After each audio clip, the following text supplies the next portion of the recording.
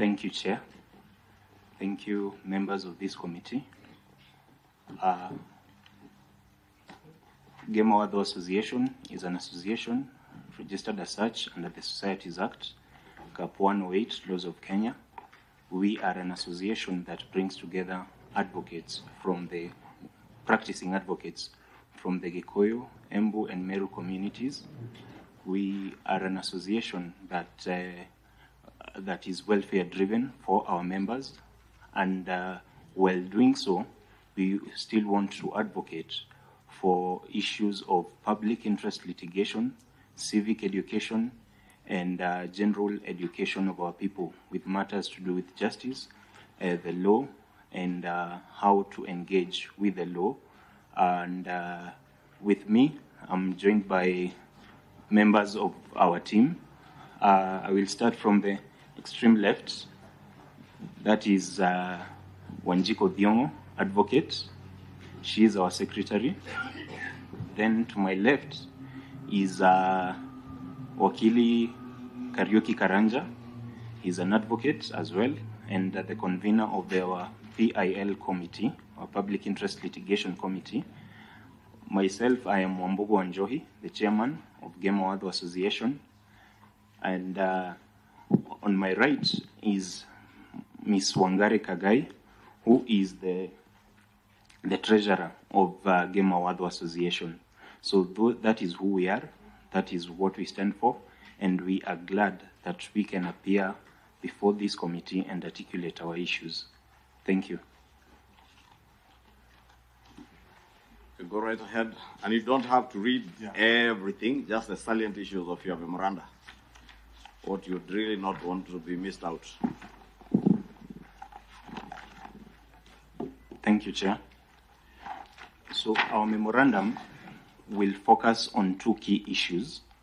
The first being the issue of delimitation of boundaries. I will handle that part, and the convener of our PIL committee will handle the issue of fair distribution of resources, especially on the 1 man, 1 vote, 1 shilling.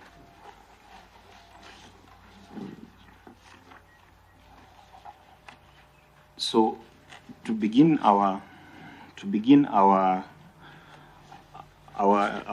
presentation of our memorandum, we need first to understand the tenets of our constitution, especially how our constitution is structured. And I would like to go straight into Article 89(1) of the Constitution, which provides that there shall be 290 constituencies. Then Gazette notice published under Article 89 states that we shall have 1,450 words, and then the country is also divided into 47 counties. Our interest mainly will come into issues that relate to the GEMA community, especially the Mount Kenya region. So from a standpoint, you will see that when these 89 constituencies were created by the new constitution, the 2010 constitution,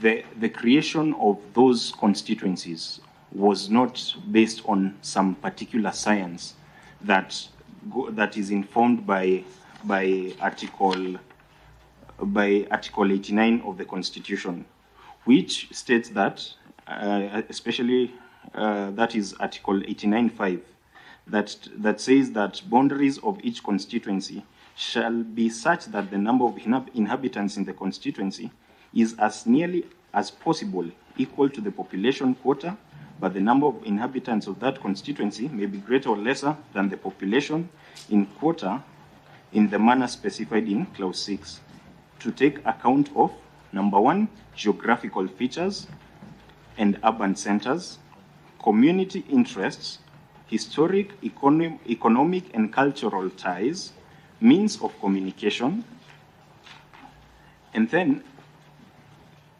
Article 89(7) says that in reviewing constituency and ward boundaries, the Commission, which is the IEBC, shall consult all interested parties, progressively work towards ensuring that the number of inhabitants in each constituency and ward is as nearly as possible equal to the population quota. Honorable Chair and members of this committee, we want to submit that Article 89, by the current constitution and makeup of the GEMA constituencies in the 10 counties, Nakuru, Laikipia, Murang'a, Kiambu, and all these other counties, the constituencies do not meet the threshold under Article 89 of the Constitution. We can go. Do not meet the threshold. Yes, they do not meet not the threshold, the aspirations of Article 89. The aspirations of Article 89 in terms of what was contemplated by the Constitution with regards to naming, constitution of those counties, and those other issues that are not in conformity with the provisions of those articles. Yes. Of the Constitution. Yes. Okay. Yes.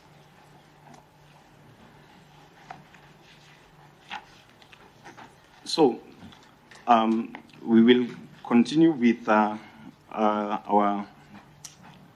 presentation. The High Court case of Republic versus Independent IEBC and another, ex parte Councillor Elliot Lidibwe Kihuso. That is on page 5 of our memorandum. The court gave a very clear timeline, a very clear procedure on how these issues should be addressed. And not to read verbatim, I wish to read 37A. There is it states that the delimitation process is based on sublocations. We had several complaints about the manner in which these units were delimited. Sublocations constrained the manner in which IEBC could meet the constitution criteria, that of population parity. For example, Kaptembo sublocation in Nakuru West with a population of 70,352 was delimited into a ward of its own. Closer home, and where our association comes in, I would like to give an example of Laikipia County. Laikipia County has a total population of 518,000. It only has 3 constituencies. Out of these three constituencies, the constituency with the highest number is Laikipia West constituency. It has over 154,000 people living within its boundaries. Then there is a ward in Laikipia West constituency. It's called Iwamete Ward, where I am from. It has a population of 70,000 people, more than 70,000 people. It is confined to its own ward. Laikipia North constituency has only a population of 36,000 people. So, without fear of contradiction, we can say that the constituencies as now constituted do not meet the threshold contemplated under Article 89. That is just what are the geographical areas of the two constituencies? Pardon? What are the geographical areas? Sizes of the two constituencies you just mentioned, north and west. Yes, I do not have research on that. However, I can look at it at some point. Well, my colleagues will look at that and address it at some point. However, that is the true picture on the ground. And this is just one word in Laikipia County. We can go to other words like Thika Township, Kiambu Township, all these constituencies in the Mount Kenya region. They are severely depleted of resources, because when it comes to the delimitation of boundaries, it goes directly to what these constituencies will be getting in the share of revenue as communities. So that is the criteria that was adopted by this High Court case, the Councillor Elliot Lidubwi Kihusa case. Then the judge further recommended that there is need to develop a legal framework for creation of and determination of sublocations. Parliament must also address the issue of county boundaries. From the foregoing, it will be an exercise in futility to start addressing constituency boundaries without the Senate putting its foot forward in addressing the issue of the county boundaries, because we feel fairly, some of these constituencies feel fairly neglected. And I will take you to page 7 of our memorandum, still in the example of Nyahururu municipality. Pass halfway your time. Yes, please. Yeah. Okay, thank you. Nyahururu municipality of Laikipia County runs through two counties. That is Nyahururu, that is Laikipia County, and Nyandarua County. It runs from Laikipia West constituency, Ndaragwa constituency, and Oljororok constituency. So it will be an exercise in futility if we do not first address the issue of county boundaries before we go into the issue of constituency boundaries and delimitation of such. I can see my time is so much gone. However, I will give 3 recommendations with regards to our memorandum. Number 1 is Parliament that are captured in 3.9, page 6 and 7 of our memorandum. Number 1 is to constitute a commission as soon as possible. It is a matter of urgency. The commission on IEBC, the IEBC commission, needs to be constituted as urgently as yesterday, if I may say that. It is something that will go straight to the issues that we are talking about, and the more people feel disenfranchised, going forward, the chaos will be a thing of perpetuity. It might go into perpetuity if this is not addressed. And then, Honorable Chair and members of this committee, there is need for Parliament to fast-track the enactment of the law to govern and the creation and determination of sublocations and other administrative units in compliance with the decision of the High Court, the decision that I had earlier quoted. Parliament should also urgently address the issue of county boundaries, had intimated on that. And then, in determining the boundaries of counties and administrative units, Parliament should also ensure that there is a clear legal framework to determine boundaries of cities, municipalities, and any other major urban centers. They are captured, 2 examples are captured, that is Eldoret and Nyahururu. Then the other challenge that NDC might need to grapple with is the fate of the 27 constituencies created under Section 27(4). I won't go into that. Thank you. Yes. Just please go to our last point. Okay. So under 3 minutes, because yes. Now you take another time. Thank you. Thank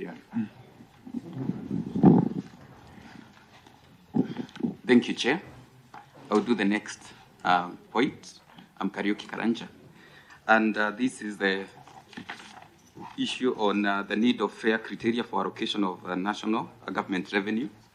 And for us, this is where the issue of one man, one shilling coming, 1 man, 1 vote, 1 shilling coming. And we are looking at equitable sharing of resources. And when we want to talk about equitable sharing of revenues, we are asking, what does that look like? Do we share revenue based on rivers, valleys, all? Do we share our resources based on the population? And as the chairman has said, you may find if we were to use the boundaries as a criteria for sharing these resources. You've heard that there is one ward that has 70,000 people, and you have one constituency that has 35,000 people. So that means if you were to use the same criteria, that specific ward will be affected. And so for us, what that means is, if my vote counts, then I must be able to get equitable share of the resources that come to this country, because the government must be interested in the lives of Kenyans. If there are other people who will be disadvantaged, we can then look at the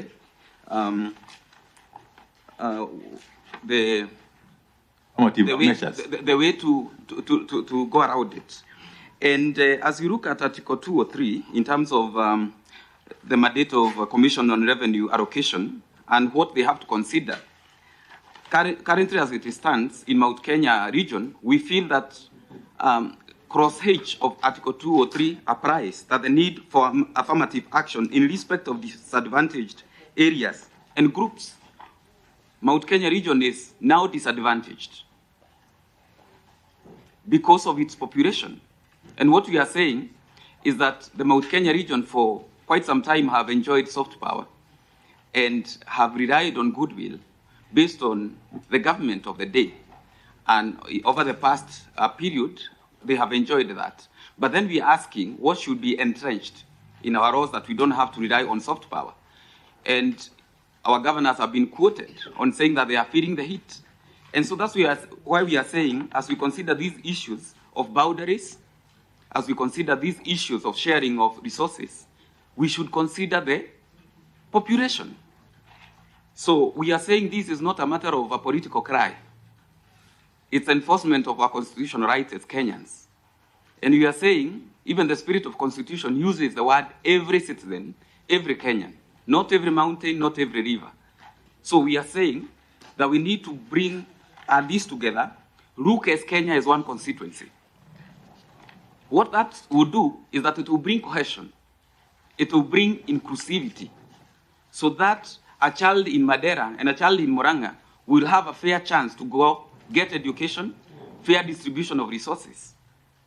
And then the government can use the other channels of government and levels to ensure there is development. But in terms of sharing of resources, we need to ensure that population is used. And Chair, as I conclude, I want to say that this is not an issue of Mount Kenya, because for now, the population may be the way it is, but population is dynamic.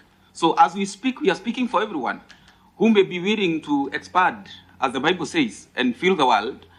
So tomorrow we don't know who we'll be talking about, so we must look at this issue as an issue of urgency and look at this region where GEMA covers as a disadvantaged people as that we speak now. Okay. Thank you very much.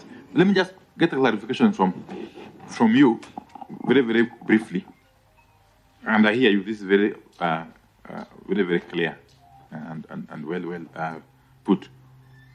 The issues you are advancing here seem to have been well covered within the BBI framework, if I'm not wrong, especially the issue of representation of people and equitable share of resources. Are you advocating for a reincarnation of the BBI? What's your take on that? Yes, in essence, that's what we are saying. 1 man, 1 vote, 1 shilling. Because if we allocate resources based on boundaries, then we are allocating to the land and not the person. We want person-centered economy. Okay. Sorry, Wakil, thank you for your presentation. I'm trying to follow your submissions this morning. Are you are you challenging the formula that we have currently in Article 89 on delimitation of boundaries? Two, on the issue of wards, I don't know, you look to be very progressive, young professionals, and I must congratulate you. You know that the IEBC has the mandate to periodically review boundaries of wards. You really don't need to change the constitution. I don't know whether you are making a case that you have made this petition to IEBC and they have not acted on it, or you want us to pick it up as this is the first time you are presenting it. But let me hear from Article 89. Are you uncomfortable with the formula, the deviation that is there, 40% for cities, 30% for rural areas? Maybe I also take one, then you note and answer them together. And Wakili, thank you for your presentation. And I associate myself with the need for equitable representation and in the delimitation of boundaries such that every constituency has either an equal or near equal number of people being represented by a singular member of parliament or member of county assembly. That I agree with you fully. But on the question of share of resources, I'm certain, being good lawyers and young professionals, you are familiar with the session of paper number 10 of 1965. How fair do you think that session of paper was to those other areas of this country that are perceived to have been marginalized pursuant to the implementation of that session of paper number 10 of 1965? And how would you propose as young Kenyans that we remedy that so that no part of this country, no people in any corner of this country feel left behind as the country develops or as the country grows? Because granted, there are parts of this country that were left behind pursuant to the implementation of session of paper number 10 of 1965. What then would you be recommending that we do to remedy that, so that, as you say, even as you speak about 1 man, 1 vote, 1 shilling, and you have rightly put it, you are not saying that for the people of Mount Kenya.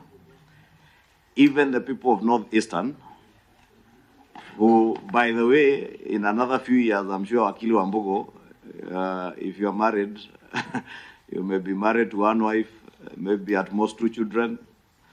And you know there are communities now and parts of this country where they are marrying up to 4 wives with a minimum of 7 children. And you're also speaking for them, because in another 10, 15 years, then we will be talking about 1 man, 1 vote, 1 shilling for other parts of the country other than Mount Kenya. How would we strike a balance where then development goes to every corner of Kenya, knowing that Wambugo does not need to settle in Mount Kenya, and indeed your children will be working as in engineers in Marsabit County as the wind power, or the solar powers in northern Kenya. And again, we do not want your children to be crying then that we never saw that coming. Therefore, maybe, how do you reconcile those 2 issues? Eugene, do you have something? Okay, you take those. In less than 5 minutes, please. Just try to. Thank you, Chair and members of the committee. I'll go straight to the question by Senator Omugeni. Now, we are not challenging Article 89. Article 89 had its own ambitions and aspirations as from the face of it. However, we are saying that Article 89 needs not only practical solutions, but also political goodwill from the members of Parliament as well. For example, the issue on boundaries of the 1,450 words, it is an IEBC function However, if at all the Constitution contemplates a periodic review of these boundaries, how then, after 10 years, how then will we have these boundaries if the commission that is tasked with the task of doing all these delimitation of boundaries has not been constituted? We do not have a single commissioner. We have, I think, a deadline until March 2024, which I think, and that means we have 6 months to formally advertise, do the vetting, and have a commission in place. Surely, we need some goodwill from these committee and, to the extent, the political class. So we are not challenging the purpose of Article 89. All we are saying is that there needs to be more political goodwill to have this particular article given its full life, tenure, and effect. So that is our view on that particular question, Honourable Senator.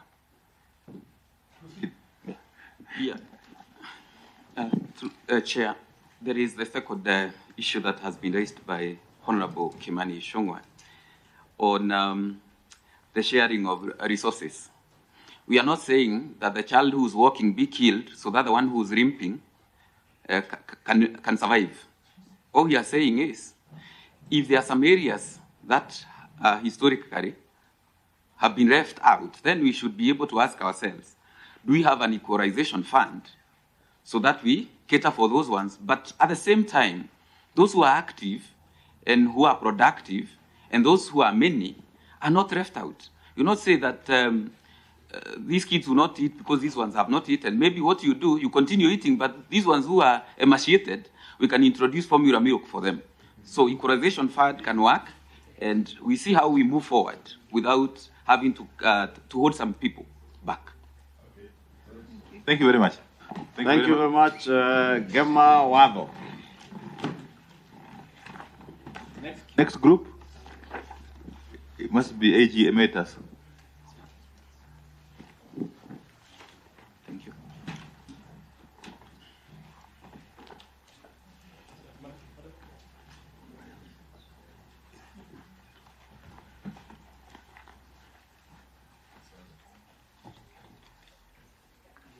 Let's be faster, please, in the interest of time.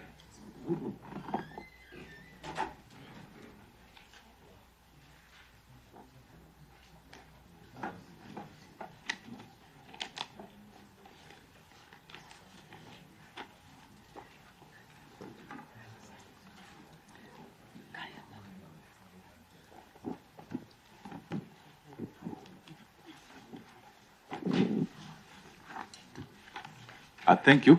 Thank you. As we settle down, the ORPP, and let's get moving. I'm sure you know the panelists here.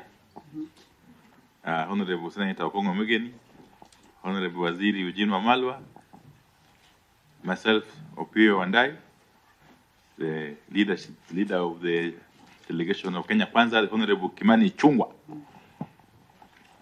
Over to you, Madam Nderitu. Thank you, Chair, and the members. And this is the Office of Registrar of Political Parties. And together with me, allow me to ask the people I'm with to introduce themselves. Just mention their names, please. Yeah. To save time here. Thank you.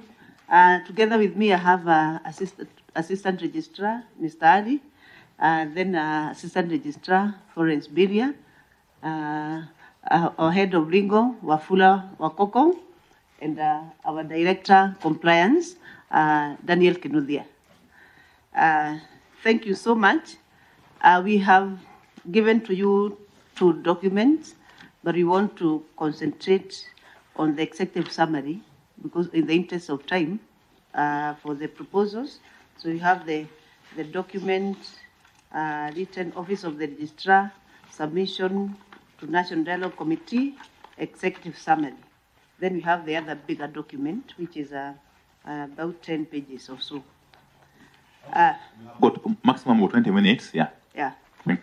Mm.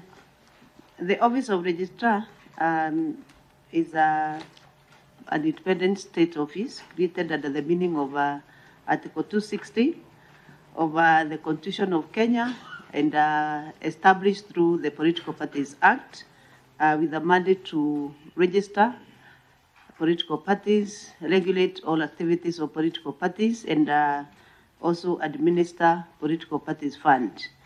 In this particular presentation, we have picked the issues that were put out for discussion, and in the executive summary, we have pushed the entrenching of funds into the Constitution, and our concentration will be on political parties fund, the fidelity to political parties, coalition, and the law, then establishment and entrenchment of state offices, then electoral justice and related matters, and other outstanding constitutional issues, specifically implementation of two-thirds gender rule. We shall comment on those matters.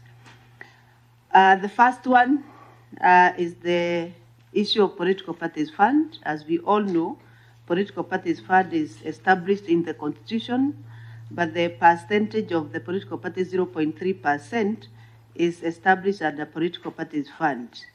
Our proposal is that the 0.3% established under the Act should find its way into the Constitution to make sure that the political parties fund is reinforced in terms of how much money should come to political parties. It is noted that Section 24 of the PPA has never been realized to the full, the 0.3%. So that's why we thought it is important to be put in the Constitution so that we can reinvest and realize the 0.3. And we joined this by, there's a proposal in the President's memorandum and also in the mandate of this committee about women inclusion and political parties participation fund, which a proposal is that it get hived from the political parties fund as it is. Well, we have no objection. We note that unless we realize the 0.3%, then there will be a lot of effect on the operations of political parties if money is hived from the fund as it is now. It will be so little and so insignificant in terms of meeting the objections, even to support what is being proposed. And we also propose that the same should be managed under one act and under one office, which is the Office of Registrar of Political Parties. We also propose in terms of the political parties fund, just like it's done in other jurisdictions and specifically Europe, we find when countries and states are funding political parties, they also introduce as a criteria to match a shilling for political parties. What we mean by that is that political parties are obligated also to fundraise and get money from their members so that the state can match that, meaning that political parties will not only wait for what comes from the state, political parties will be moved out there and fundraise and also activate their members to do what is required. The other matter we wanted to submit on is the issue of the second issue on electoral system. It is our proposal, and we have been considering our other submission at the BBI, that we need to adopt a mixed member electoral system as opposed to first past the post system, so as to avoid wastefulness of the votes and ensure representation of the marginalized groups. We proposed to ensure inclusivity and strengthening also of political parties. Therefore, we are proposing a hybrid system, first past the post and proportional representation. In this system, we are saying while we retain the single member constituencies and the county seats, the regional clusters or special seats are created where voters are asked to vote for political parties. And of course, lists that shall be submitted by political parties. These special seats are then taken and filled proportionately based on the number of votes garnered by each party.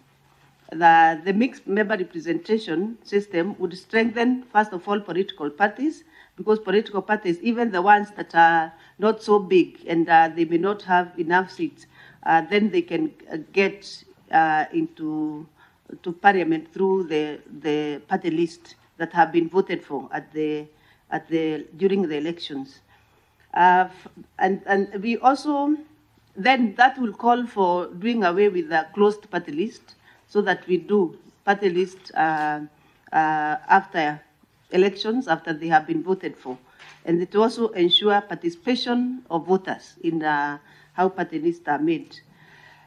And we are suggesting in the alternative, if that does not happen, the system does not change, there is need for participation of either members of political parties or voters in making of the party list, as opposed to just selecting people to go into party list.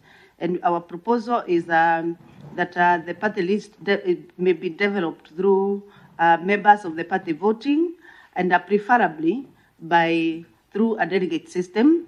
This will ensure meaningful participation by political party members, and it should be close to political party members.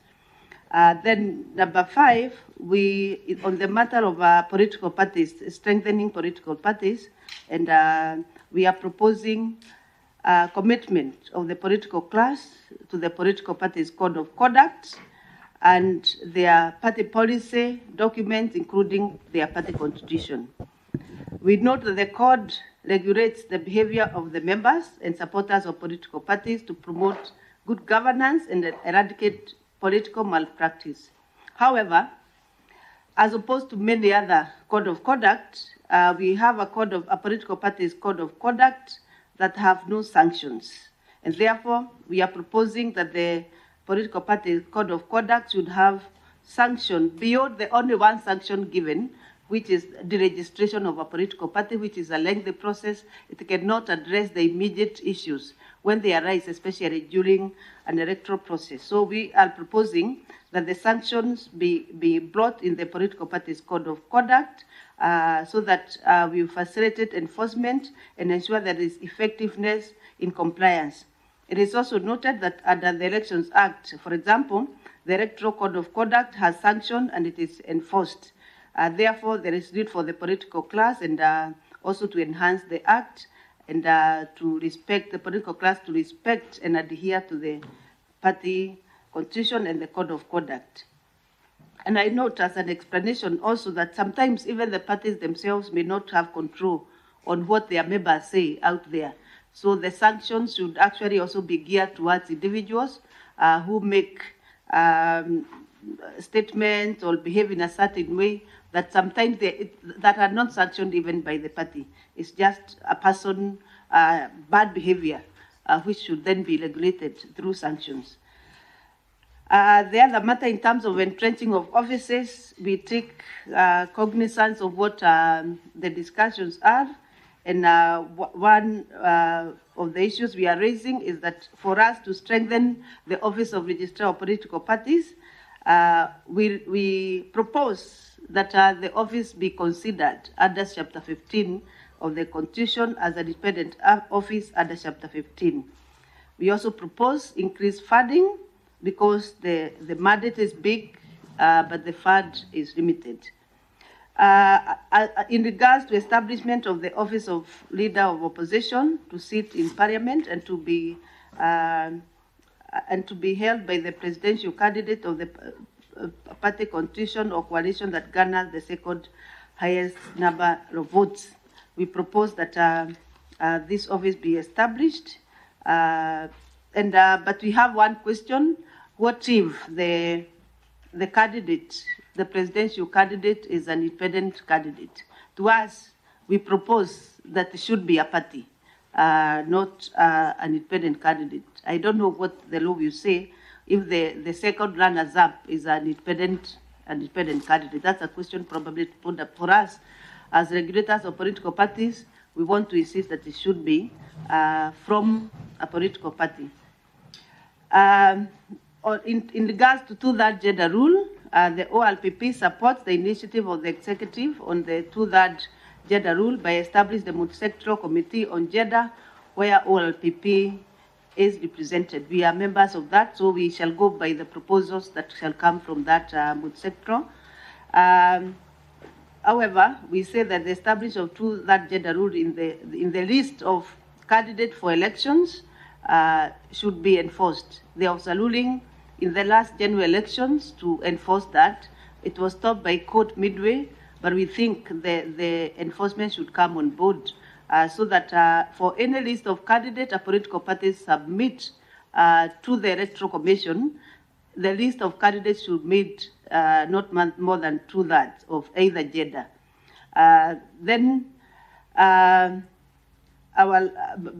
The next point is that we also propose, as other matters, a director of justice, institutionalization of psychosocial support of candidates in the post-election phase to address the candidates who lose elections and also those who win.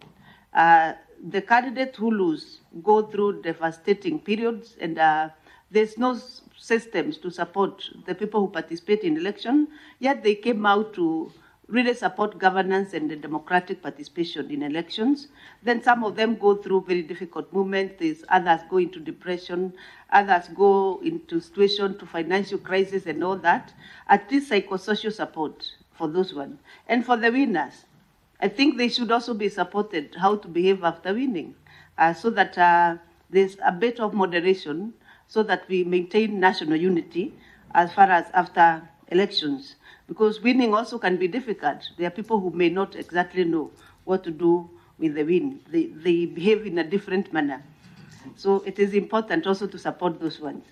So we also, the last point is that ORPP proposes fast tracking of the reconstitution of IEBC in order to avert possible constitutional crisis, as well as address critical, outstanding processes. That is the end of our summary of presentation. Thank you very much. Thank you very much, Madam Nderitu, and for that eloquent presentation. Yeah. Let me just, okay, sorry. Let me just go, then Waziri will come in.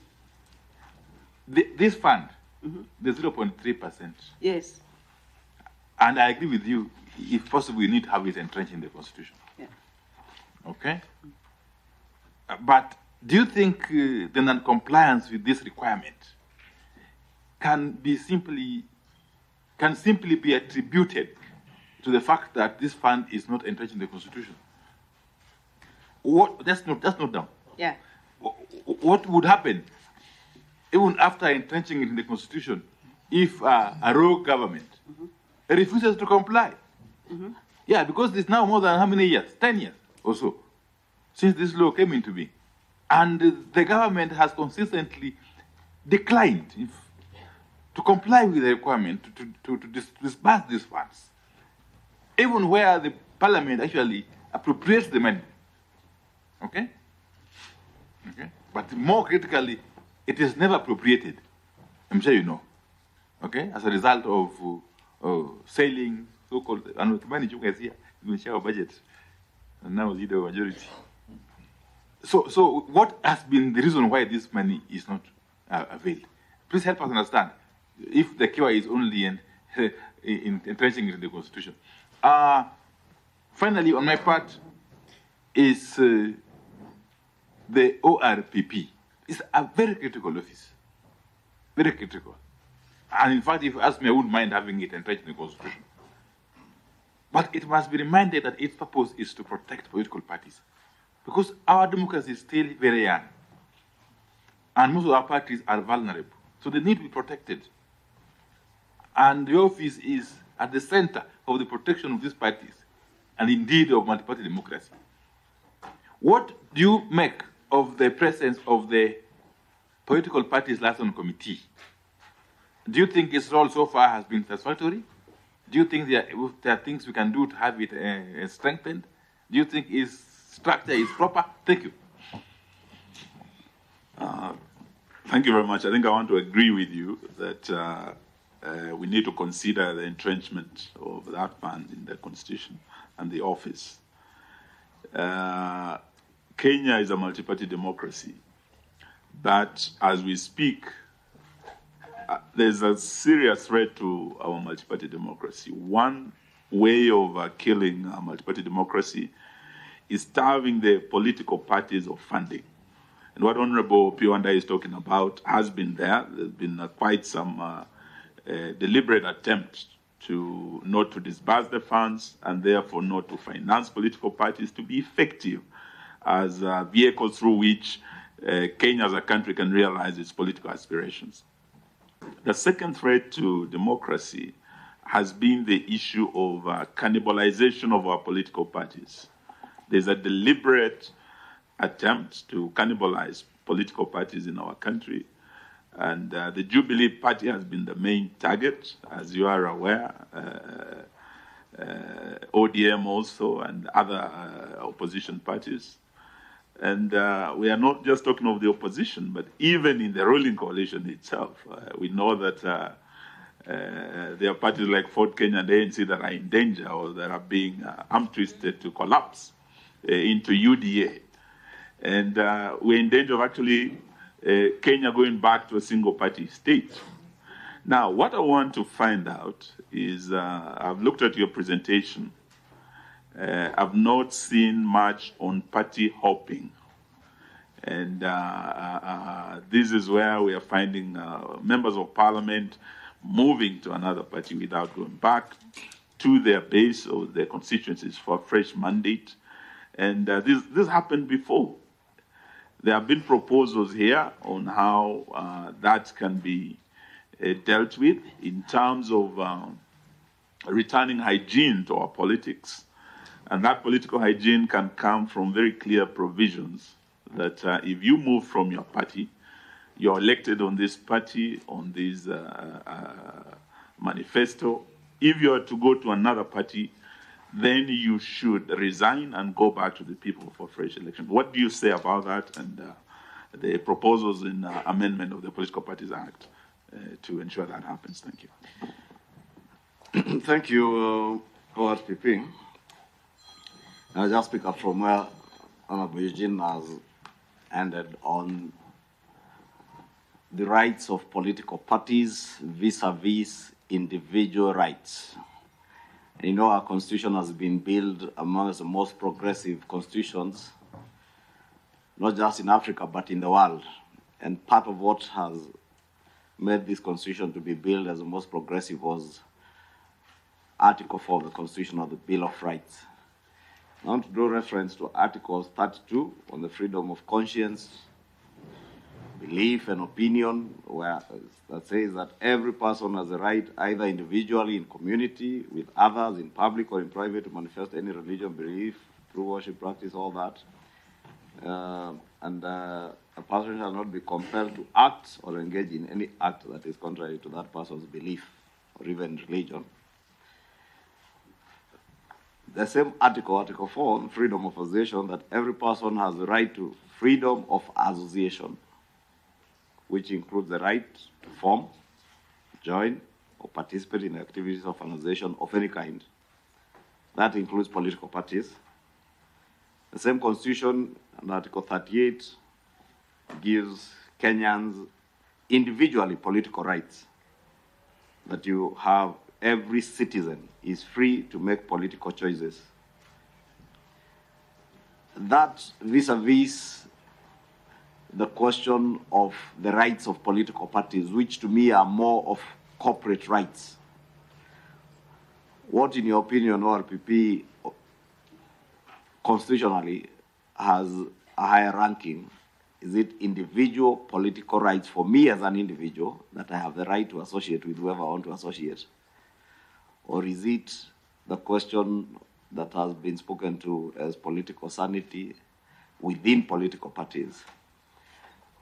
Can I be forced to leave my party, UDA, today because, for instance, I have associated myself with a position that the leader of minority has taken in parliament, that as an individual, I have made a choice, and probably could also be a matter of belief.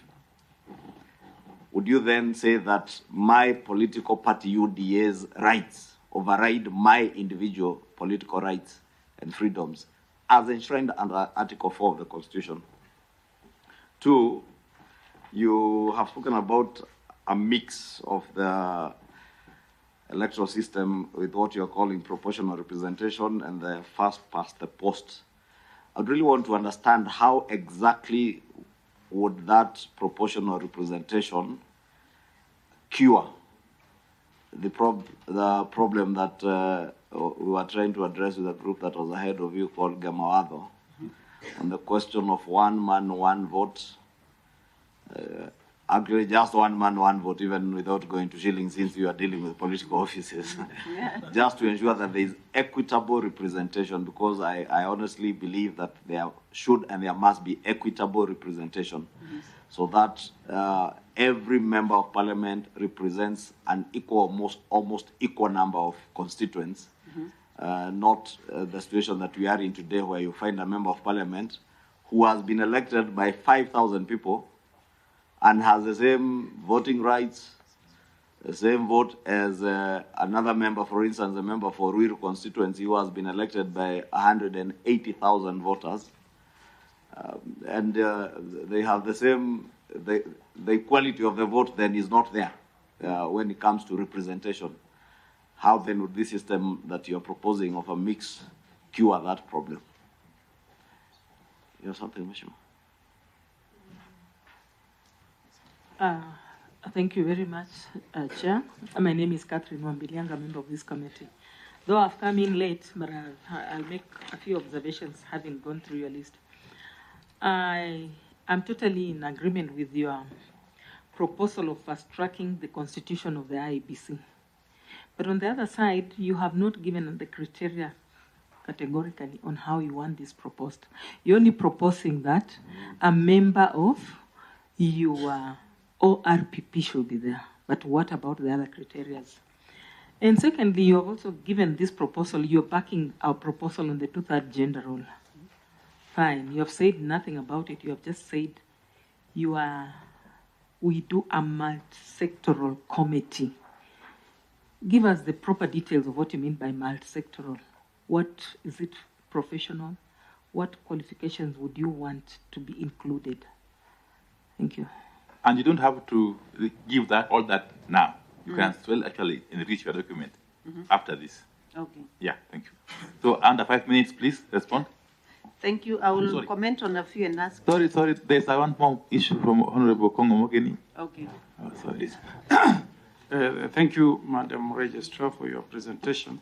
I just wanted to follow up from where Leader of Majority left, Honorable Kimani Ichung'wah, on this issue of political rights. And I think you are the right person to help us.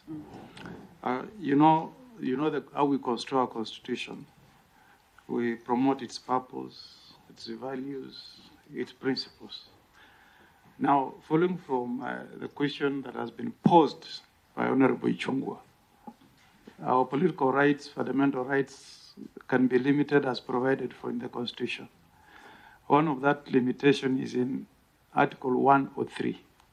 You can belong to a party, you can be elected as a member of parliament, but there is that article that is entitled the vacation of office of a member of parliament.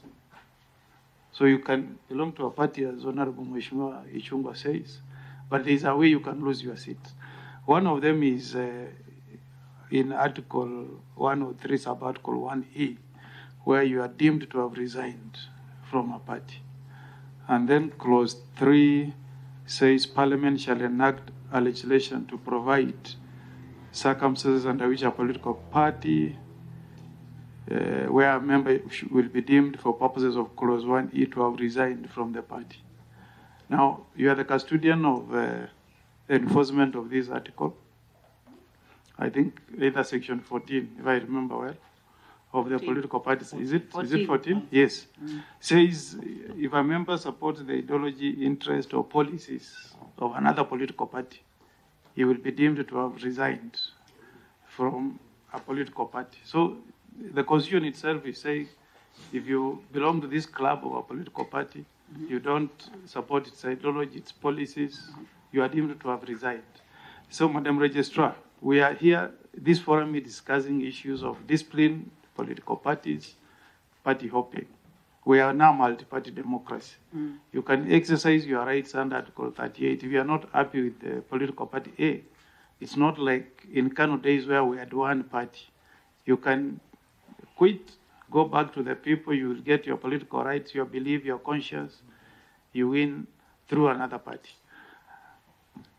The person to help us is you. Have you tried to enforce Article 14, or have you found yourself in circumstances where you are supposed to enforce Section 14 as read with Article 103, so that you help us in maintaining discipline within political parties? 2, I support you. You need to be entrenched in the Constitution. Have you faced intimidation or pressure from either the current government or even the previous government in discharging your functions under Article 103 and Section 14? Then finally, you have mentioned the critical role that agents play, and we are doing this for posterity, not for UDA, not for Azimio. This is just for posterity. On the issue of political agents, I like your proposal. We should restrict them to either a political party or independent candidates. Do you think there would be wisdom if we proposed that agents be picked by political parties, but budgetary allocation to pay them be part of the mandate of IEBC, so that Parliament here can appropriate money for paying agents? The parties pick, but IEBC pays them. Do you think that is something you can support? Thank you. Okay, thank you. Proceed, please. Thank you. I will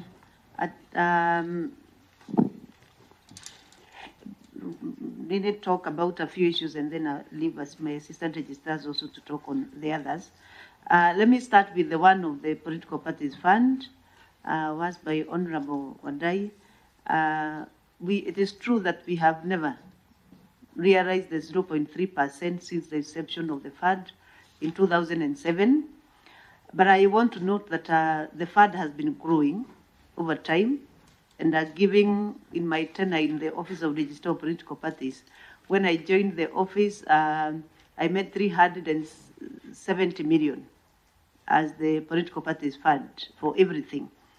Right now, we are at close to 1.5 billion, meaning every year we have been growing the fund, and Treasury has been growing the fund, and government and appropriation in Parliament also. But we are not yet there, because our proposals are usually around 5 billion. Yeah, so it means we are not yet there. But we appreciate the fact that the fund has been growing over time. The reason why we are proposing the 0.3 to be entrenched into the Constitution is because there has been several attempts by different people, activists, wanting to remove even the 0.3. They say it's too much. But from where we sit, we think once it says entrenched in the Constitution, probably that many attempts, and it's not once, but it's severally, attempts for people going to court and wanting the 0.3 to be reconsidered so that it moves. That is the reason. But I think it's not the only reason why we can realize the 0.3. There's also commitment and also improvement of economy. We all know that sometimes we don't have adequate funds for everything. That's why we appreciate any time the fund is grown.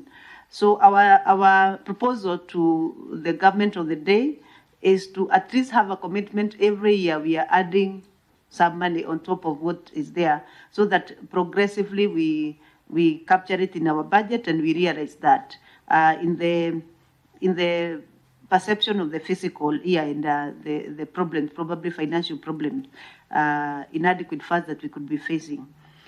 The other issue I wanted to respond to is the talked about cannibalization of political parties. But I want to, first of all, the cannibalization is not done by the Registrar of political parties. It is actually the cannibalization happens within the political class, outside the office of Registrar of political parties. So you have little to do when people are cannibalizing each other outside you, but when they actually are alive, as we apply the requirement of the law, and we cannot hold politics by the neck, because politics must happen out there, and we cannot really come and regulate individual behaviors and how people want to come together. However, we have an obligation as an institution to check what the party, and you can see we are saying we need commitment from political parties themselves and political class to follow their own constitution, their own policies, and the Political Parties Act. Because sometimes, even so much has been done, you realize that what the parties are telling you to do as the Registrar of Political Parties it is not even in their constitution, or it's not even in the Political Parties Act. They are taking you to a direction, and then you are attacked when you actually do not go that direction. But our commitment is to the law, your own party constitution, and also the requirement of the Political Parties Fund. So as far as politics is happening out there, I do not, indeed, most of the time, we let politics happen because we are not politicians ourselves. So when carbonization on Wanderi is happening out there, sometimes it's wrong to blame the regulator. Probably try to sort it from a political point of view outside there. I think that is our comment, which I know. And in regards to party hopping, I think the law is very clear. To us, once somebody has been elected on a particular party, there must be, if you want to move, then there must be the required regulations and laws on how you move from one political party to another, on how you move from one coalition to another. And that's what we have been enforcing. You tell us you want to move from one coalition to another, we tell you this is what you agreed at the coalition level. So if you don't fulfill the requirement of that coalition, then we tell you you have not moved.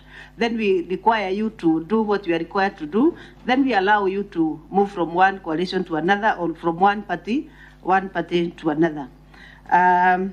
The other issue I want to comment before I give Mr. Ariel Florence to finish up is the issue of the election system that we are proposing. What is it supposed to cure? Number one, we have seen during this presentation, Kenyans coming and saying we want to even create more counties because we feel in the counties that we are in, we are underrepresented, or we are not able because our numbers are not enough. So what this is going to cure, when you make party lists based on a region, and we can elaborate that further, it means those people who are not been able to be elected, they have no constituency, for example. So they will never actually fight their way to parliament, whichever way, because their numbers cannot constitute a constituency. Then it means using party list, and you do regional list, you are able to capture those people who are outside the past the post positions. And then through the voting through party list, then you are bringing them to parliament.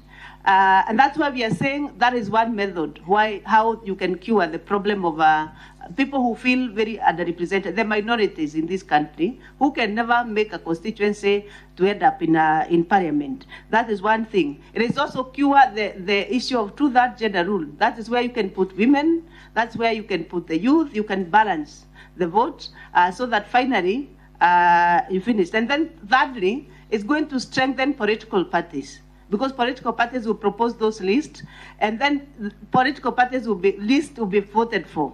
So even if a political party is not among the first and the second, it still have a chance to have people coming from the list being elected and going to parliament through the party list. So it has, to us, it has a lot. But we are not saying we remove the first past the post and where the constituencies are, you remain with that, then make regional regional list, and every vote will count. It will actually reduce wastage of vote. You can tell me those parties that get votes to the extent of even 3 million, 5 million, those votes go to waste. They don't count, because they don't even count in political parties' fund. If they don't qualify, they don't count anywhere. So the wastage in elections in terms of vote will be minimized. Yeah, so that's why we are proposing it can cure many other things. So allow me to study. Lucy, before you go to Ali, how does it cure equitable representation? How does it cure the problem of rural constituency, for instance, with 180,000 registered voters and a higher population being represented by one member of parliament, while another constituency that I will not name, a member is elected by 5,000 people? Yeah, Mr. Ali will comment about that, but because there is a regionally made, we are looking after the elections, we are looking at a region, how many votes in the region, because we are saying, let's even do away with the closed party list. First of all, we are doing away with the closed party list. So after elections, it's when you look at the votes, the vote distribution. So because the lists are per region, then you distribute within the region. So you are capturing also the number of votes that have been cast in a particular region. Yeah, but Mr. Ari, please comment also about that. Right. Thank you very much, co-chairs and members of the committee. Just 3 issues. Number one is the issue of cannibalization. I think I want to say one thing about that. Basically, we are in this space, and the political landscape, of course, shows that there are a lot of wrangles within the parties. We might not call it cannibalization, but wrangles. And what we have seen is some of these issues result as a result of lack of internal democracy and lack of strong leadership. So as an office, we are building capacities of parties to have concrete ideologies, strong leadership, and internal democracy, which calls for inclusive decision making. Once that happens within political parties, then it becomes very difficult to infiltrate those parties, even by members, those who are not members of that party. So we're advocating for inclusive decision making by political parties, internal democracy, strong leadership, and a concrete ideology that all members of that party identify with. Once we have that, then it becomes very difficult for any party to be infiltrated and hence probably cannibalized. The issue of individual rights versus political rights, which was raised by Honorable Chungwa, I think Honorable Mogeni has touched on it, whatever he wanted to say. In terms of those rights, the Constitution also has mandated Parliament to come up with laws on management of political parties and those positions, and also it's one of the ways in which one loses seat. But what is important, and what we have seen in other jurisdictions, is that parties sometimes also give room for individual members to follow their conscience, provided that it is not very far from what the party believes in. So the individual consciousness of a member, which must also be respected by the party. In other jurisdictions, party usually ask every member, when they're elected, to give about 3 or 4 matters that they think are very close to them, that even if the party takes a different position, they will not be punished. If they take a different position from the party position, they will not be punished. And they usually declare that. So if we have that kind of a scenario, then we might also promote some individual consciousness of members who are also representing their voters. So there's need to be that balance between political party position and individual members' consciousness, which sometimes is also very, very important to be considered. So deeming only comes when you outrightly oppose the party ideology on all positions, not just because of one matter or two, which you followed your conscience. I think that is also covered by the Constitution. In the issue of the issue of freedom of association and rights, I think that has been captured very well. It's also a constitutional issue. And finally, the issue about the agents. I think we don't have an issue with that proposal. Agents are recognized as poll officials in the Elections Act, but also in the Political Parties Act, there's some mandate for which is given to the ORPP for training of agents, because again, they are coming from political parties. So that balance is important. If the government is able to fund, then it's a good proposal to promote democracy. They say democracy is expensive. So if it's possible, it can be done. Thank you.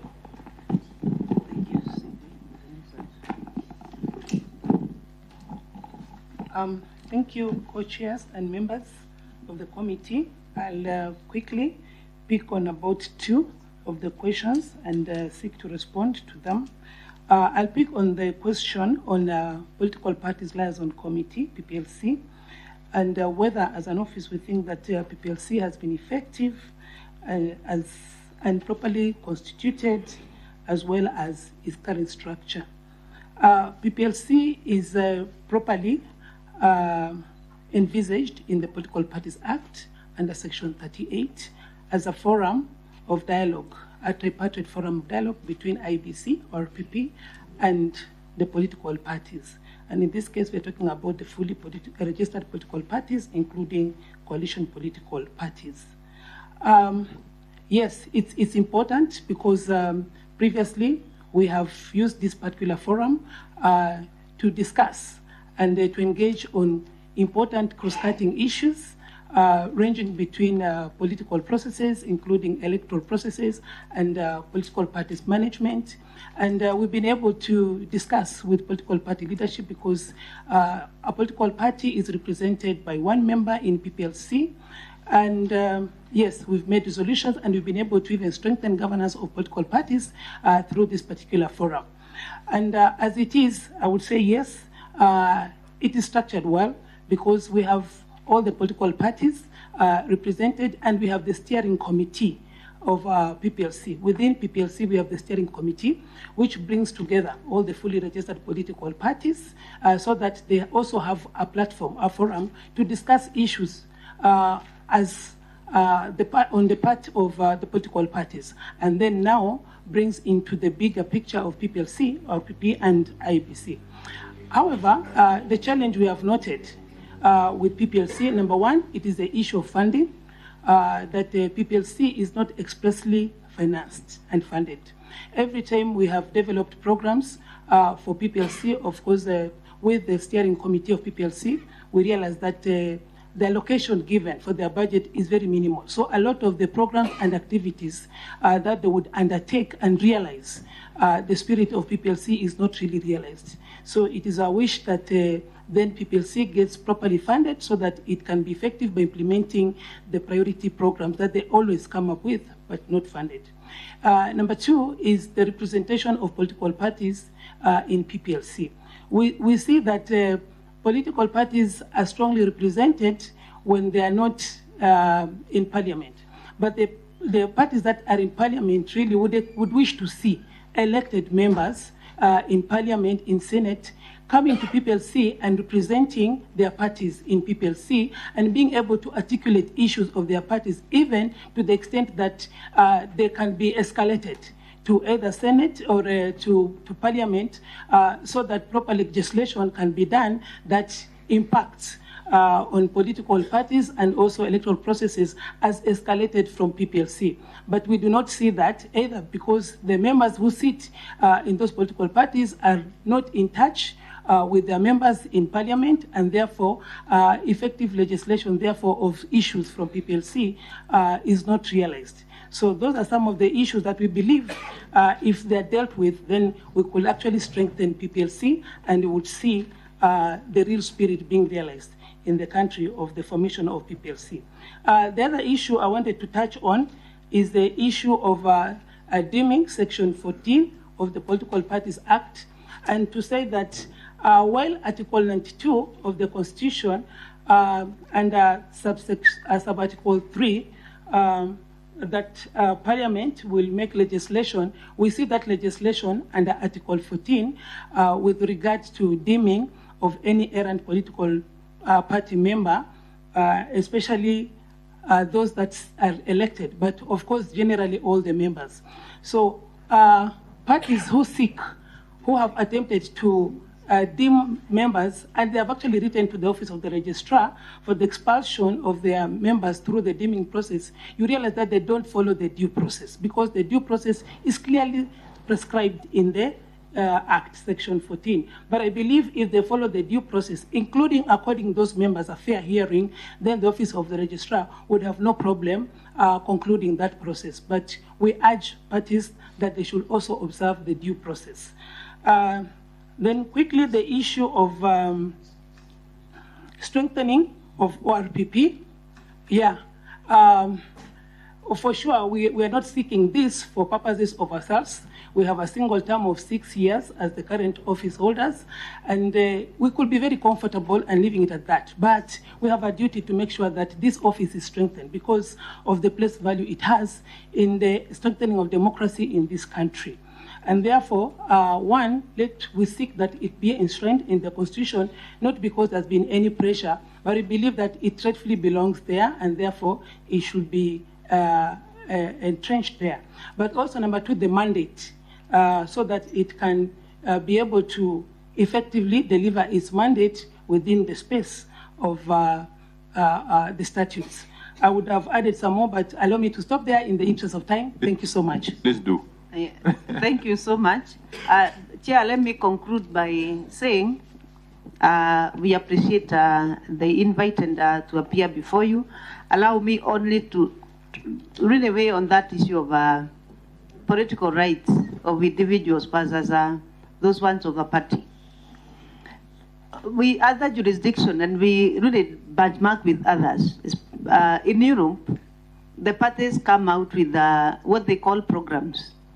And when you are joining a political party or being elected under a political party, you commit to that program, that our party, in issues of taxes, we stand for this. In issues of women's rights, we stand for this. In issues of this, so that when later you come to tell me I am going outside the party, at least there's a reference that I committed to certain things. Because as Mr. Ari said, there must be a balance between political rights of a party and also political rights of an individual and political rights of the people who elected the member. Because this member is also representing a constituency.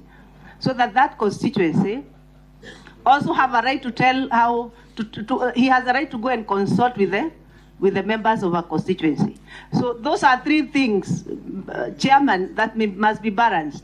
The representative, the party interest through the party programs and what people committed to the individual member, and also the rights of the people who elected this person, the constituent, so that he can also consult the constituent and say, this is the way my people want me to represent them.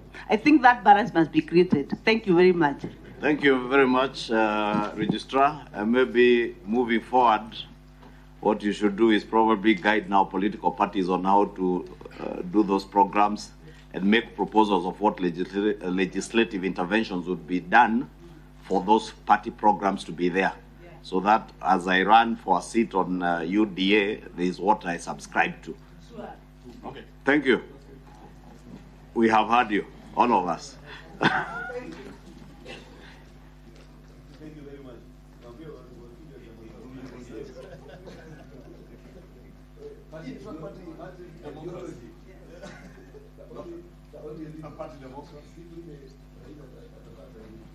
So next we have Attorney General Emeritus, Professor Githu Muigai.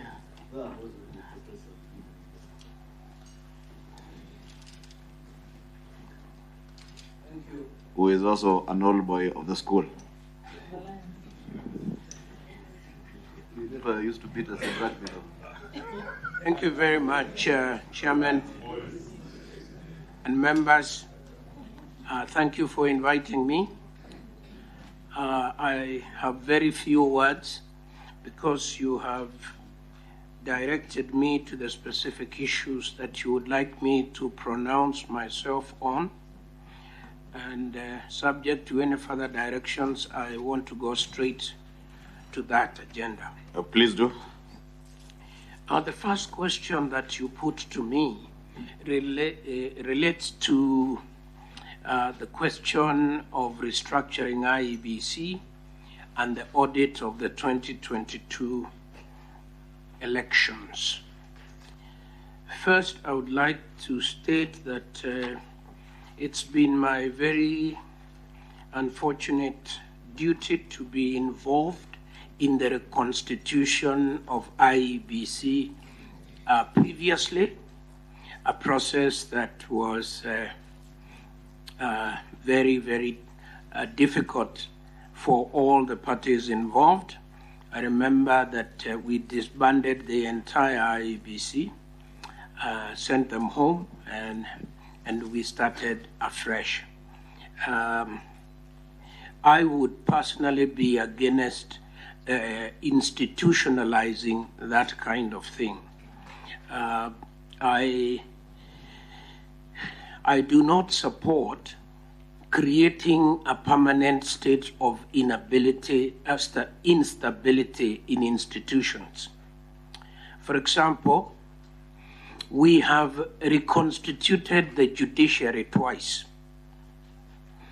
And I think that some good gains were made by that process, but I think that that process created some inherent instability in the institution itself. But I'm not here to talk about the judiciary. I'm here to talk about IEBC. We have tried several methods of constituting IEBC.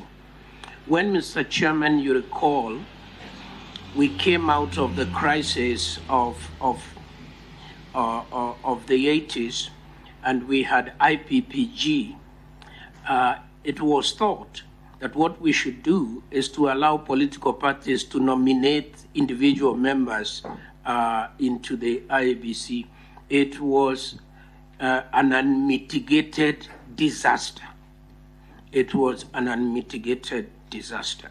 And I don't think we should be tempted again to allow party participation in the appointment of commissioners. I believe myself that we need an independent, robust process of recruitment. At the present, I am not very sure that the system in place is giving us our best first 11. Now, how can we strengthen it? I think that, for example, when they say the Law Society of Kenya, my own professional body, is to send a representative, I am not very sure that that necessarily creates autonomy. Or when they say religious leaders will have a representatives, or trade union leaders, and so on and so forth. I think we need to find a way of forming that constitutive body that will interview those who qualify for these positions. I agree with those who say that there is no legal reason why the chairman should be a lawyer. Because the election is more than a legal process. It's a management process. And what we want to do is be able to elect into the commission good managers, strong managers, proven managers, who then can hire the best lawyers that they can, either within the Secretariat itself or from outside the Secretariat, hopefully whom they can be able to pay. Number two, should we go back to ask ourselves what happened in the 2022 election? My own honest opinion is that it is not a useful exercise. Why is it not useful? because again, it reopens the question that has been resolved with finality by the Supreme Court. The challenge with reopening matters that have been judicially settled is that you, by necessary implication and inadvertently, you create the possibility that confidence in that institution can be eroded.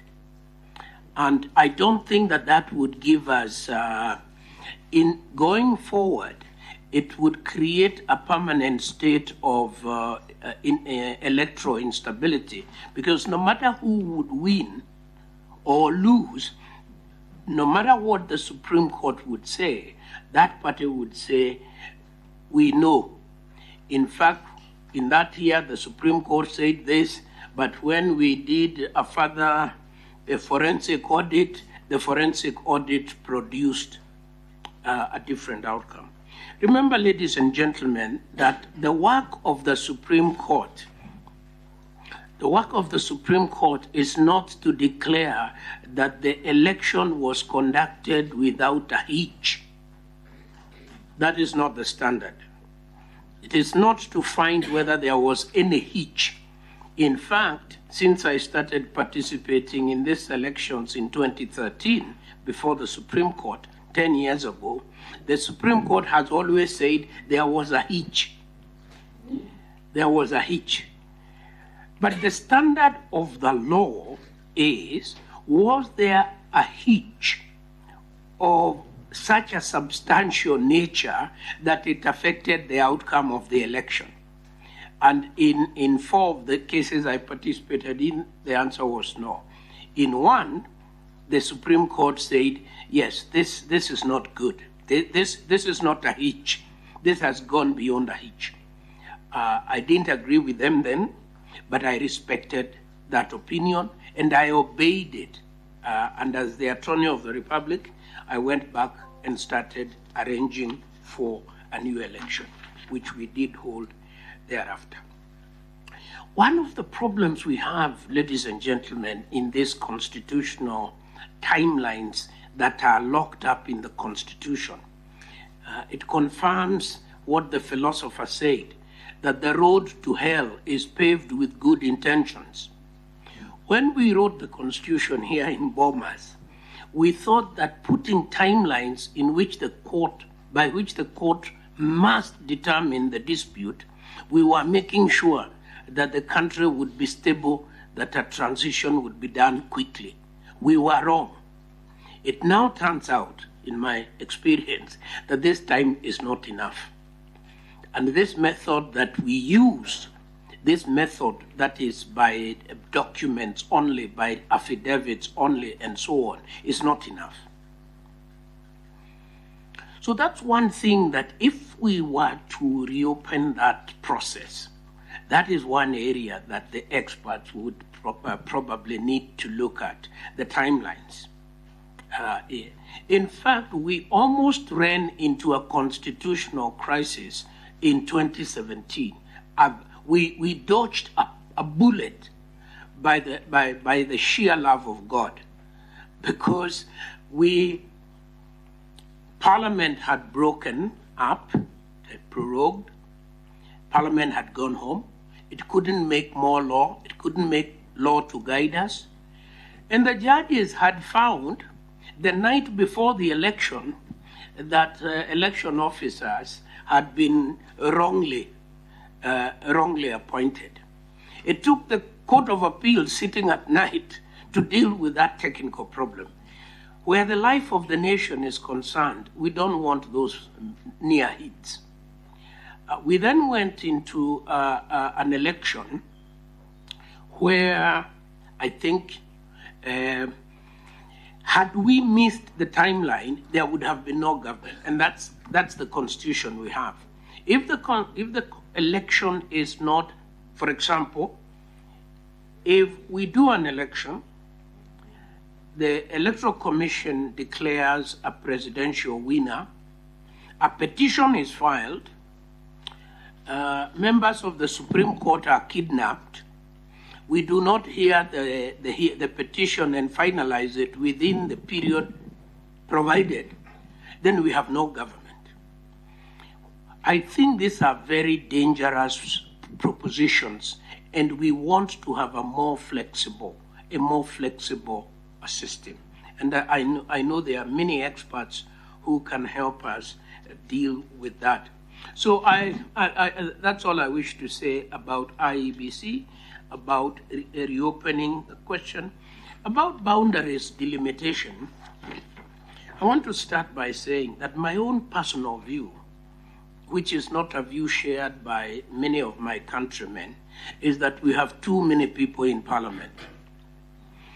We have too many constituencies, so that we should be reducing constituencies, not increasing. We have too many counties. We should reduce counties, not increase counties. They are costing us a lot of money, and quite a number of them are not viable. When we were in Bomas, the constitution we gave you, ladies and gentlemen of the Honorable August House of Parliament, I think we had given you 9 counties. 14, I'm corrected, 14. It was when the politicians went to Naivasha that they came to this compromise of let's go to 41. I think if we are to reopen this constitution, one of the issues we can usefully reopen is the reduction of counties. Bring more counties together and let them work together and mobilize resources together and share together. So I'm not a great fan of increasing counties or indeed of increasing constituencies. And this may bring me then to another issue which I was supposed to take later. This issue of the gender rule, we call it the gender rule, but essentially, really, it is the women empowerment rule. I struggled with it when I was the Attorney of the Republic, and we came to grief. For as many bills as we worked on, we came to grief. And I want to be very, very honest with you. First, there is a feeling among many Kenyans and that we have not done enough to justify this. Our social education around this has not been successful. And we need to do some more civic education around why empowering women has the effect of empowering the whole community in the long run, well, let's say in the medium term. What would be my solution about this?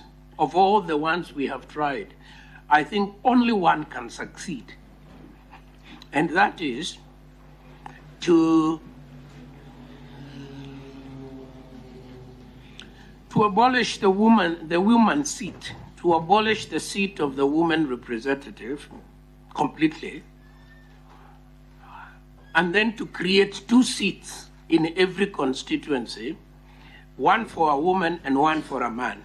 In fact, we end up with 50% being women. We improve. We do better than the 30% that we already have. And that one is neat.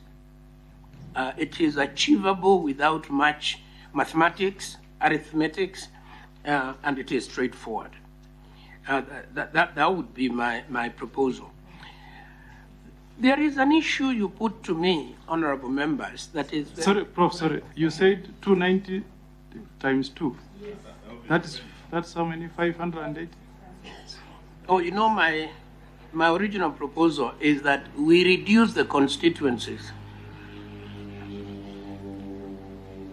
So we would first reduce the constituencies, then have, to about 100 constituencies, then have 1 man, 1 woman in each of those 100 constituencies. Give us 200. Yes.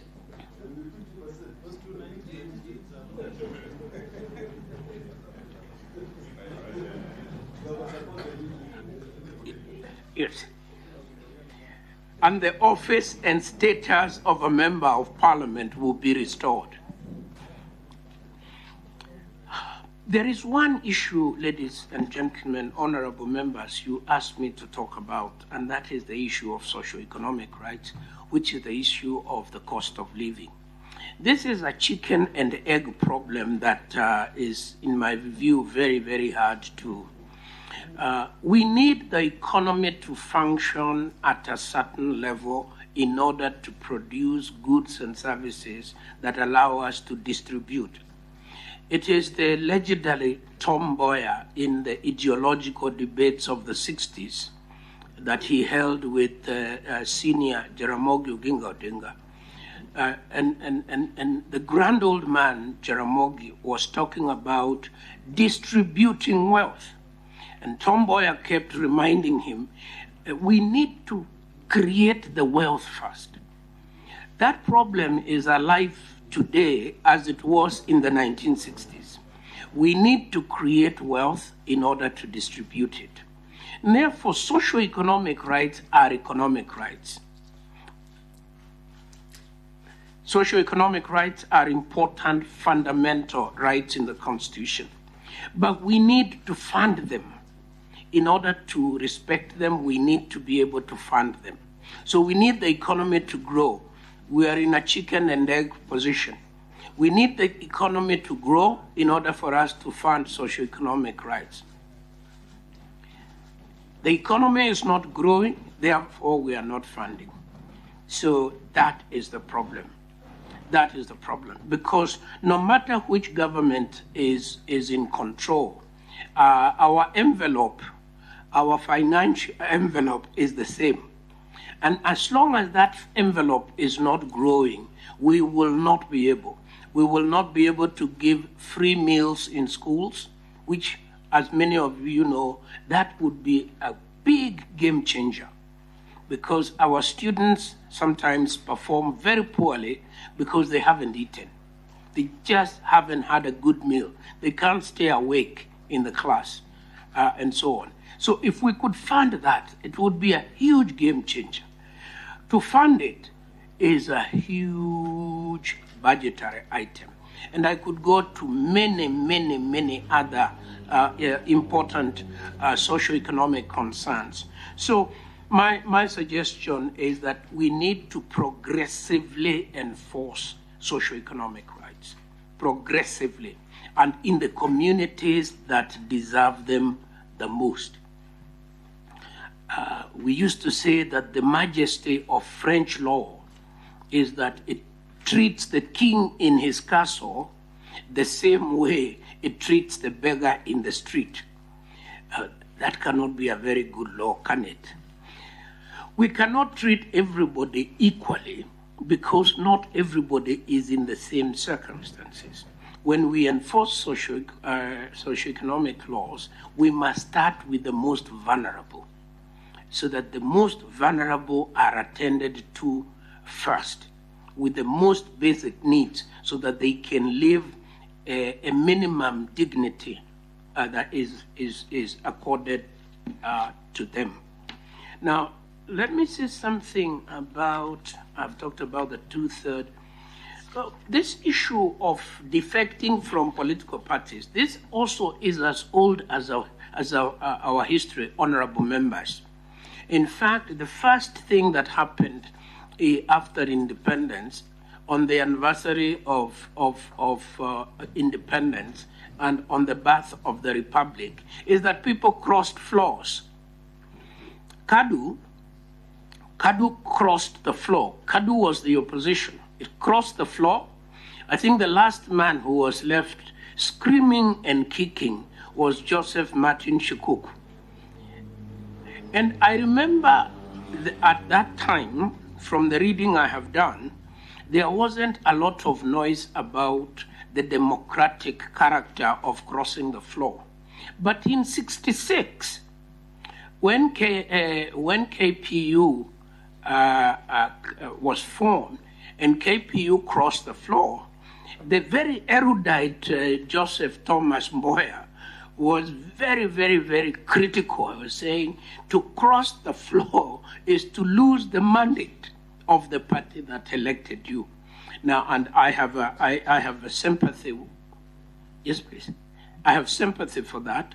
I think that we should have in law mechanisms of containing persons to the parties to the parties on whose platform they were elected. So that's my opinion on that. Now, what is the last issue? It's not clear, sorry. Yeah. Just make it clear. What is your position on that?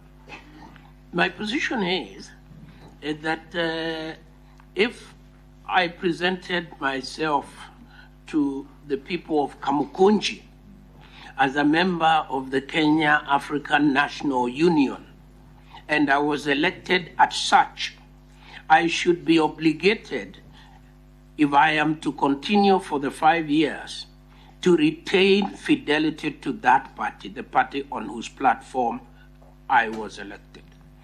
If I crossed the floor and became, in fact, and voted with and became associated with the Kenya African Democratic Union, then I should vacate my seat and a by-election should be held. That's my opinion. It is not a popular opinion, I know, among politicians. However, you told me to come and talk about my opinion. Let me now tell you an even more unpopular, let me give you a more unpopular view, and it is my last one. I do not believe, as a constitutional lawyer and historian, that there is any justification for any fund. There is no justification for the Constituency Development Fund. There is no justification for Affirmative Action Fund, and there is no justification for Senate Oversight Fund. We have one government at two levels. We have a national government. The fund of the national government is in the Treasury. It is kept by the National Cabinet Secretary to the Treasury. The second fund is the governor, is in the county. It is kept by the governor. Any other fund has no place in our constitutional architecture. There should be only money in two levels, the national level and at the county level. Let me tell you why I have another difficulty with this. I have another difficulty with our members of parliament, our honorable members of parliament, becoming both the appropriators of fund, debating the budget, appropriating cash, then following the cash themselves, yes, and spending the cash. I think it blurs the roles, because the work of parliament is to tax and to spend, then to oversight, right? So I don't feel very comfortable when the member of parliament has fought very hard for money to go to Kiambu County. Then before it arrives, it finds him sitting in the constituency. So that is a personal view, but one that I hold very strongly.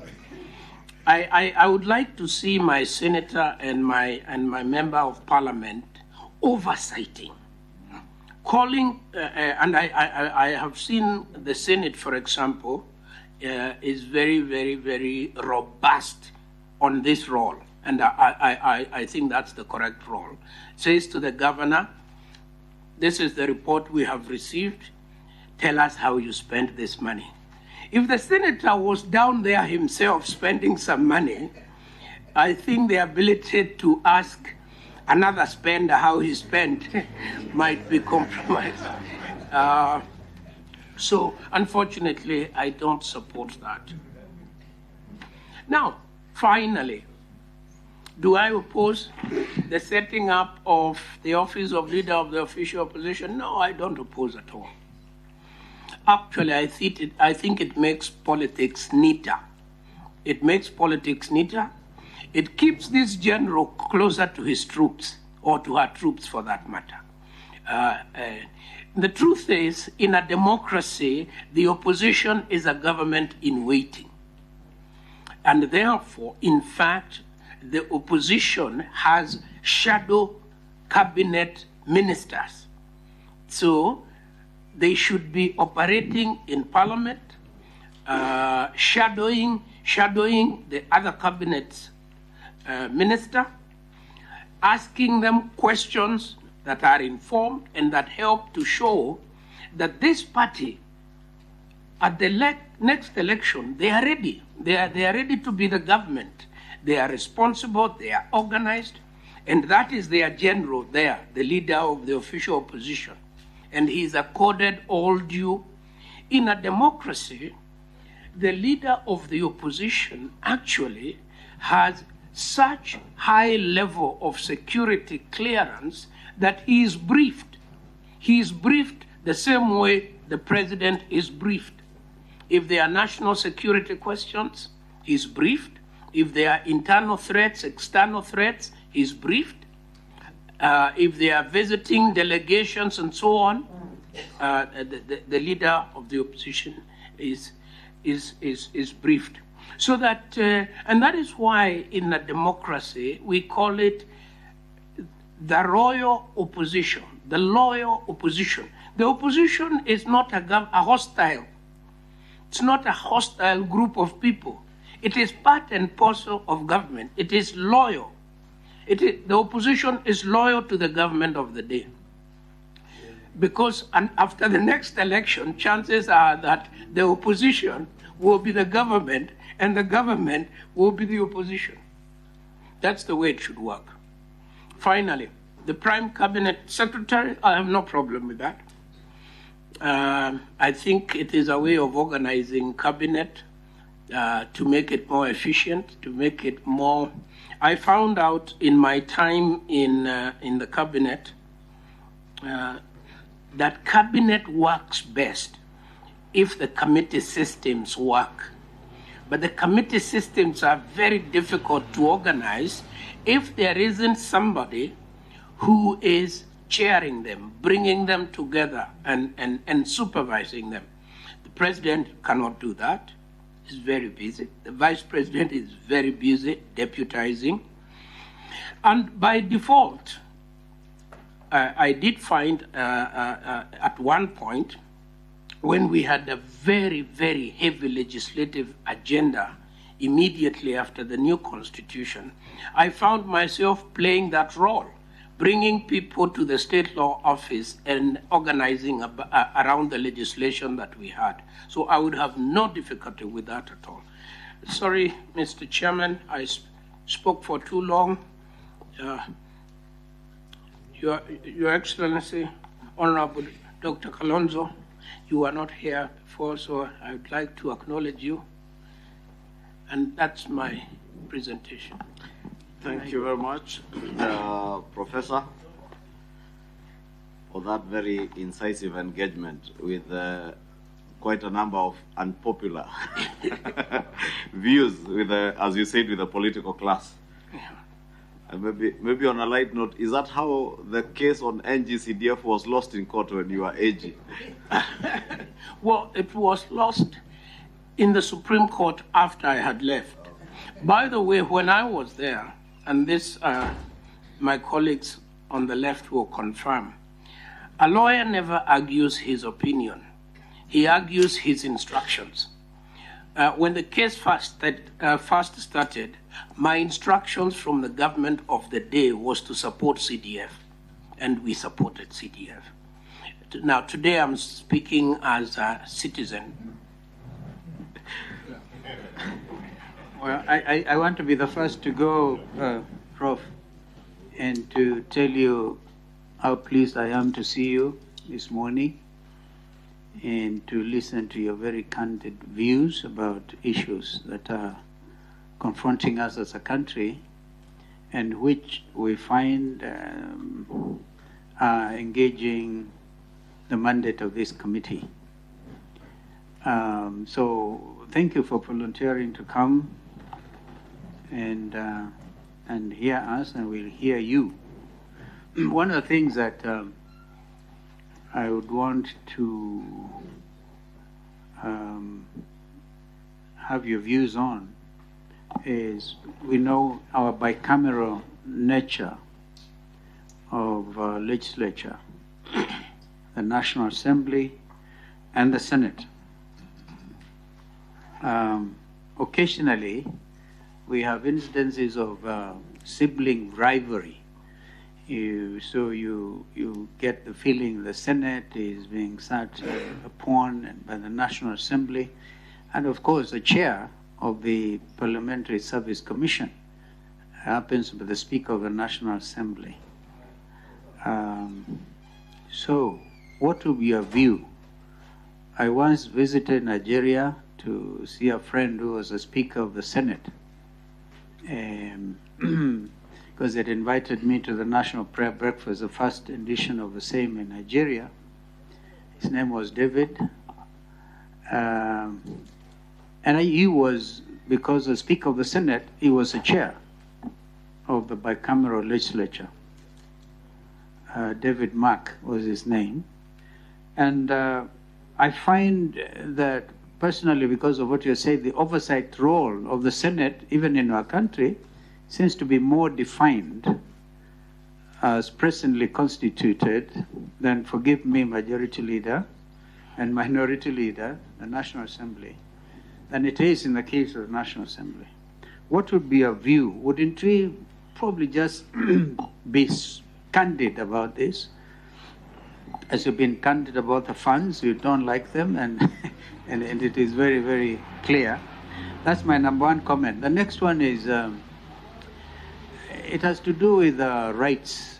I'm sure you are a preeminent lawyer, human rights. I'm sure it's also within your province, constitutional law, notwithstanding. If you give a people a constituency, and then they hear that this committee, in its wisdom or lack of it, has come up with recommendations to do away with 190 constituencies, wouldn't you think that is disenfranchising our people? And the more practical thing is, in fact, when the boundaries delimitation team is in place, we'll be hearing them. You'll be hearing people saying, we want, because the closer the administration is, the closer the member of parliament is to the people, the MCA, the better it is. Because the maxim, there can be no taxation without representation. And this issue of taxation, I don't know whether you really dealt with it, the high cost of living. Eugene, I'm sure if he gets a time, he'll be able to address you extensively on that. Because you said the role of the MP is to tax and then to collect revenue, tax, and then oversight. This is the ideal situation. So on those 2 points, I really would want to gain your wisdom. And as I said, it's so good to see you again. I was Vice President when you were Attorney General, and clearly this country owes you plenty. I thank you. Thank you. Thank you. Kocha, AG, we will ask you to be noting the questions we take around, then you will answer. And maybe I'll go second round before I give the Honorable Pio Wanderi, Hassan Omar, then Honorable Eugene Omalo. And Wambilianga will close for us. For Muigai will not have any. You spoke on the question of the constitution of IEBC, and you did indicate that the IPPG model was what you described as unmitigated disaster for the country. And you seem to prefer the professional mode of appointment of IPPG. I just want clarification whether that would be what has been proposed by one of the professional associations as going for a professional sort of human resource consultant to recruit the commissioners, or the current model that we have where you have a panel that then goes to look out for professionals through a competitive process. I want to hear your view on that. What, in your view, would be that professional model to use? Then, in reconstituting that IEBC, from your experience as AG, because you say you are involved in the reconstitution of IEBC, and I believe that time you were AG, it was a panel model that was used, as it still is in the laws today. Do you think that panel system as it is today sufficiently covers all stakeholders, or are there stakeholders that you feel we would be able to incorporate in that panel system? Thank you very much, and I'll be very quick. AG, just on the same issue of the IPPG. In fact, I was rather surprised when you described the IPPG as unmitigated disaster. Unmitigated disaster, just to use your words. And yet we know for sure that every time we have reconstituted the IBC, or electoral body for that matter, it has been in response to a political situation. If you agree with me. Mm-hmm. Yes. I do. Then how this IPPG, from my recollection, was meant to address a political situation then, in 1997. Remember, it came at the backdrop of the clamor for reforms. And the mantra then was no reforms, no elections. And it's also documented that the Electoral Commission that was born out of the IPPG supervised the 1997 elections. Okay? But it went ahead to supervise the 2002 elections. That has been billed as one of the best elections in this country. So then, and in fact, what happened thereafter is what perhaps could have led to a disaster, if I'm not wrong. Because in I think 2005, or thereabout, the then president, when at the expiry of the term of the Electoral Commission then, the IPPG Electoral Commission, unilaterally appointed commissioners to the commission against the wishes of the opposition, very strong wishes of the opposition. And the rest, as they say, is history. What followed then, you know. Then, what then would motivate you to describe IPPG wholesome as a disaster? Just let me understand. Yet, from where I sit, I thought it was one of the best approaches to dealing with the issue of inclusivity and consensus building. Two, you say you don't agree at all with the matter of revisiting the presidential elections of 2022. But it won't be helpful, it will be futile, to paraphrase you. But what do you make of the clear provision of Article 88, Sub-Article 4H of the Constitution, which requires, let me just read, I don't know, perhaps, which requires the IBC to facilitate the observation, monitoring, and evaluation of elections. Elections, all types of elections, whether presidential, parliamentary, ward, and so on and so forth.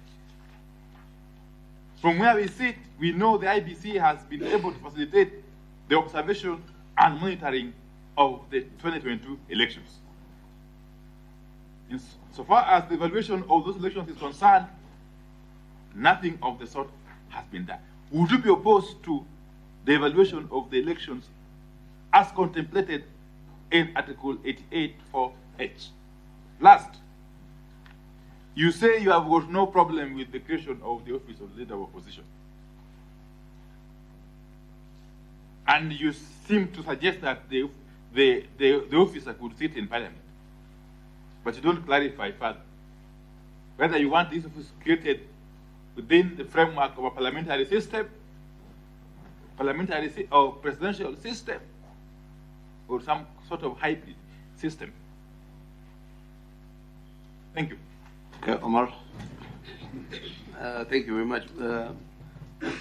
My recollection is that probably the 1997 elections was by far one of the most violent, and they were actually mitigated by the IPPG Electoral Commission. Number two, I think there should be we are not revisiting the Supreme Court decision. That is settled. I do not think we want to create an impression, at least from our side, that we are in any way reopening the Supreme Court verdict or process. We are, though, open to listening to whether there is a process of auditing the processes so that we continue to improve on the systems and electoral management, but not to revisit in any way the decision of the Supreme Court. But my actual fundamental question to you is on the issue of the ECOSOC rights, economic, social, cultural rights that you articulated yourself to. You know, our Constitution talks in many regards about social justice. And there's a very radical understanding of what social justice is to make those who are worse off better off before those who are better off become well off. So there are those who are better off who are earning taxes or who are earning salaries, and you're asking them to support housing projects for the vulnerable. You're asking them to pay 2.75% to fund affordable and accessible healthcare under the UHC program. That is part of the dictates of the Constitution, that these programs cannot wait under the classical capitalism, that we first, all of us, make wealth before we start to disperse wealth. It must go concurrently. As we are making wealth, we must disperse wealth, and we must disperse part of these advantages that come to protect or to cushion the people at the lowest prism of our society. That's why if you see part of the taxations that is being proposed, it is largely to fund economic and social rights, housing, healthcare, and the such, so that those who have a little more are told to make a small sacrifice, so that those who have nothing are put to a level that they are better off before all of us can become well off. It's actually the constitutional mechanics. So I wanted to slightly you to speak to it, whether this social democracy or democratic socialism, as it is called, isn't about expanding the tax for those who have more and possibly helping those who have less. This outcry, when you are setting up universal health care, when you are setting up housing programs, were outcries that we even saw in the United States when Obamacare was trying to, find a footing, or other social programs were trying to find a footing. The last one. You talked, Opia, you were told you are a government in waiting. The only problem of the opposition is they don't want to wait. But I do agree that Kimani Ichung'wah, as leader of majority, can have a relationship where, in matters of national security, there can be a certain nexus of briefing between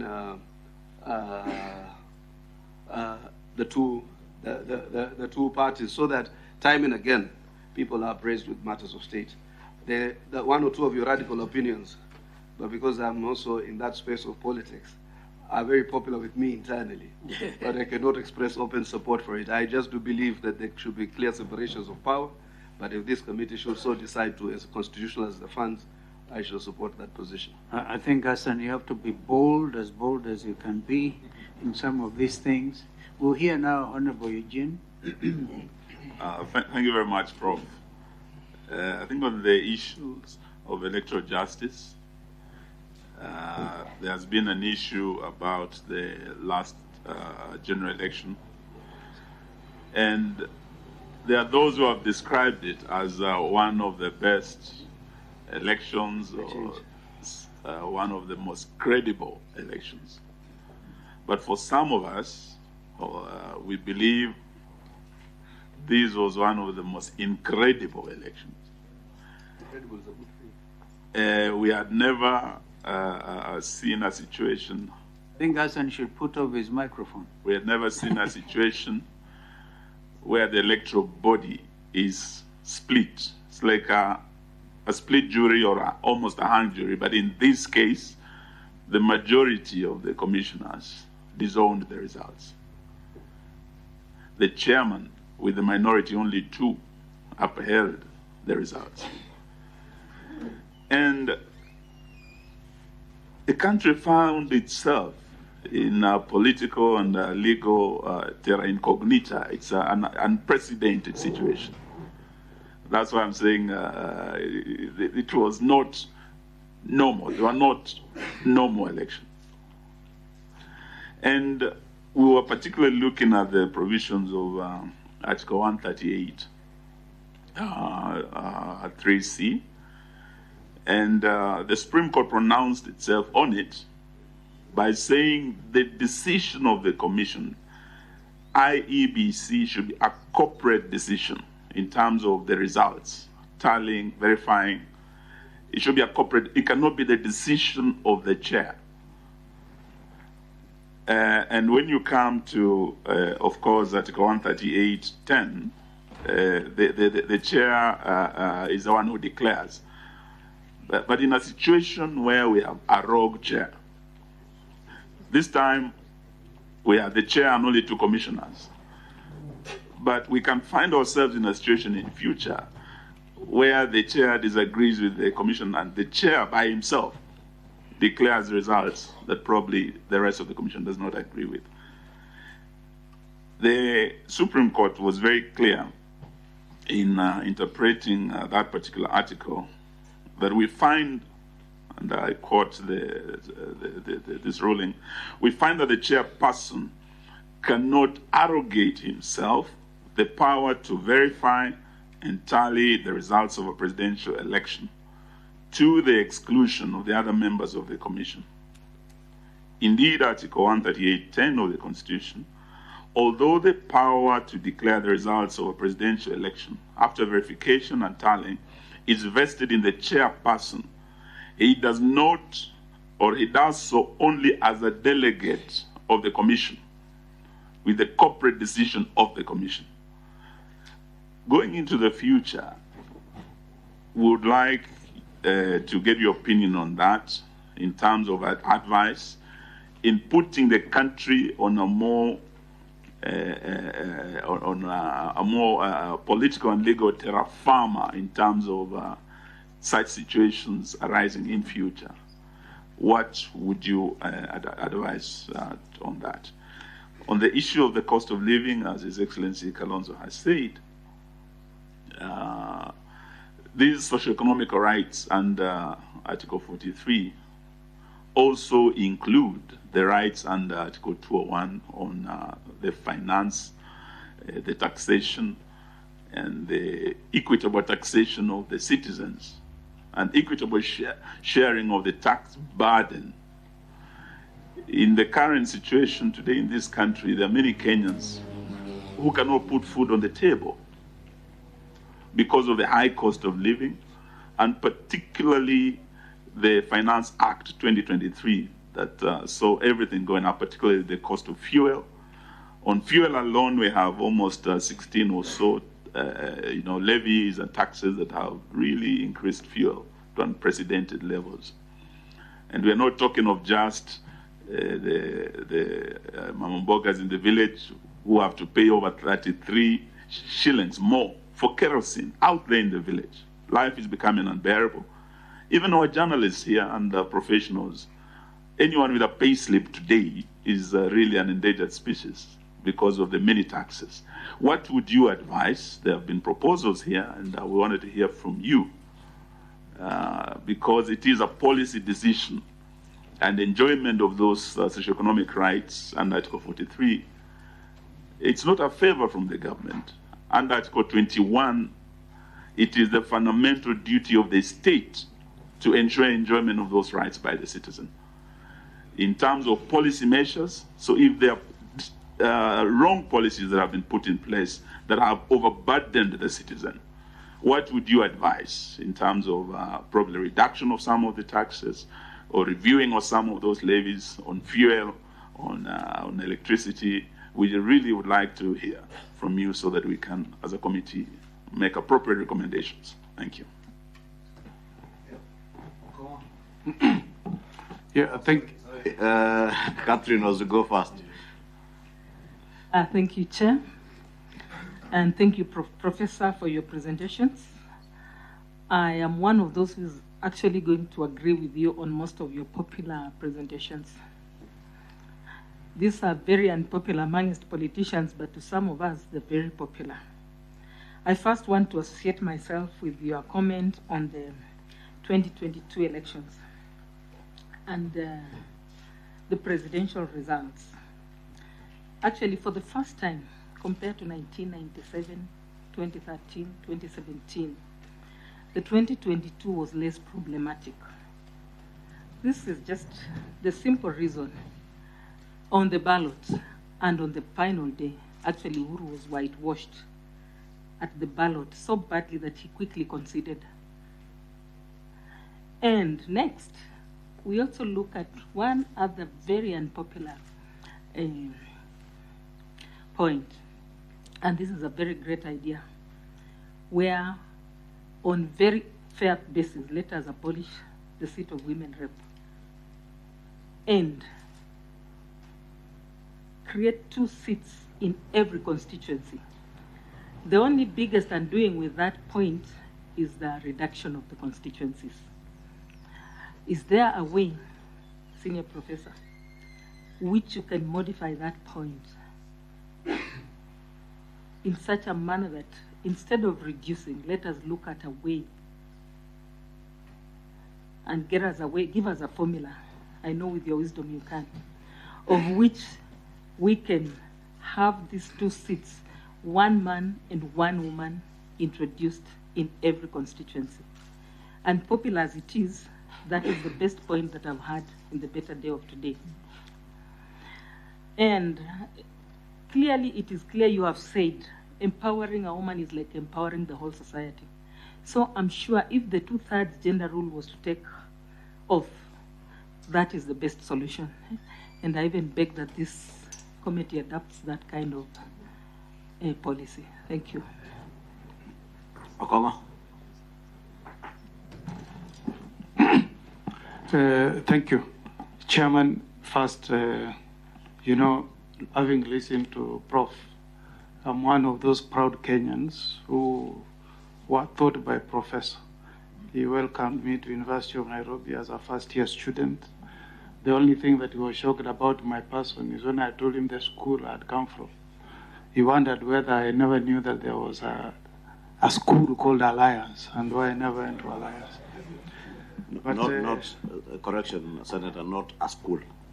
There was the school called Alliance. Yes, but happy to see you, Prof.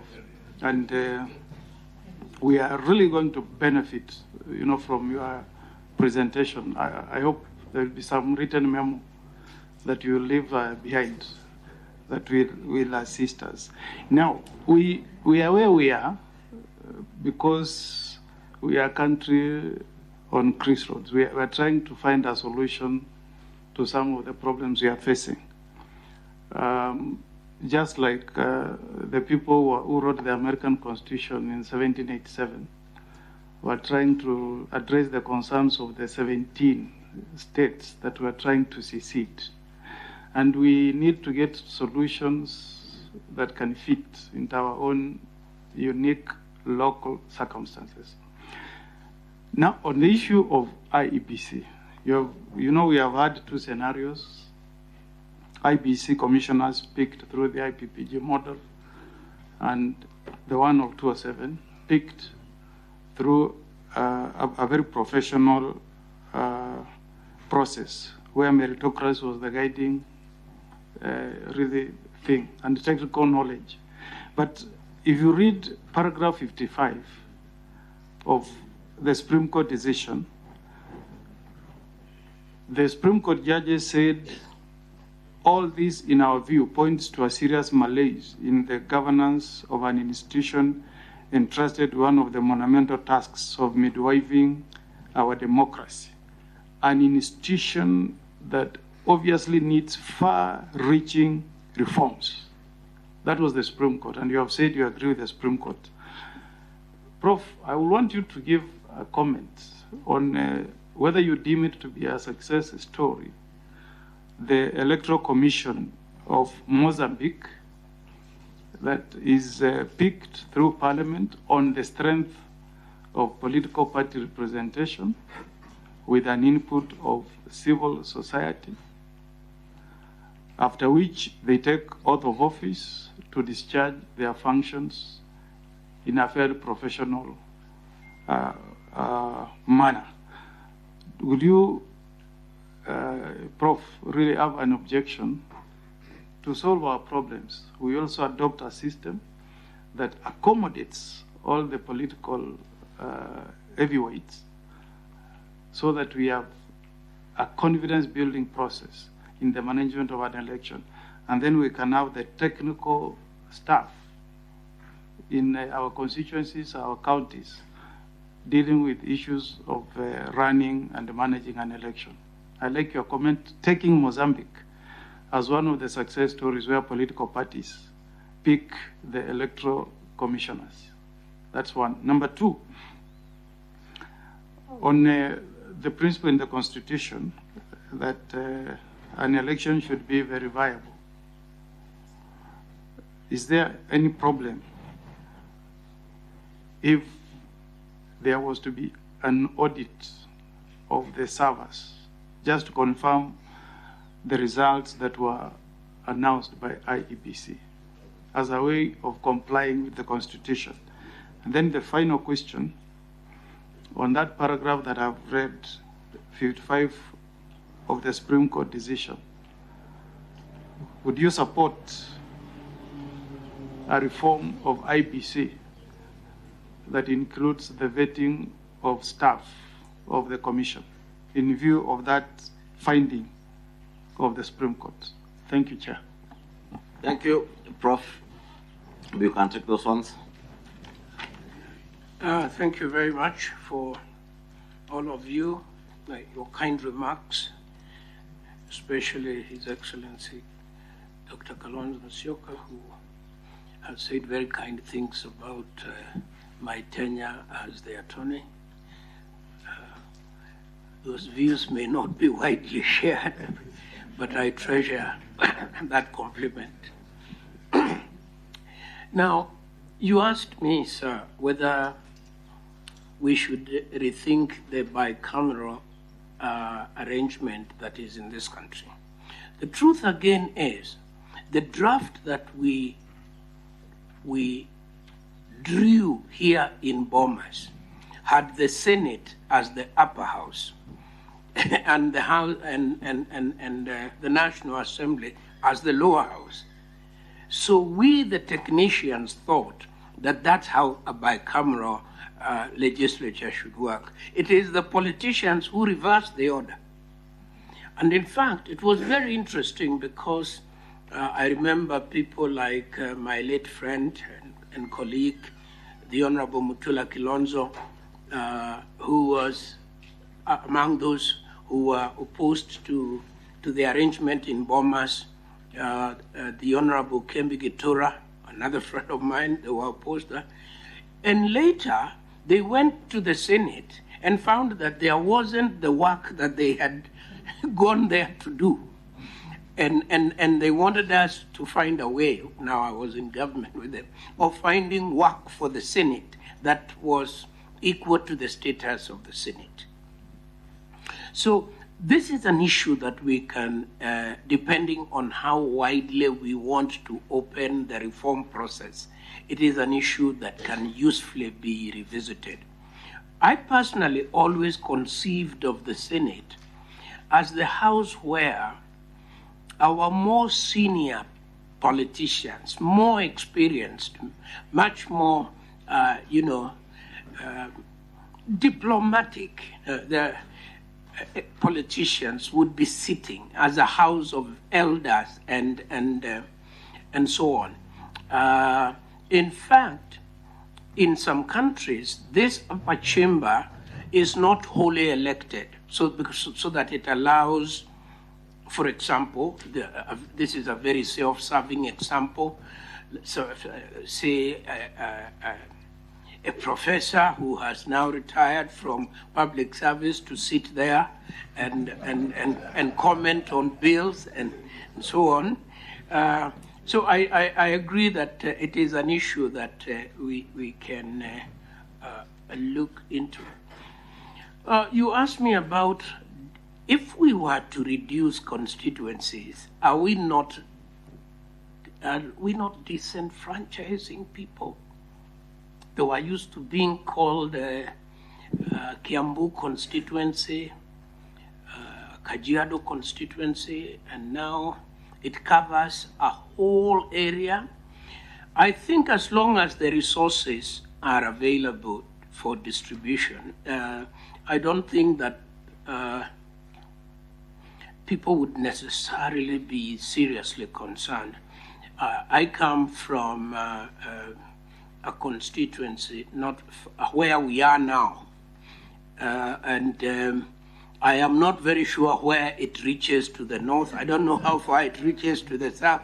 I do know that I am here, I have a member of parliament, and I'm happy. If tomorrow I was told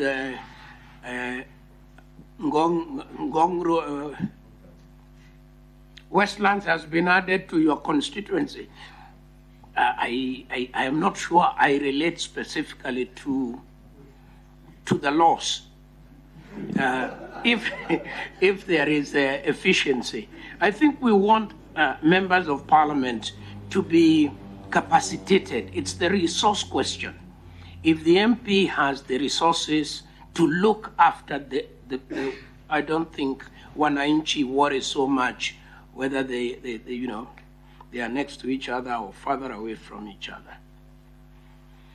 This cost of living issue, Your Excellency, this is we keep going round with it because essentially it's a resource issue. I think I personally have come to accept the fact that the government has no money of its own. The government has no money of its own. The government has only money raised through taxation, through borrowing, and through gifts. And we have a very complicated problem where I hear the public say, and it's a very important argument, stop taxing. Stop taxing. Kenyans usually also use the word stop overtaxing. Then they say stop borrowing. So stop borrowing and stop taxing and increase spending. Now that is an impossibility. I'm not an economist, but I am a man from the University of Life, and I know that in the University of Life, if you don't tax and you do not borrow and you have not been gifted by somebody, then you don't have it. So we must cut our cloth to fit our resources. I don't believe that we can we can tax ourselves out into progress. But I do think that the only thing that you can be certain as a human being is death and taxes. Those, they have to be. Now, without making light of that very important question, I think that there are tax policies, and I hear everybody around this room who is saying that tax policies must be stable. If they are not stable, an investor, and I personally worry a lot about local investors, not foreign investors. The local investor is not able to invest within a tax regime that changes too much, that is not stable. And therefore, I agree with all those who have said that that is something we ought to look into.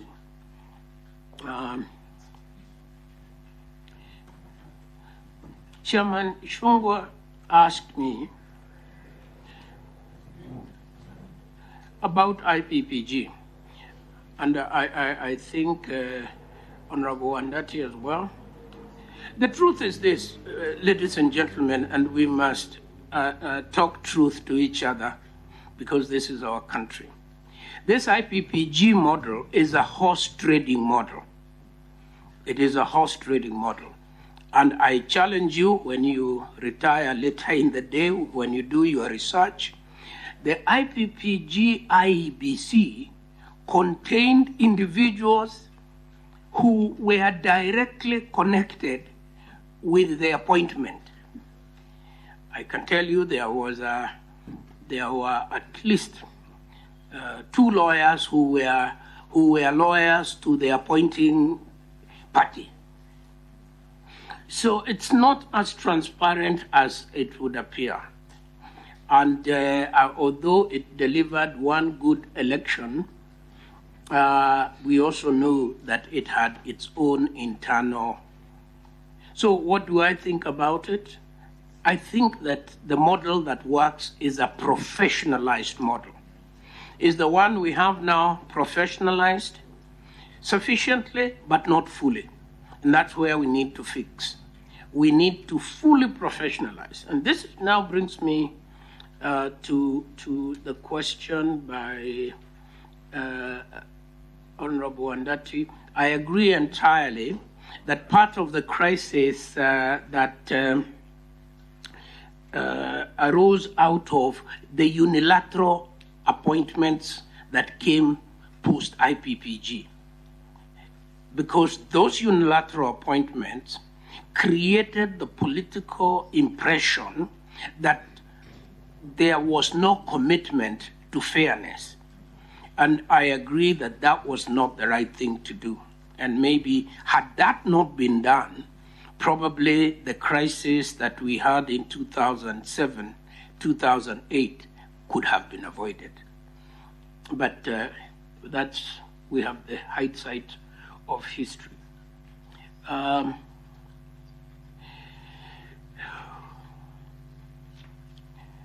agree with those who say the election is over.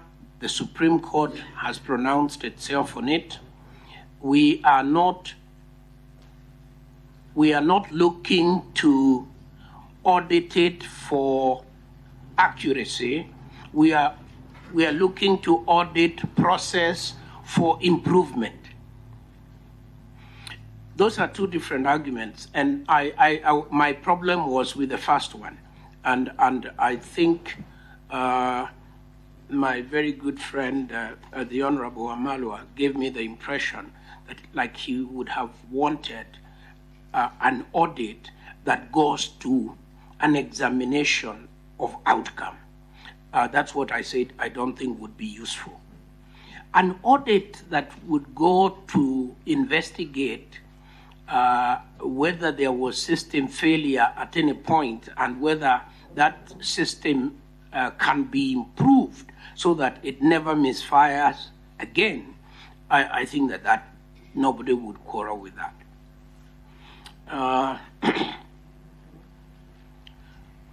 Now, Honorable Omar,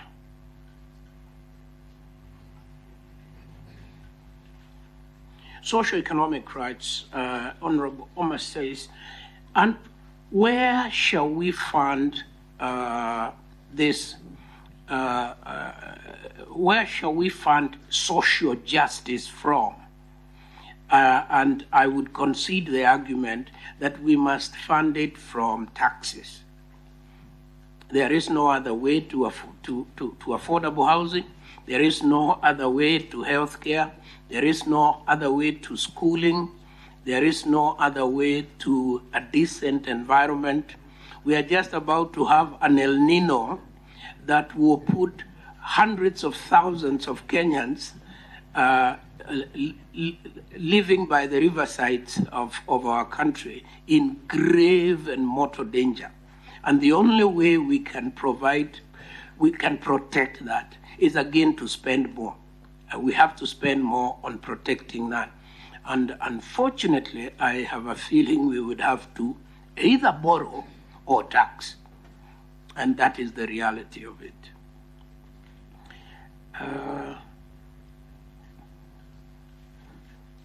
Honorable Amalwa wanted to know whether there is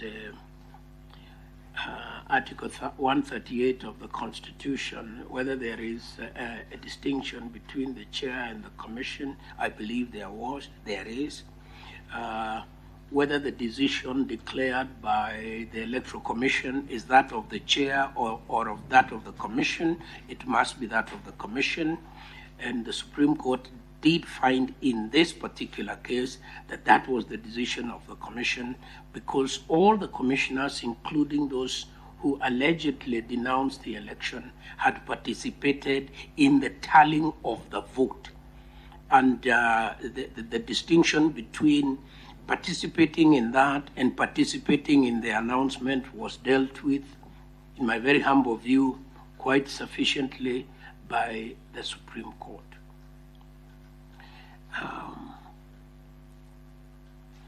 Equitable taxation, again,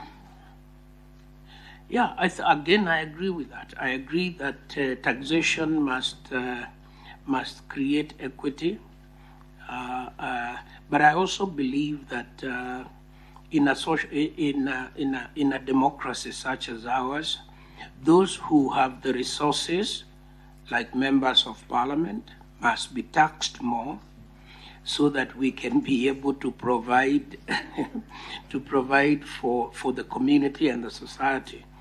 And those like university professors who don't earn a lot should be taxed less, because they do not have the resources. And school teachers who earn even less should be taxed less. So I agree that there ought to be equity in taxation. Information, Prof. Not just equity. I refer you to the provisions of Article 201, B1. And I read, the burden of taxation shall be shared fairly. Fairly. Not even equitably. Yes. Fairly. Yes. I thank you for that guidance. And I think that it makes my point better. There is one controversial position I have held about tax, and I think I've already been controversial enough for one morning, but I have always felt that we are getting into a time and an age in this country where some of the estates of deceased citizens are so large, that they ought to be taxed. I know it's a very unpopular view, but when you read of billions of shillings in estates, and we could put a limit, we could say we start with 20 billion, we would still be, that would still be many estates, and there is a way of raising funding that way. I know it is not popular, and I will say no more about it. My learned friend and Honorable Omogeni, I don't think I would consider the Mozambique model a successful model. every time you allow a person to be the appointing authority in respect of a commission that would determine his own fate as a politician, I think you create a temptation. And I want to remind my friend, the Honorable Mugeni, in the beginning at independence, we didn't even have, there was no electoral commission. You remember there was a man called Montgomery. Montgomery was an officer in the AG's office. He was answerable to Charles Jonjo. So Charles Jonjo conducted the elections through Montgomery. Then when Montgomery left, a gentleman, I think from the highlands, called Nyarango. Yeah, Nyarango. Exactly, Nyarango. He became the commissioner of elections, and life went on. The clamor to create a commission came because the capriciousness of that process under one person answering to the Attorney General became apparent. So the commission was institutionalized to deal with that.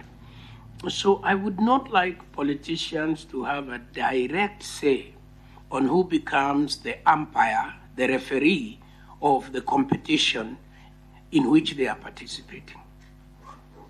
Now, then you ask me, and I don't have the right answer. So what do you want us to do? Ask Pricewaterhouse to do it, or a consulting firm to do it? I'm not sure that is also correct. I think the way we are doing it, the model we have, conceptually is the correct model. To build into it safety valves is the challenge, and I don't have the answer. I think I seem to have... No. Oh, this would be terrible if I didn't deal with the lady's, Honorable Wabilianga's comments. Let me assure you, I have saved the best for last.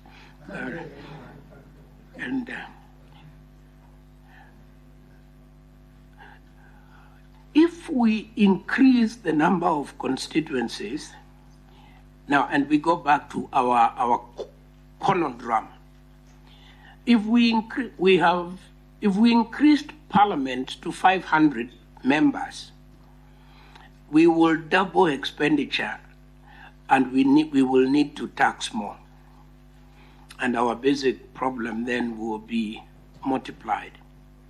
I think what we should do is to reduce the number of seats, and then guarantee women 50% of those seats.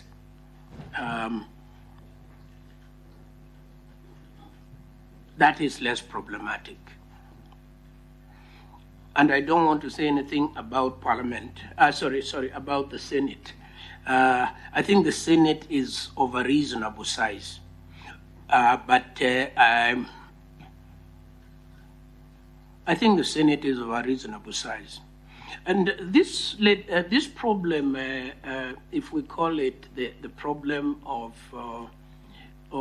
the gender problem, you can see how problematic it can be when you look at the counties. Because then down there, the top up to achieve the required proportions can result in a really bloated assembly. So I would like to stop there, Mr. Chairman. We have to thank you for those observations. And Prof, I came in at the tail end of your presentation, so I now must moderate my compliments, if you allow me. Yes. Because I may not necessarily agree with everything you've said, particularly on the issue of taxation That's why I referred you to Article 201 and fair taxation. Today, our policemen are actually having a negative payslip. On the one hand, something was added to them, and then the takeaway package is minus. I don't even know if we are now taking them to Haiti, what the whole thing would mean. And of course, on Haiti, I would opine that these things should really first go to Parliament. That I think is how ideally should be. That's not for our discussion. But you were on record. I hope you pronounce yourself on that, Prof. That during the last presidential election, were you amicus or you actually on one side? That would have been very important, because coming out as strongly as you do on the outcome, the pronounced outcome by the highest court in the land, and the subsequent clamor for these things, including what Omgen was saying, really, I think is important. Now, Mozambique, as we all know, was basically a country that went through serious struggle. And even now it is actually under threat of religious insurgency in the north. And you know the main players, Frelimo and Renamo, the political reality at the time meant that the leaders of those two political formations, a country coming out of conflict, and this country actually had to help Mozambique specifically in some of those areas. You may remember the role of Betho Kiplagat, the late Betho Kiplagat played in trying to assist the people of Mozambique.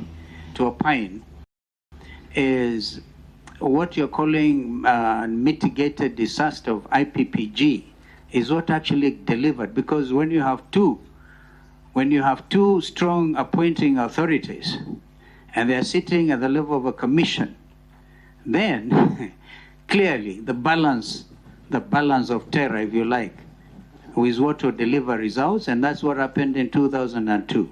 I don't think we need to belabor the point, but we hear you, and I personally have the highest of esteem for you, Prof, and continue being close. If you can add your reflections and give us something in writing, it will be very useful for us. I'll try to do that, and thank you.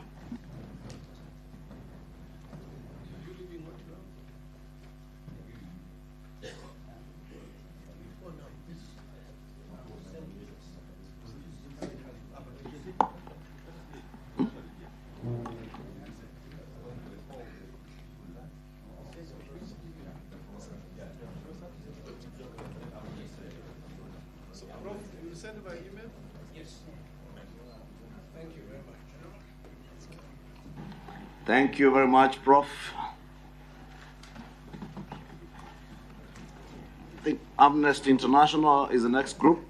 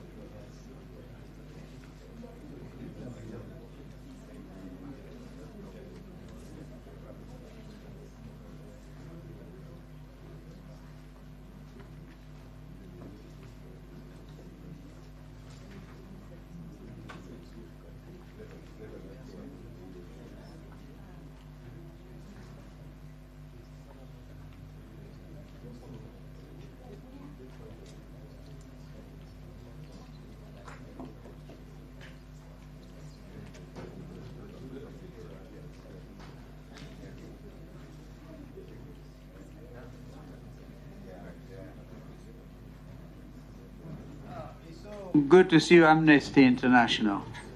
Wanairungo and team.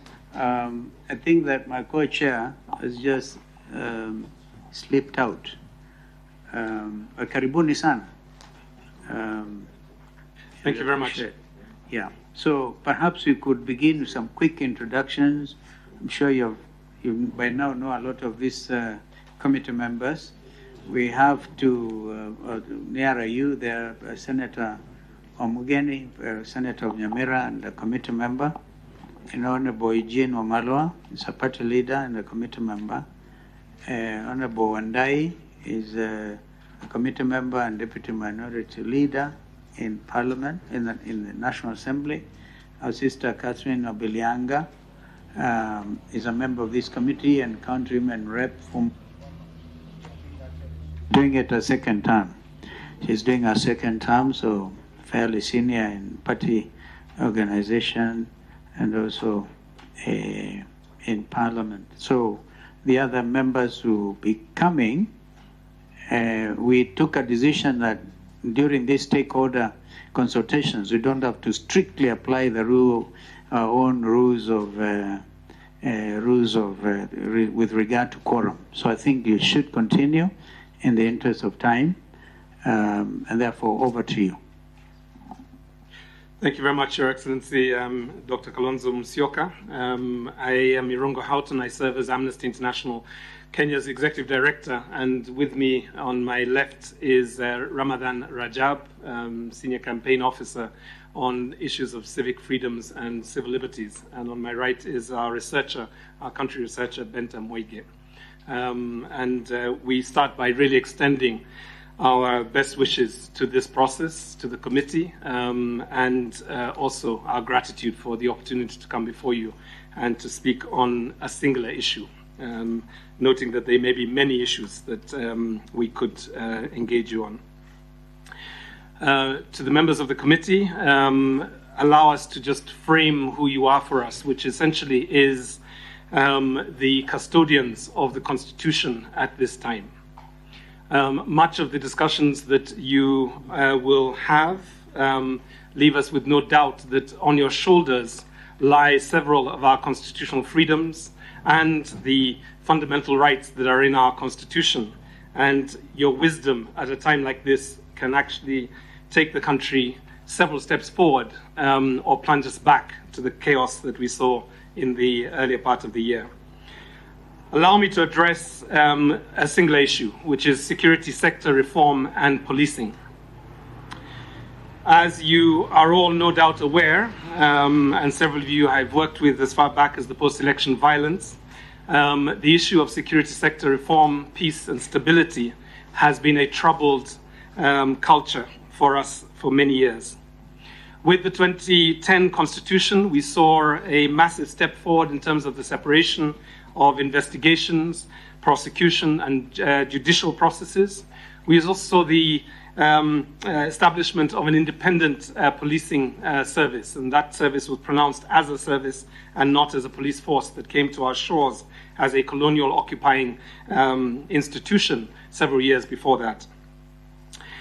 We will address ourselves to the issues that we have shared in our memo of September the 7th, and I do hope that members of the committee have got them. The press has sensationalized the budget for this committee, so we have brought extra copies for the committee just in case those sensational allegations are true.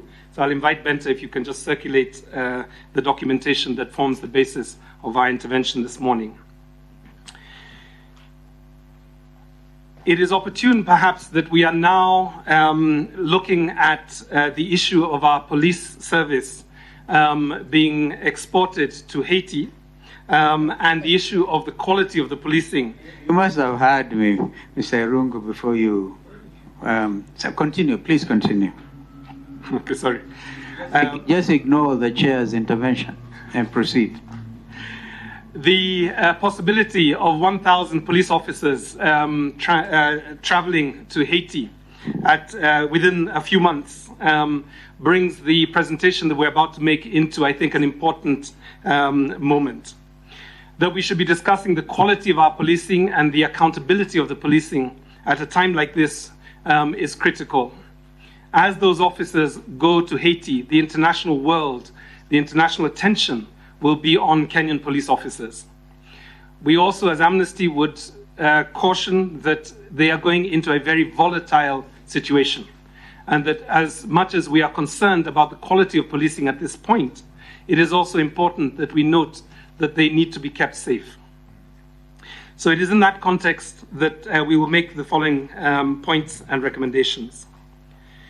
It is sad in some ways that the contingent of police were not being deployed in 2022, because in that year we saw what was probably the best example of what it is like to have a police service that can maintain law and order during elections. With a number of human rights organizations, tens of dialogues and workshops were developed between community leaders, human rights defenders, and police officers, including commanding officers throughout the country, to ensure that there would be dialogue and that there would be community policing approach to the electoral process. And as we all know, it was probably one of the most peaceful of the elections. The question we have to ask ourselves is why 1 year later have we seen such violence, such brutality, and such a level of denialism on the part of the security services and, to some extent, Harambee House. We, as Amnesty International, with several agencies, including Human Rights Watch, the Kenya Medical Association, the Law Society of Kenya, conducted 3 empirical missions to investigate the quality of policing during the phase that we now call Mandamano. And I would like to just give you a couple of the findings from those 2 reports. The first report was released on May the 31st, and essentially was a statement following interviews with about 115 witnesses and victims in that period, March to April. The second second report was done and released to the country on August the 4th, and this was a more in-depth study that essentially looked at what had happened in Kisumu and Migori primarily, but also in some of the other areas. These 2 reports are before you as the committee, and what we found in the 2 reports was that 5 fundamental constitutional freedoms were violated over the last 6 months. The first is the right to life, Article 26 of the Constitution, Article 37 of the Constitution, the right to peaceful assembly, Article 36 of the Constitution, the right to association, and Article 33 of the Constitution, the freedom of expression, and lastly, the right to a fair trial.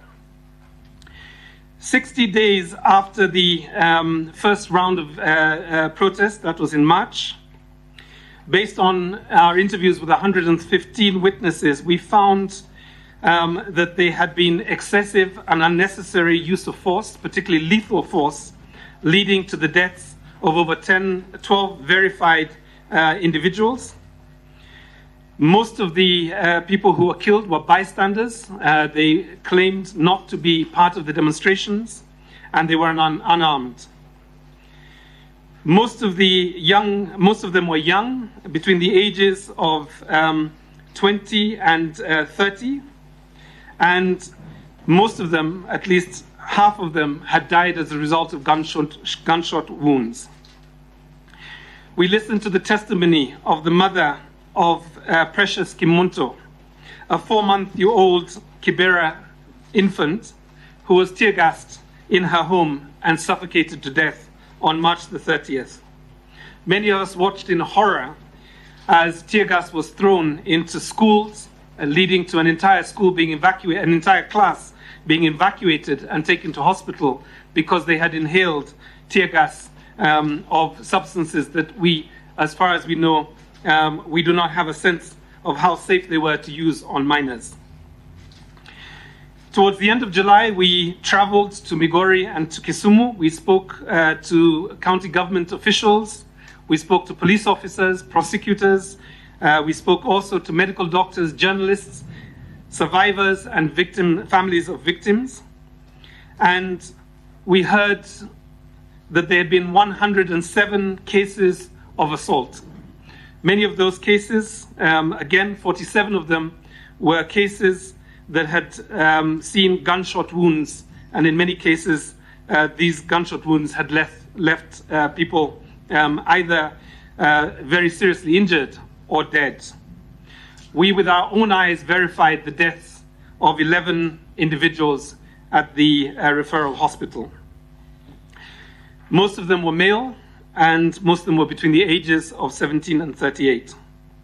We listened to medical practitioners, doctors, who said that police officers chased protesters and bystanders into the referral hospital and threw tear gas into the hospital, leading to tear gas going into the hospital wards. We had journalists who were unable to cover the stories because they were being attacked either by police officers or by protesters. We had medical doctors and medical health practitioners who could not reach places of medical facilities because they could not access and get through the violence that took place. In many ways, the experience that we have had over the last 6 months are probably the worst violence we have seen for several years, possibly since 2017. Therefore, we have a number of recommendations, 5 to be specific. The first is that in the spirit of the bipartisan committee that has been set up, to lay rest the denialism that we have seen, most sensationally by the Inspector General, that bodies had been imported into the referral hospital, into the mortuary, for the purposes of the media. We would require you, humbly ask you to essentially do joint fact-finding missions to places like Nyanza, places like Nairobi and Mombasa. And we as Amnesty, with the Missing Voices Alliance and other organizations, would be very happy to facilitate, to organize those trips so that you are able to very quickly determine independently what actually happened over this period.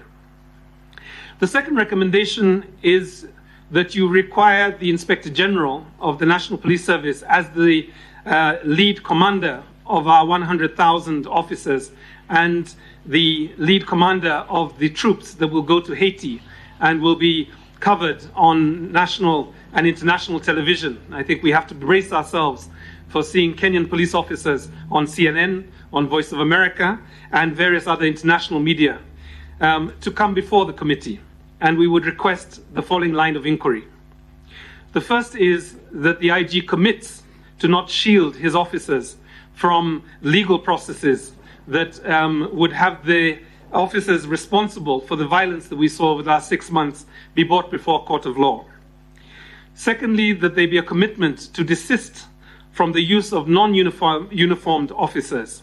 And in fact, as Amnesty, we have tried to get, a response from the police service on what is the policy with regards to informers and undercover police officers in times of protest and in moments when Kenyans are lawfully seeking to protest and to assemble. One of the things we were told by several journalists and medical officers was that the use of non-uniformed police officers and the embedding of police officers among journalists, among protesters, and even among medical practitioners, if you remember the viral clip of police officers climbing out of an ambulance, is that it put our doctors, our nurses, and our journalists in harm's way. The third line of inquiry is essentially that schools, places of learning, medical centers have to be off limits to police officers.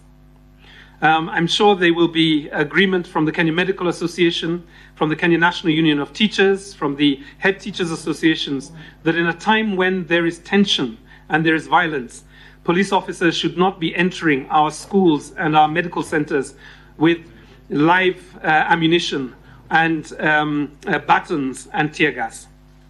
And the last one, essentially, is that we must have safe passage for emergency health workers and journalists at times when there is turmoil. The third recommendation relates to the two principal actors that are responsible for investigations and prosecutions. We would ask the committee to request of the Independent Policing Oversight Authority to clarify how many of the 107 cases that were documented in July have actually moved to prosecution. How many of the cases that involve the lethal use of force and the death of both civilians and police officers, how many of those cases have been taken to a court of law? And I think on the second part, obviously the preserve of the prosecution arm of our government is the Office of the Director of Public Prosecutions.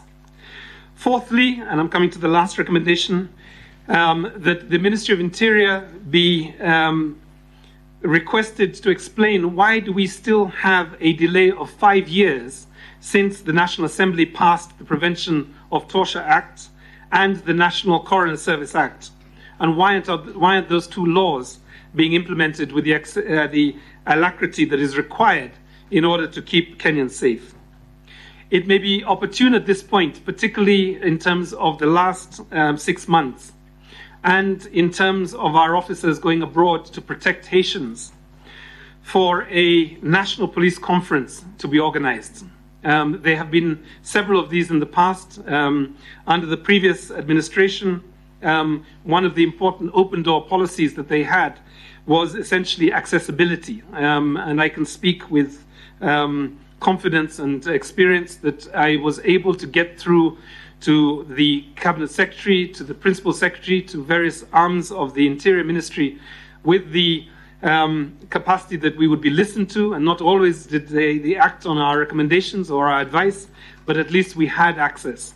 We were also able to make memoranda to the policing conference, and some of the reforms that have come with regards to the condition of police officers has really come as a result of the interventions of Amnesty and several other organizations like IMBLU, like Haki Africa and others.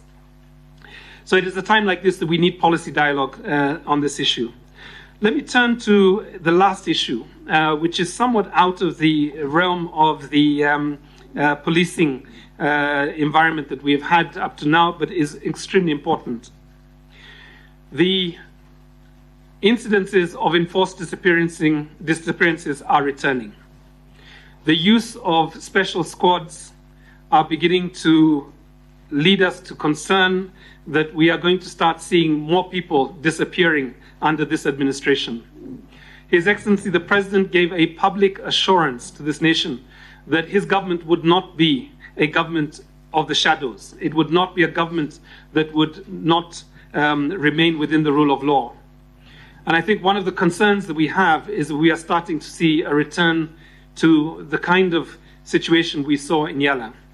Allow me to bring up one incident just to illustrate how dangerous this is. 3 months before the elections, 2 Indian contractors disappeared with a Kenyan driver.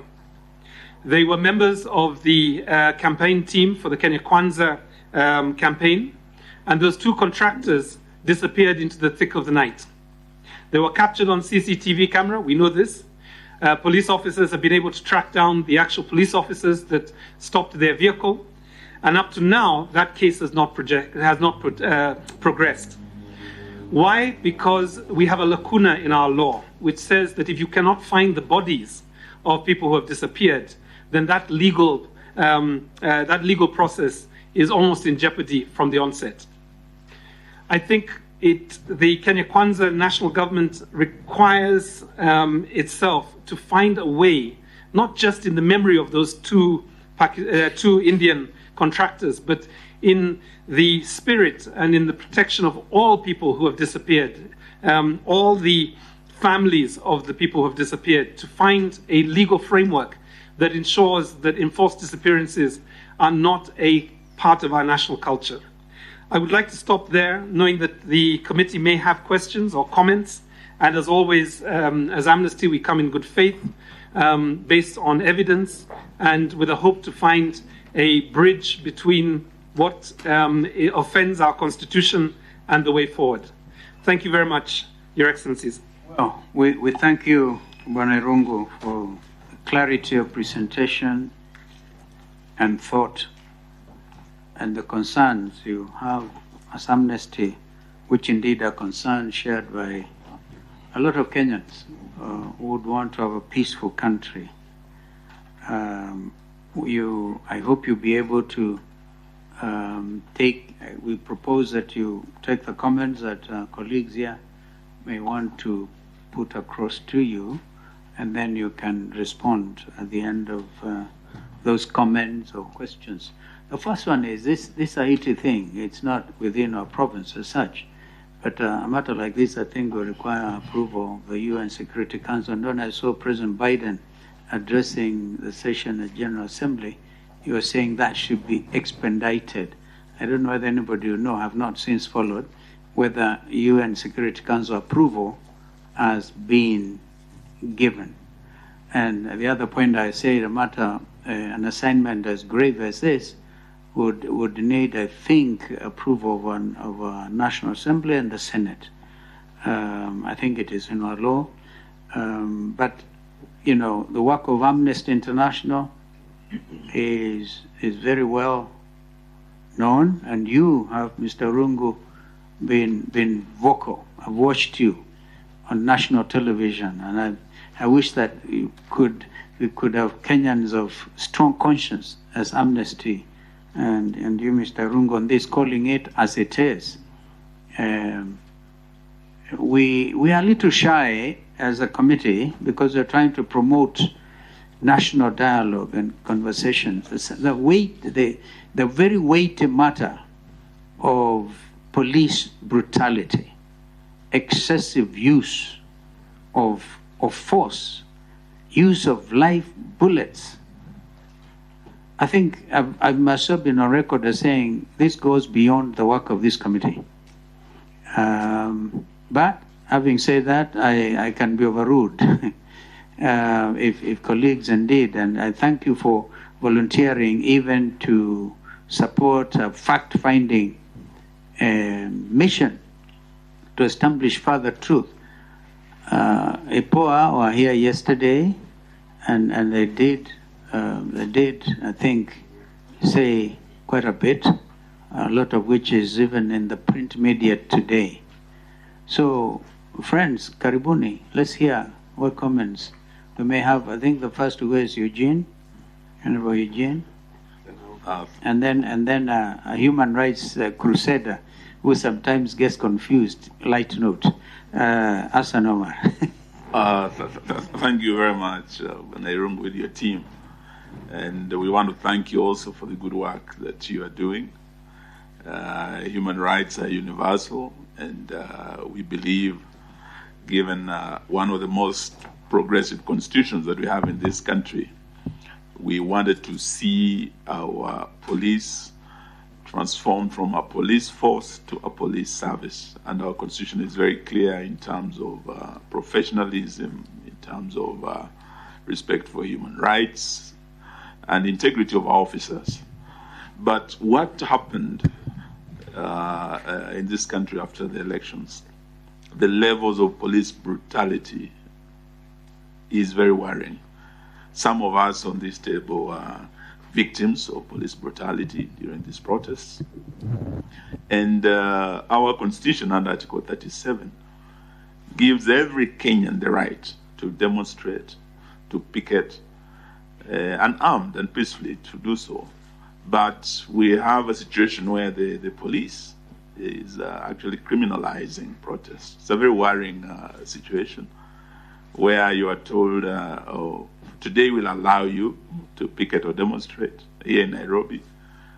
Tomorrow we'll not allow you in Kisumu, we'll not allow you, they would allow in Eldoret. I gave the example of the Finland scandal, where parents came out, they were allowed to protest. In Kericho, we had these tea picking machines. Farmers were allowed to protest. But here in Nairobi, the police brutality was serious.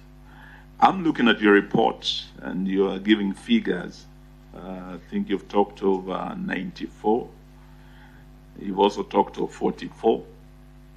When IPOA was before us, they talked of 57 killed by the police.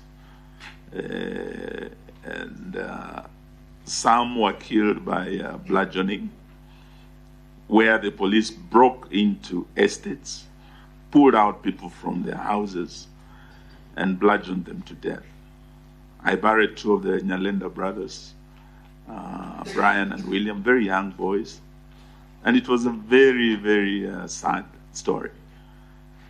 You've referred us to Precious Kemunto, a little baby with a mother in her home, where police break in and throw tear gas in residential areas. And the poor baby suffocated to death. But the majority of the deaths, from what we witnessed, were actually from police bullets. Most of those killed were young fellows, 18 to 30. The bullet wounds, when we looked at the postmortem reports, the death certificates, were from bullets from behind, in the back. Some were shot in the head, running away from the police. Our laws require use of firearms in the prescribed way, where the police are either threatened or they are saving lives. But in the case of where police shoot innocent citizens who are unarmed, I think it's a very worrying thing, and we wanted to know from you in terms of what His Excellency Kalonzo has said. There is this concern, not just nationally but internationally, of the Kenyan police, who have this year shown very serious disregard for human rights, going outside our borders, 1,000 of them going to Haiti. Of course, it's a matter that we are hoping our parliamentarians will take up so that it is properly debated, whether we should be a country sending our young men in harm's way when there are neighboring countries there that have refused to do so for good reasons. And these are some of the things that we are looking at in terms of the reforms. IPOA had very specific, apart from your recommendations, shielding of officers who have misused their firearms to take innocent lives. These firearms, the ballistics, being handled through the forensic lab that is under the DCI, and the DCI is part of the National Police Service. They are proposing an independent institution to handle that so that evidence is not compromised. The police do not protect their own. Because there's a Ugandan saying that a monkey cannot decide the affairs of the forest. It's very likely that the police can protect each other. So that many cases are compromised and the police have not been held to account for the brutality they have emitted. I don't know what you think about those recommendations, apart from your 5 recommendations that you've given. Thank you. Thank you. Hassan, just as a note, as we oppose the deployment of our police service into Haiti, I'll ask us ourselves as politicians and members to be very careful not to set the ground for very hostile reception. Because what we have been doing, some of us here, is to link the abuses we allege here as probably the conduct of these police officers on arrival at Haiti. We are carelessly putting them into harm's way. Once our men and women in uniform are out of this country, whether we agree with the process or not, the least we owe them is some levels of discipline in how we refer to them, so that as we debate the issues, provide for their security, provide for their training, or oppose the issues, I think we must not equate our political biases into putting them into harm's way.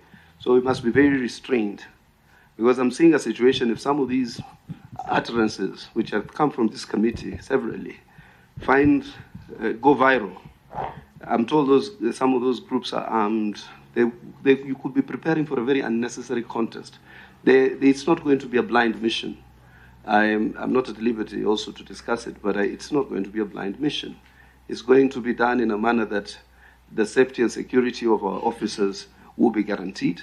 The government of Kenya is not led by fools. They will make it appear like we will just take 1,000 men and women and just put them there for sacrifice. Number two, I never speak this way, but sometimes I would hope for you also to interrogate some of these demonstrations in a manner, because today I'm talking to peers in the human rights fraternity. They know that I wrote the Charter on Human Rights in the lead up to our elections. We said our first pillar is implementation of the Constitution, and you saw the directives of the President upon election as President of the Republic of Kenya. How is it possible, and be fair, that a demonstration or demonstrators are carrying weapons? Not necessarily ballistic weapons like guns, but they are carrying stones and machetes. These guys prepare themselves. I was there. I know what these demos are. I planned them. I know what we tell each other. Go burn these tires here. Sijui mtu fulani ndio ataongoza pale, yule ataongoza pale. And half the time there is a confrontation between the police. Yes, maybe sometimes the force used is disproportionate, but even where these demonstrations have been left to go on, we have seen, even the time when they said, let them demonstrate. Shops have been looted, infrastructure has been vandalized. We need to have a real conversation about these issues. And then tell our friends, when they go to a demonstration, you cannot use constitutional means to achieve unconstitutional objectives. But purporting to take oath that this is the time for a revolution under the guise of Article 37 is not the intent of Article 37. Number three, the Constitution has more than one Article 37. It has the sovereign rights. It has other articles of the Constitution, the right to vote, the respect for institutions of the state, including the Supreme Court when it speaks itself. I was very surprised. One of the civil society organizations which monitored the elections told me, hey, this election was free and fair. You guys actually beat this other team. A few months later, he tells me, oh, you know, if there's an allegation by one party, then it needs to be dispensed of. And I'm thinking to myself, on what basis?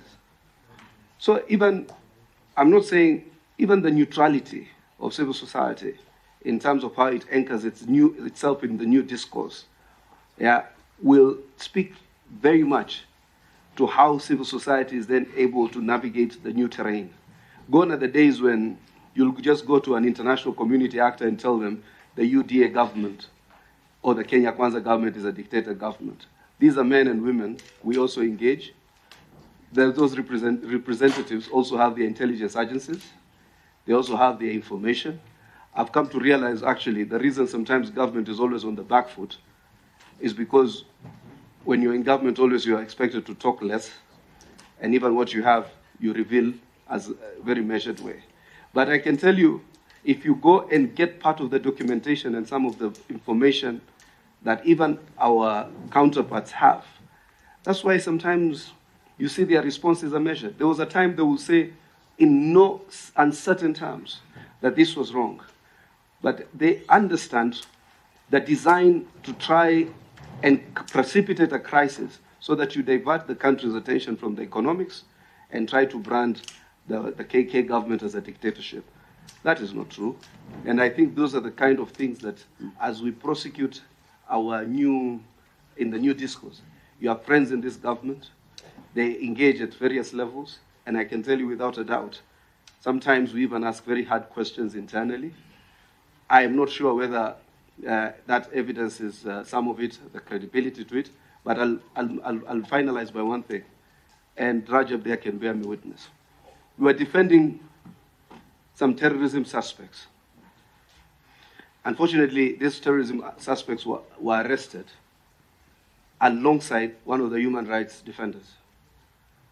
When they were in custody,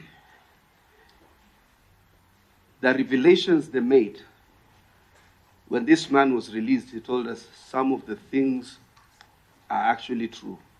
How they would transport ballistic missiles, how they would organize, how they would get, you remember those testimonies, how they would get firearms from our neighbors. And when Kamwende told us, we just didn't believe him because we thought it was Kamwende. So Kamwende is lying to us. He is concocting stories. But trust me, at many of these scenes of, and some of these organizational frameworks for these latest wave of demonstrations, why are people talking about burning tires and carrying this and these guys to barricade these ones and these ones to stone cars that are going to work? And this information sometimes is available to the security agencies. And they also have a DTP, the duty to protect other Kenyans. I do agree where there is excessive use of force, where there is unjustified executions, then those have to be dealt with within the purview of law. But talk to our friends that demonstrations cannot achieve the ends that the elections cannot achieve. Thank you, Omar. I think we'll hear Wanderi. Did you want to say something, Co-Chair? You can go first. Yes, let me say this and start from where my friend Omar has left. Demonstrations, of course, are a way of expressing oneself and properly guaranteed under the Constitution and enabling laws. There's no doubt, really, regardless of the objective. But let me ask you, in your investigations, and I want to agree with you, because actually what you said here corroborates to a very large extent the testimony of a government agency, IPOA, which were before us here yesterday, and they were seated there. Your evidence corroborates their testimony to a very large extent. But let me ask you, because we need to remain as objective as possible, in your investigations, did you come across evidence that the police killings, which have been documented, were a reaction to threats posed by the demonstrators, either the police themselves or any other citizens? Okay? And even in those circumstances, was the use of lethal force, including live bullets, justified? I want to ask another question, and very, very briefly. In your research, I'm sure you do research a lot, and you do in comparable jurisdictions. Under what circumstances can the police service deploy persons who are not uniformed and carrying military-style guns, actually assault rifles, not uniformed, carrying assault rifles, not wearing any protective gear, okay, to face demonstrators or a mob or a rioting mob? What would be the intention of such deployment if not to kill the mob? I hope you get me. That you are not uniformed, which means nobody can recognize you as a police officer. You are not having any protective gear, which means don't fear. You are not scared of any possible assault. And you are deployed into a crowd, which is charged. Okay? Finally, is, and I posed this question yesterday to IPOA, and they agreed that indeed it is possible for a private entity or person to undertake private prosecution. And this is clear, it's implicit under Article 157 of the Constitution. 157.6, the director of the DPP, rather, shall exercise state powers of prosecution and may, among other things, at B, take over and continue any criminal proceedings commenced in any court that have been instituted or undertaken by another person or authority, and so on and so forth. Of course, this implies that another person or authority other than the DPP can institute private prosecution. Because the case we faced yesterday was that the IPOA has forwarded numerous files against specific police officers whom they accuse of killing Kenyans during demonstrations, and yet those files are still lying at the DPP. Nobody knows what became of them, and nobody for sure knows when they shall ever be released or be acted upon. Is it possible that Amnesty International and related organizations or persons can exercise the right under the Constitution and the law to institute private prosecution against these culpable police officers? Thank you. I'll stop it at that.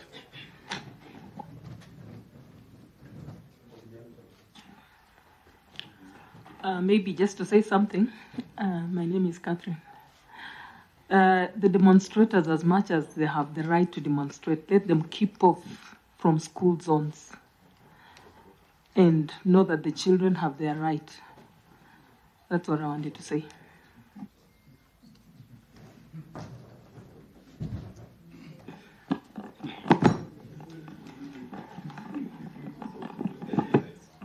Yes.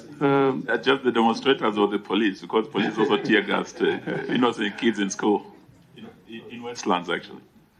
That's a very valid point. It's very, very specific. Let us keep the demonstrators. Police off school areas. Demonstrators also must keep off school areas. Thank you, Anna Kirungu Hutton, with your Amnesty International, and we thank you for the good work you're doing. At times, I like us to speak for posterity, because Hassan Omar was chair of the Human Rights Commission. At the same time, I was chair of LSK. And when you speak for human rights, it's always good to speak that you would be on this other side. And I remember one time Ahmed Nasir told us, as a Muslim, Islam dislikes people are dishonest, people are deceptive, people who tell lies. They like honest. So I'm sure all of us here want to have an honest discourse. The point I've picked, which I think is a problem, you have said that there's a problem in prosecuting police officers who engage in police brutality and in violence against innocent people, including, I hope, these two innocent kids who were killed in the hands of police. And we need to get a solution because we need accountability. What we are discussing here is about governance. We need accountability. Now that it seems the police will always be out there to shield their own, would you maybe propose that we need to look for another different legal mechanism? Because it seems from the report you have given us, it seems the police will never prosecute their own. And that's what IPOA told us yesterday. In the US, they have what they call an independent counsel. If you want to prosecute somebody in Congress, you will get an independent counsel. The Attorney General will propose, the High Court will confirm the appointment, then an independent counsel will go and investigate maybe a congressperson or a sitting president or somebody high level in government. Knowing that, today that side will be in government, tomorrow they may not. In Zambia, you saw what Lungu did to Echilemi Akainde. This week, Echilemi Akainde is telling Lungu, these jokes you do on Saturday, that is politics, I'll come after you. This keep changing. Now Echilemi Akainde is telling Lungu, don't joke. In last elections, supporters of Echilemi Akainde were tear gassed. One guy was shot outside a police station. So we want to do this for posterity.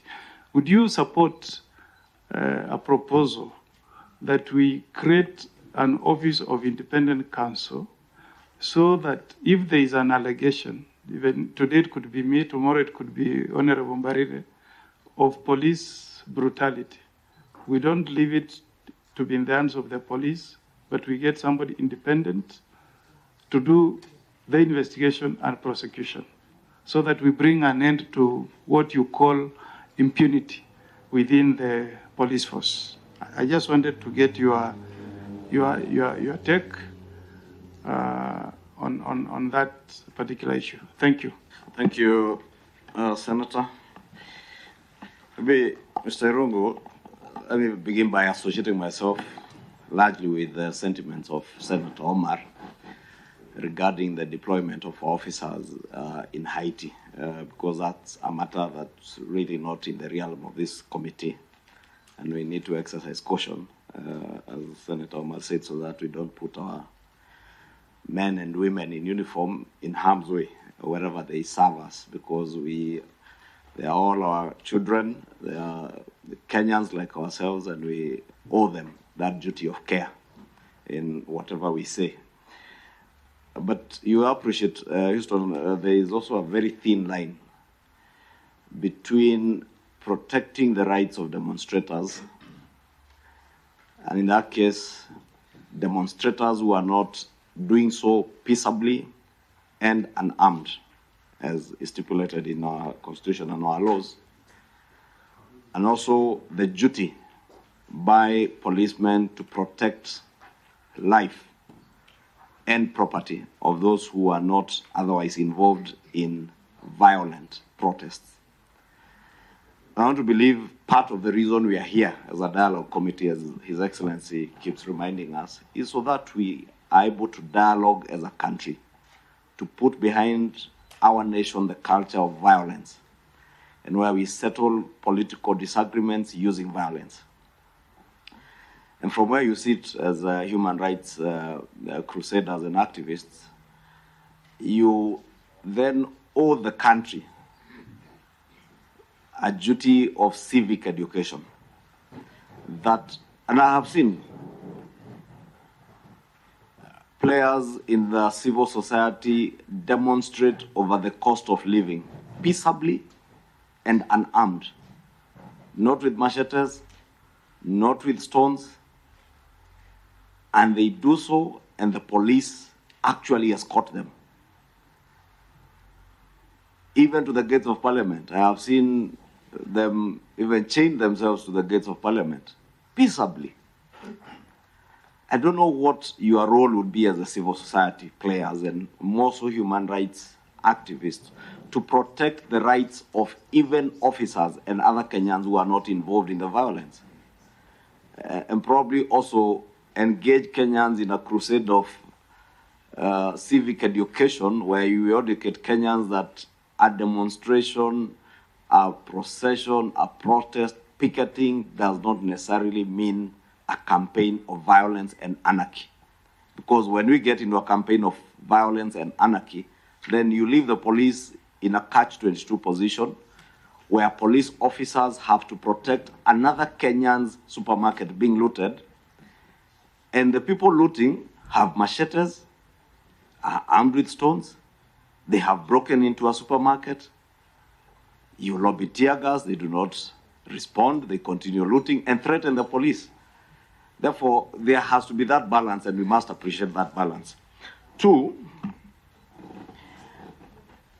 nobody in this country would advocate for excessive use of force, because as Senator Muigai says, today it's Opio and I, tomorrow it's me. And trust me, I have been there, I know. Those two young Indians you refer to and their taxi driver are people I knew, are people I worked with. There was no reason, absolutely no reason for those young Indians and the Kenyans who were killed by the people, as you say, who are known. Therefore, as we speak about Kenyans who are killed in the demonstrations, let us not forget those Kenyans who were executed in the name of politics. Those young Indians were executed in the name of politics for no reason at all. And not just those because they were Kenya Kwanza. There are many Kenyans. And Irungu, you remember the bodies that were fished out of River Yala simply because of their political beliefs. People we knew. Therefore, as we speak, and I speak this with a very heavy heart because we lost so many people that worked with us in the last campaign because of what they believed in politically. And we had their bodies in River Yala, some in River Tana, others in the Abadeas. Those young Indians, you have rightly said, the officers are not, but they cannot be prosecuted because the bodies have never been found. But therein brings me to my question, Mr. Irungu and your colleagues in the human rights world. Tomorrow, and Omar Hassan also did point out to the incident where they were advocating for the rights of people who are being accused of financing or engaging in terrorism. And you have a duty to defend their rights.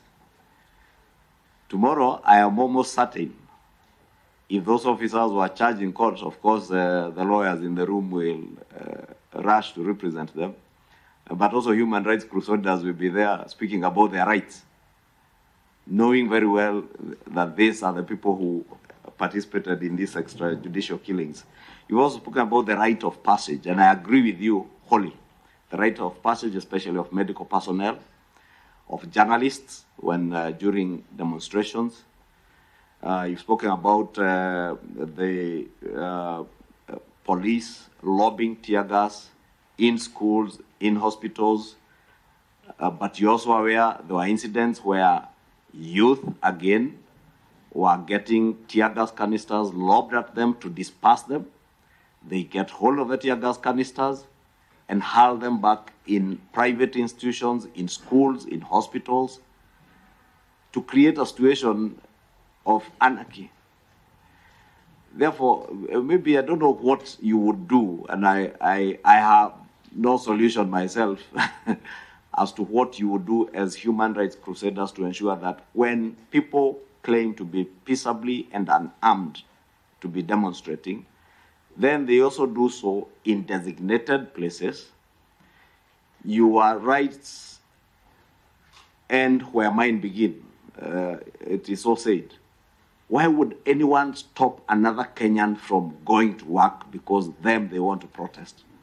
Why don't we have a country where we are decent, where we are civilized, that if we're having a demonstration on the cost of living, we do not have to pull down the entire infrastructure on the expressway in the name of protesting, that we can peaceably and unarmed gather at a designated point, protest, and say all the manner of things we want to say against whoever we want to say against, then peaceably go home in the evening.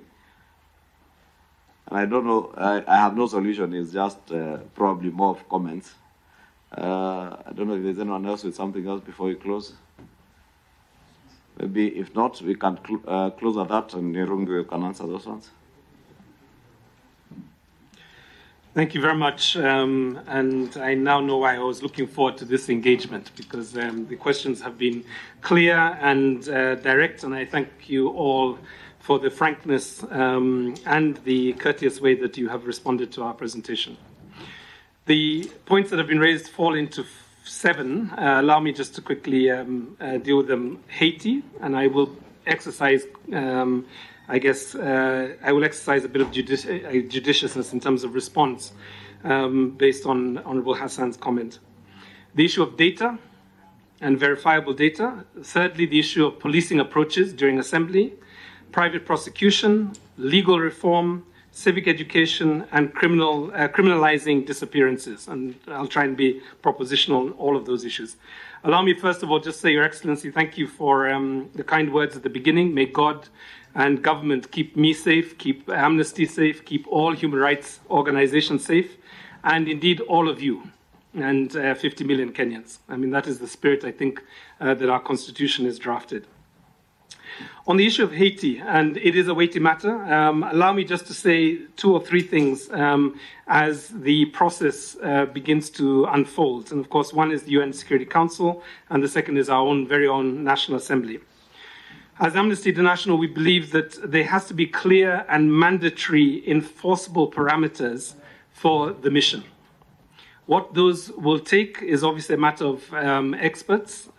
We need to make sure that there will be no excessive force, there will be no corruption, and secondly, there will be no sexist exploitation.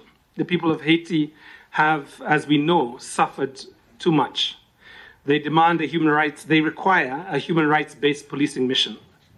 And I believe that with these procedures, these parameters, and as Amnesty we can offer any of the authorities ideas on this within a UN framework, it can be done. The second recommendation on Haiti is that there has to be a UN oversight mechanism that ensures that Haitians have access to issues of accountability, to access to justice and redress where there may be excesses. And I think this would be very important. We would also say, given our own experience, that we would invite the National Assembly to ensure and require that all commanders, not just the topmost commander, of whom we have respect as Amnesty International, that all commanders are assessed on the basis of their ability to de-escalate situations. Let me turn to the second part of the second question, which relates to the data. There will be some difference in data, Honourable Omugeni. I think it is very difficult, as many people know, to be able to have one verified source on a moment as intense as the demonstrations that we had. Our data is verified. We can say behind every one of those statistics that we have verified those numbers, and I believe the IPOA, who came before you yesterday, could probably do the same thing. We would probably, respond to some of the questions that are raised around the what broke down in terms of policing over this period. And it is gratifying, I guess, for the co-chair, Honourable Kimani, who says that nobody will challenge the constitutional principle. Allow us to also say that we respect the uniform. We respect the oath of office that police undertake, and most of the 100,000 police officers are not going to be held liable for the violence that we saw over the last 6 months. But I think there are a number of things we need to point out. On the basis of our own research, what we realized is that the crisis started at the point that the police refused to accept notifications, that they began to intimidate and arrest organizers, and wherever protesters gathered non-violently, they dispersed them with tear gas, rubber bullets, and as the months continued, live weapons. There was a point, I don't know if you recall, in July, when it was actually very difficult to be able to distinguish between bystanders, marshals, protest organizers, uniformed police officers, non-uniformed police officers using military-grade weaponry, looters, criminals. And the question we have to ask ourselves is, based on that experience and in the knowledge that we are a troubled nation economically, and that even if the political class can find a way of setting aside the differences and setting aside the grievances from the past, we are still a troubled nation. There will still be protests and demonstrations. So this is why we say, as Amnesty, it is important that we have a serious national policy review of how we police assemblies. And our recommendation is essentially a national policing conference. And it has helped break through a number of problems that we've seen. Allow me to turn to the recommendation or the suggestion, and I smiled a little bit as the presentations went on because we thought we were coming to task the committee, but we have received a few tasks on our side, which we gladly pick up. The first is that the Constitution is innocent. The Constitution is the one instrument or the one person that will not be dragged through a court of law as a result of the violence that we've seen in the last 6 months. We would probably argue that the laws are also innocent, with the exception of possibly one. Because we feel that the National Coroner Service Act, which was passed by the National Assembly 5 years ago, gives us the capacity for an independent forensic capacity, for legal capacity, for a operational capacity to hold police officers accountable, to be able to independently assess crimes committed by uniformed officers. And therefore, we probably would not, at this stage, but again, perhaps I can speak with the former Law Society of Kenya chairperson to see how this independent tribunal might be constructed. We would simply say that you have the laws in place. Can we implement them? I think the second area really is to reflect a little bit on the Public Order Act. And I think this is the one area where Honorable Hassan will probably also agree with us in addition to the other things that he has said this morning, which is we have an archaic Public Order Act. It is so far behind the Constitution that it is out of focus. We would call for its immediate repeal and replacement with clarity, clear legal provisions that do not offend or criminalize protesters, but keep protests lawful and non-violent. And I think, Honorable Kimani, let me just turn to your point, which I think is really important. You know, we spoke to a number of prosecutors and police officers, and many of them requested anonymity, which was a matter of concern for me, because in many ways what we are discussing are national issues. They should be matters that we can debate and take responsibility for our comments. But one of the things that, you know, we came away from those conversations was that there is a difference between protesters who destroy property, who assault others, who rape and sexually molest others during these moments of turmoil, and protesters. And the problem is that we are not able, and I say we, I think as an ecosystem, we're not able to distinguish between those categories that I read out earlier. The bystander, the marshal, the uniformed officer, the looter, the criminal, the protester, and the non-uniformed military officer that is not carrying any identification, but is carrying military-grade weapons. And I think what we have to do is we have to begin to distinguish that much more clearly. None of the policing that we saw during this period that we documented had the capacity to distinguish this. In fact, it was almost blurred to a point that we began to think it was deliberate. Because if notifications had been given to protesters from the political parties, if the protesters had been facilitated, given assurance, there had been clarity in terms of the routes of the demonstrations, and there had been recourse when criminals come to hijack those protests, I have a feeling that we would not have de-escalated or rather spiraled in the way that we did. And therefore, I think there is an opportunity going forward, now that our heads are clearer and the violence has hopefully is behind us, for us to be able to do this.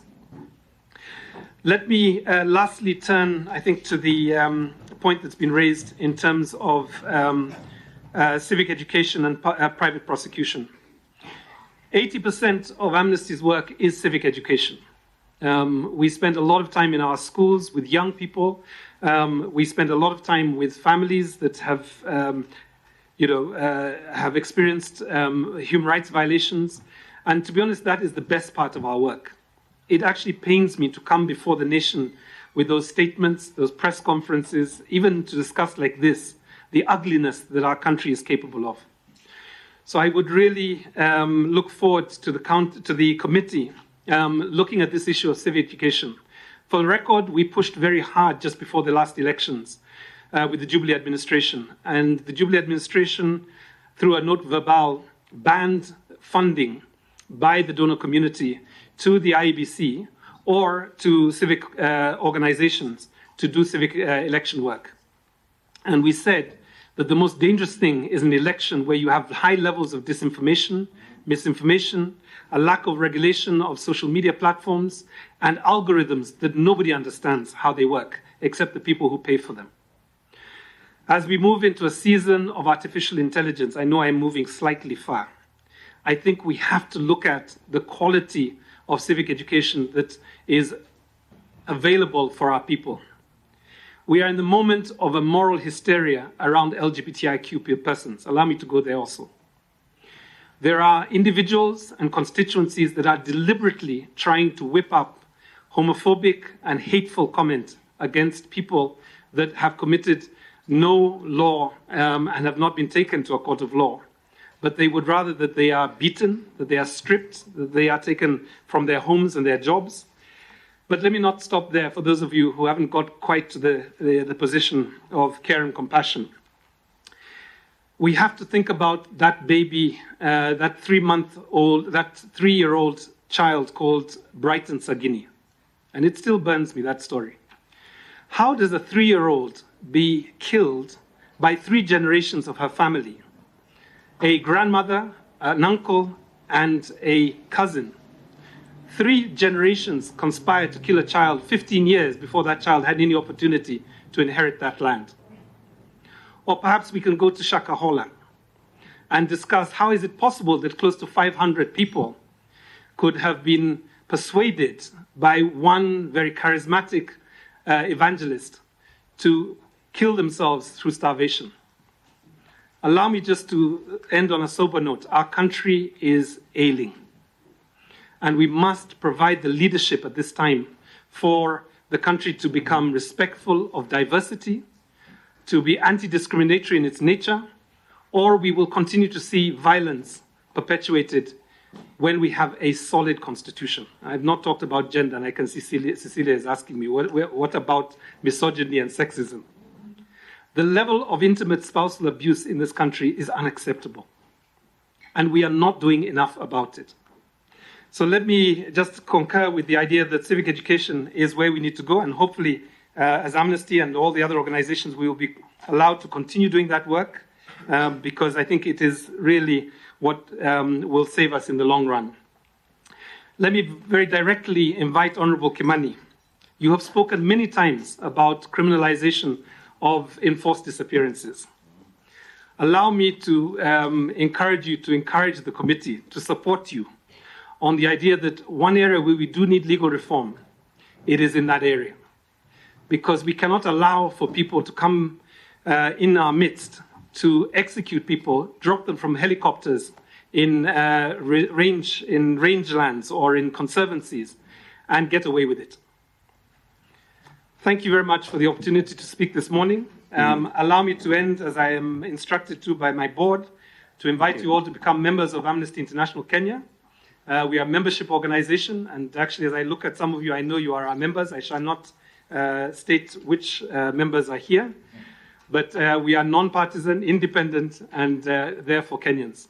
And for those of you whose children are members of Amnesty International, I also acknowledge you in this moment. Thank you. Thank you very much, Coach. Well, thank you so much. As I said earlier, for your eloquence of presentation, clarity of thought, and thank you for taking our comments.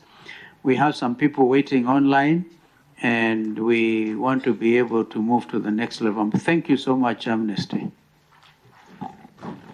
Asanteni. We have next, we are to have the immediate former commissioners, Wafula Chebukati, Abdi Guliye, Boya Molu, and I'm told they have a letter. I don't know, Secretariat.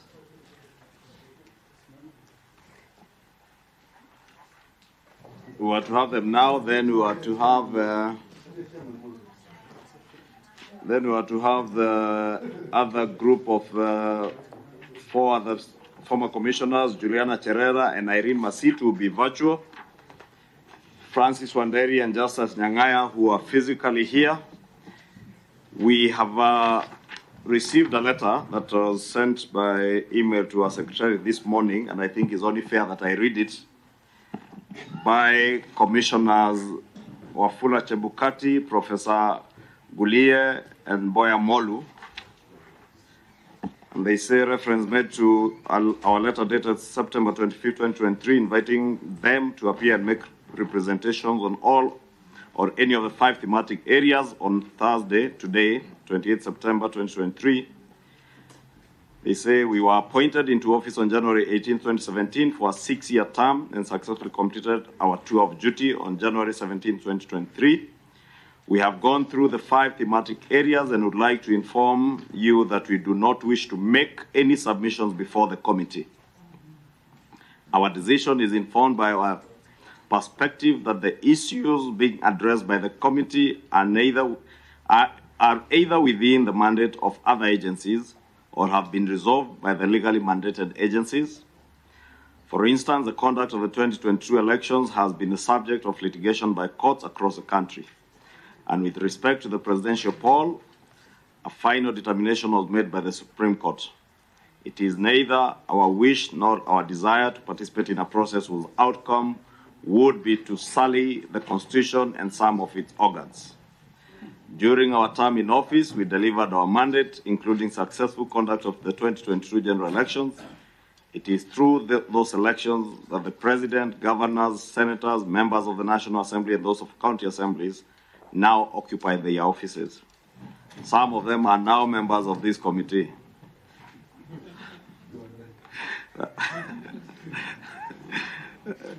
They know themselves. The discharge of our constitutional and legal mandate as detailed above is self-evincing. It is our fervent hope that in due course, a commission of inquiry will be set up to investigate the unfortunate incidences of August 15, 2022 at Bomas of Kenya, which brought the image of our country into disrepute.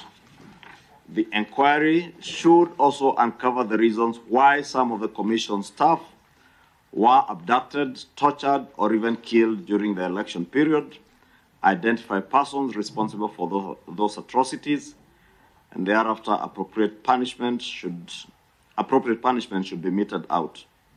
The outcome of such an inquiry will bolster the independence of IEBC and ensure that it maintains the stature contemplated in the Constitution of Kenya. With tremendous respect to the committee, our participation in the talks would be an unmitigated betrayal to the staff who were tortured, murdered, and an unfortunate reward for impunity. We thank you for the invitation, and the letter is signed by Commissioner Wafula Chebukati, W.W. Chebukati, EGH, Professor A.Y. Guliye, PhD, EBS, and Boya Molu, EBS. So, members, you have that, and I think it has been circulated as how do we treat it? I think it's a presentation. Advantage. Sorry. Yeah, please. Maybe I don't know if we could proceed with other witnesses first, yes, and then delve into this one, because I've got serious issues with this letter. The co-chairs, very, very serious issues. Given the condescending language. Why don't we then go with your own advice? Yes. We deal with this, and then we can come to you. Perhaps, yes, but it should go on record, really. You know. Maybe. Because I thought that the 2 avenues of coming before this committee, one is by self-application, that you apply, you want to come before us. Or we invite you when we feel we have got some information that you can help us with to deliver on our mandate. So I think maybe we can discuss after we hear this group. Yes, yes. But again, you know, we had 2 modes of submission, either in writing or by memoranda. We invite, as a committee, we invite people, is their choice whether to appear or not. This group, and we wanted to hear both groups, those who served their term to the end, those who left the commission before the end of their term. Wanderi, Nyang'aya, Masit, and Co-chair, I hear you. Cherera have opted to appear. So I would, you know, I would rather we discuss that after. I'd rather we dispense with this. Yes. You know, You want us to dispense with it in the presence of Chair? Chair. These Kenyans. I hadn't finished. Senior. Okay. I had not finished. But we were just responding to what you had proposed. And I think you are making sense that for those who have honored our invitation and have come here, we deal with them. Let us deal with them. Yes. Then we go back to this, because it's a serious matter. And even the tone and the arrogance displayed by Chebukati is not a matter we'll not let go easily. What is Yes, go on. Yes, sir. Yeah, first of all, I think when we invite people, it's really up to them to decide to come or not to come. There's no, we cannot force people to come before this committee. They come voluntarily. I think that's the way I have always assumed things to be. And so I think it is in order for them not to want to come for their own personal reasons or collective reasons, which they have stated here. So I think we just need to let it be and listen to those who will come before us. Chair, also to just add to that discussion, there's not a single memorandum we have discussed substantively so far. So we can treat this as memorandum because it was sent by email. Number two, there are various groups that we have invited that have not honored our invitation. They might not have written, and therefore it cannot be read as contempt just because the content is not pleasant to ourselves. So therefore, I think we respect their position, and I join your own proposal, seconded by Eugene and seconded by co-chair, that we proceed with those who have availed themselves here, then we can come back to it. But only on one condition. There's no way we can treat this as a memorandum, but let's discuss it. We discuss after, okay. Thank you. As proposed by the leader of minority. And now welcome Commissioner Wanderi, Commissioner Nyang'aya, and I'm told Commissioner Irene Masit, if Secretariat you can confirm they're online, and Commissioner Juliana Cherera. Oh, yeah, they are behind me.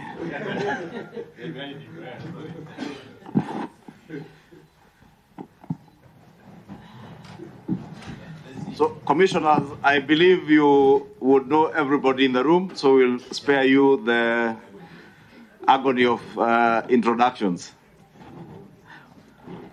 Do you? You can confirm if you know everybody in the room. Yes, I do know everybody in the room. Oh, sorry. Yes, I do know everybody in the room.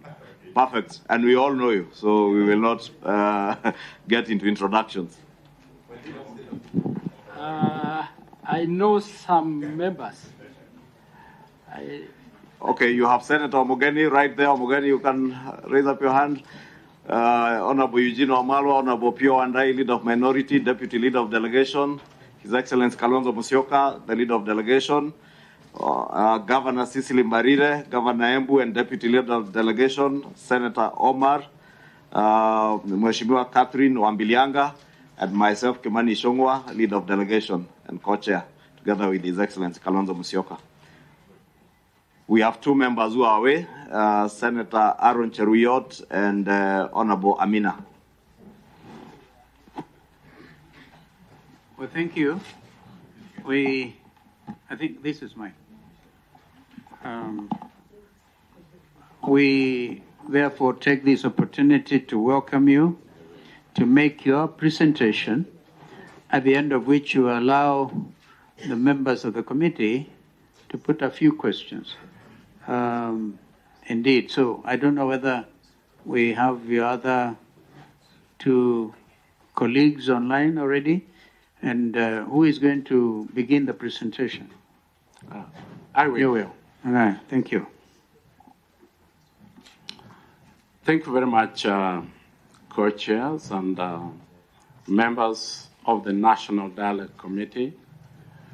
We are privileged to be here, and we have confidence that we are speaking to the committee that will take some or a few of our recommendations for the benefit of reforming IEBC.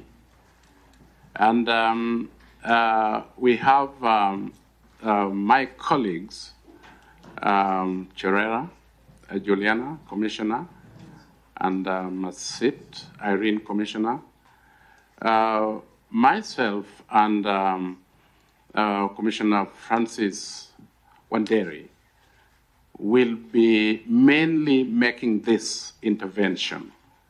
We will possibly also invite Commissioners Cherera and Masit to intervene at some stage when they so wish. Otherwise, I would like to ask Commissioner Wanderi to have the first presentation of our memorandum. Thank you very much.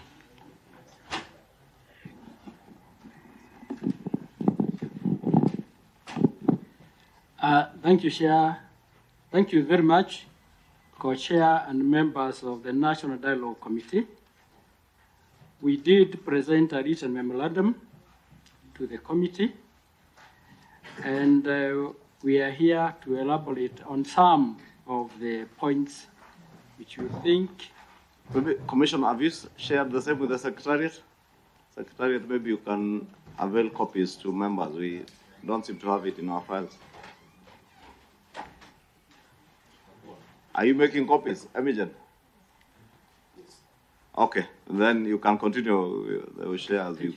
Thank you.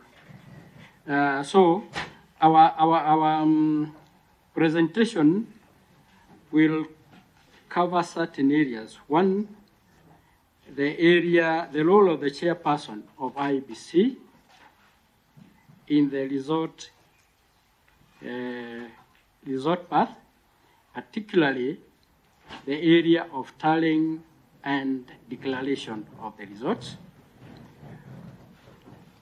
We will also cover the areas of corporate governance within IEBC and areas where we think there are certain conflicts within IEBC, either between the commissioners and the secretariat, the commission and the secretariat.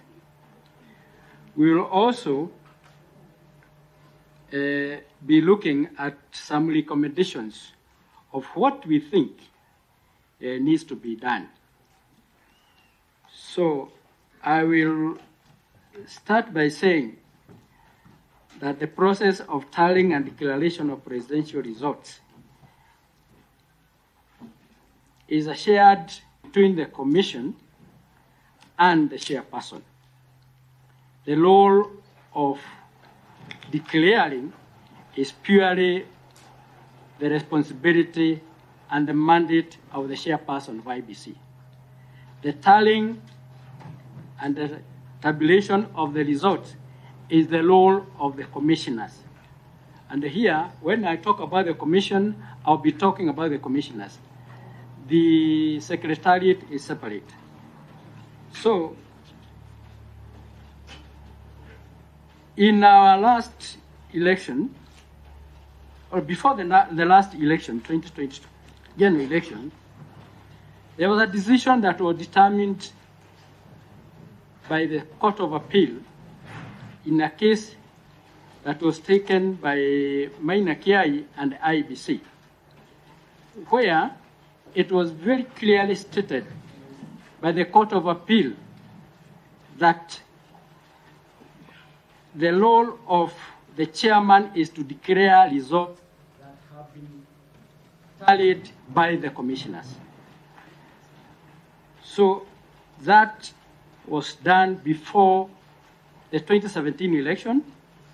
However, as we came to 2022 elections, sorry to say that the chairman of the commission did not follow that decision of the Court of Appeal. And you can, it is available in the 2017 case, IEBC versus Muigai and others.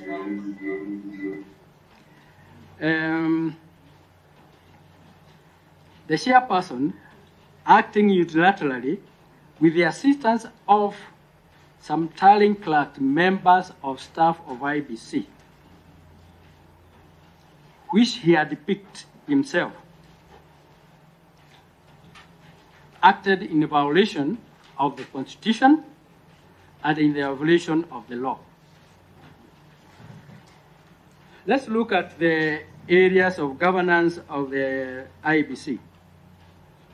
Under Article 249, the Commission is independent, and the objective of its independence are to protect the sovereignty of the people of Kenya and secure and the state organs to observe the Constitution. There are persistent grievances and issues in the Commission relating to the scope of the responsibility of the commissioners, the secretariat, and the accountability of the secretariat to the Commission. IEBC Act, Section 11A, stipulates that the role of the secretariat is to run the day-to-day is to manage the day-to-day running of IEBC. However, the commission is a full-time commission where the commissioners run the business of the commission in conjunction with the secretariat. The commission interacts directly and essentially controls all aspects of management, including planning, execution, human resource governance, and the supervision of the staff. So the commission and the secretariat, you find that there's that responsibility of the commission and the secretariat that are tend to work in conflict to one another. So if you look at our history as a country, we have had conflict at the commission between the secretariat and the commissioners. We have in case in 2013 of Hassan and Oswago. In 2017, we had the case of Wafula Chebukati and Ezra Shiromba that played in the... Seriously, we have had a litany of conflicts at IEBC between the commission and the secretariat. We also had cases of conflict between Wafula Chebukati and the three other commissioners, Wafula Chebukati and Akombe, and finally, Wafula Chebukati and the four commissioners. There must be something that is not right, either about the person who was holding the office or the structure, or both. And that, to me, is something that I would plead with this committee to deal with, because all the years we have had commissioners being taken away or moving out of the commission, they are chased away, but no investigation have been carried to determine what is the cause of this. Probably you are the privileged committee to address that issue for the sake of our future as a country. And I would plead that you look at which areas are conflicting. We'll give our proposals, but mainly we'll be looking at you to look at that. I also want to look at the removal of the four commissioners, generally known as the Cherera 4. I want to submit that the Cherera 4 were forced to resign. It was never our intention to resign. And therefore, we'd want to ask that the reason why the Cherera 4 were removed from office is because they questioned the process that the chairman used to declare the results. And my colleague will be coming to that in a short while. Our dissent to the way the chairman handled the tallying of the results in 2022 election was within our mandate because it is for the commission to tally and for him to declare. Unfortunately, the commission was not offered an opportunity to do that.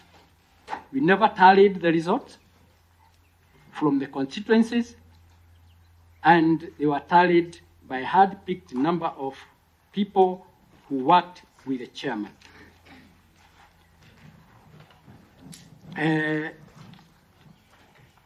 Two, we want to submit to this committee that there is a prescribed format for declaring a member of parliament, a governor, a woman rep, all elected positions. And there is a statutory form that should be filled to show the result of that particular person. For our case, we as the commissioners, it is for the presidential result, they are supposed to fill Form 34C, which is a summary of all the results from all the constituencies in the country. That is the result form. We ought to submit that was never submitted to us. What we got from the CEO from the CEO then to the chairman and the commissioners is a three or four page summary of all the counties, the 47 counties. So as we sit, we have never seen Form 34C, which is the presidential resort form. And that is the reason why we say it was unfair for us to be forced out of the commission, and we hope that that will be looked into. Now, our recommendation, as we move to our recommendation,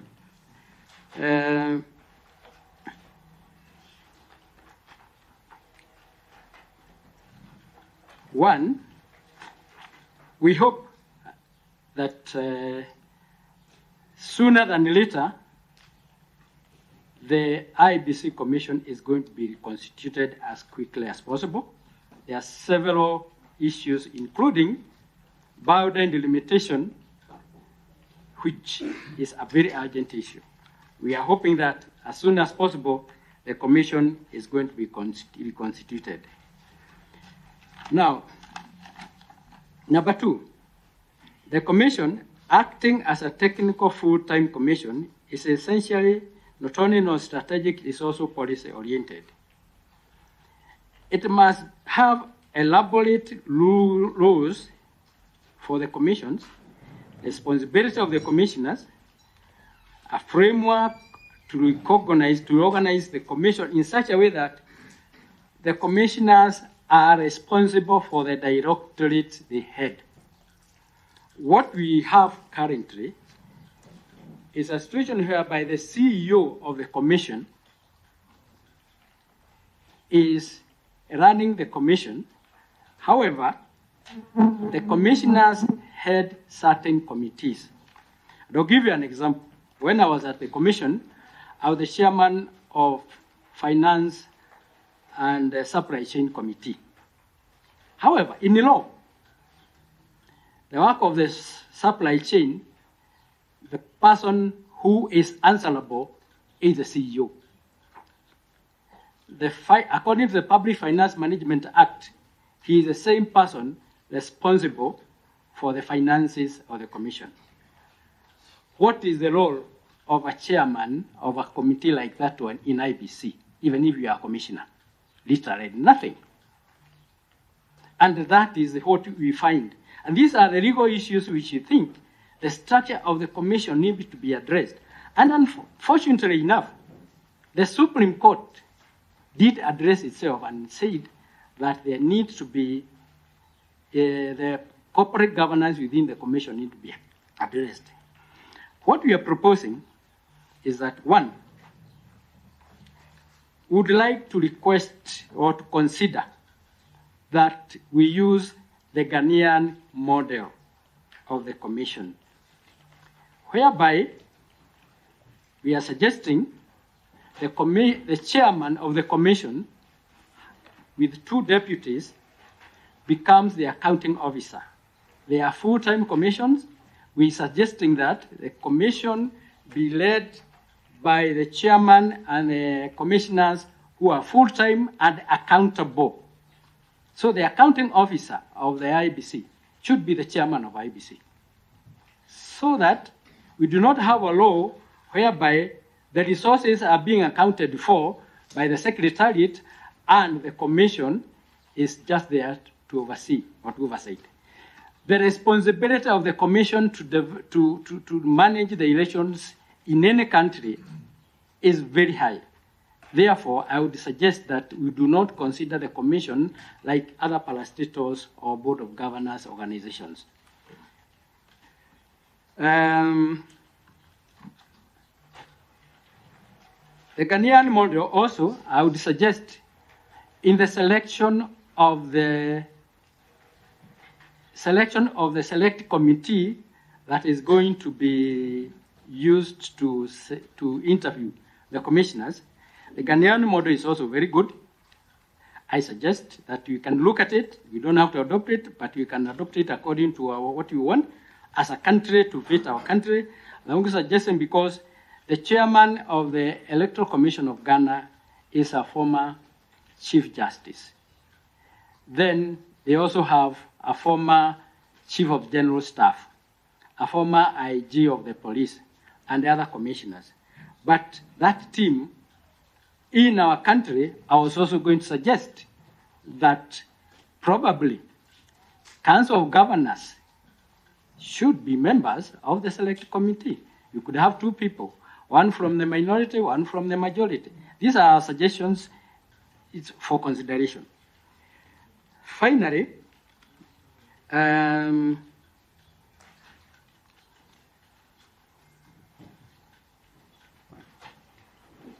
distinction must be made where the law or the constitution provides the mandatory function of the commission. For instance, under Article 138, the commissioners have direct role in the verification, declaration of presidential results. In relation to such, the CEO, for example, last election, the CEO and Professor Guliye were the ones who were given the mandate by the chairman of IEBC to do the tallying. That information was not.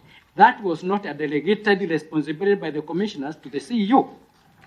And it is an appointment that was made by Mr. Chebukati.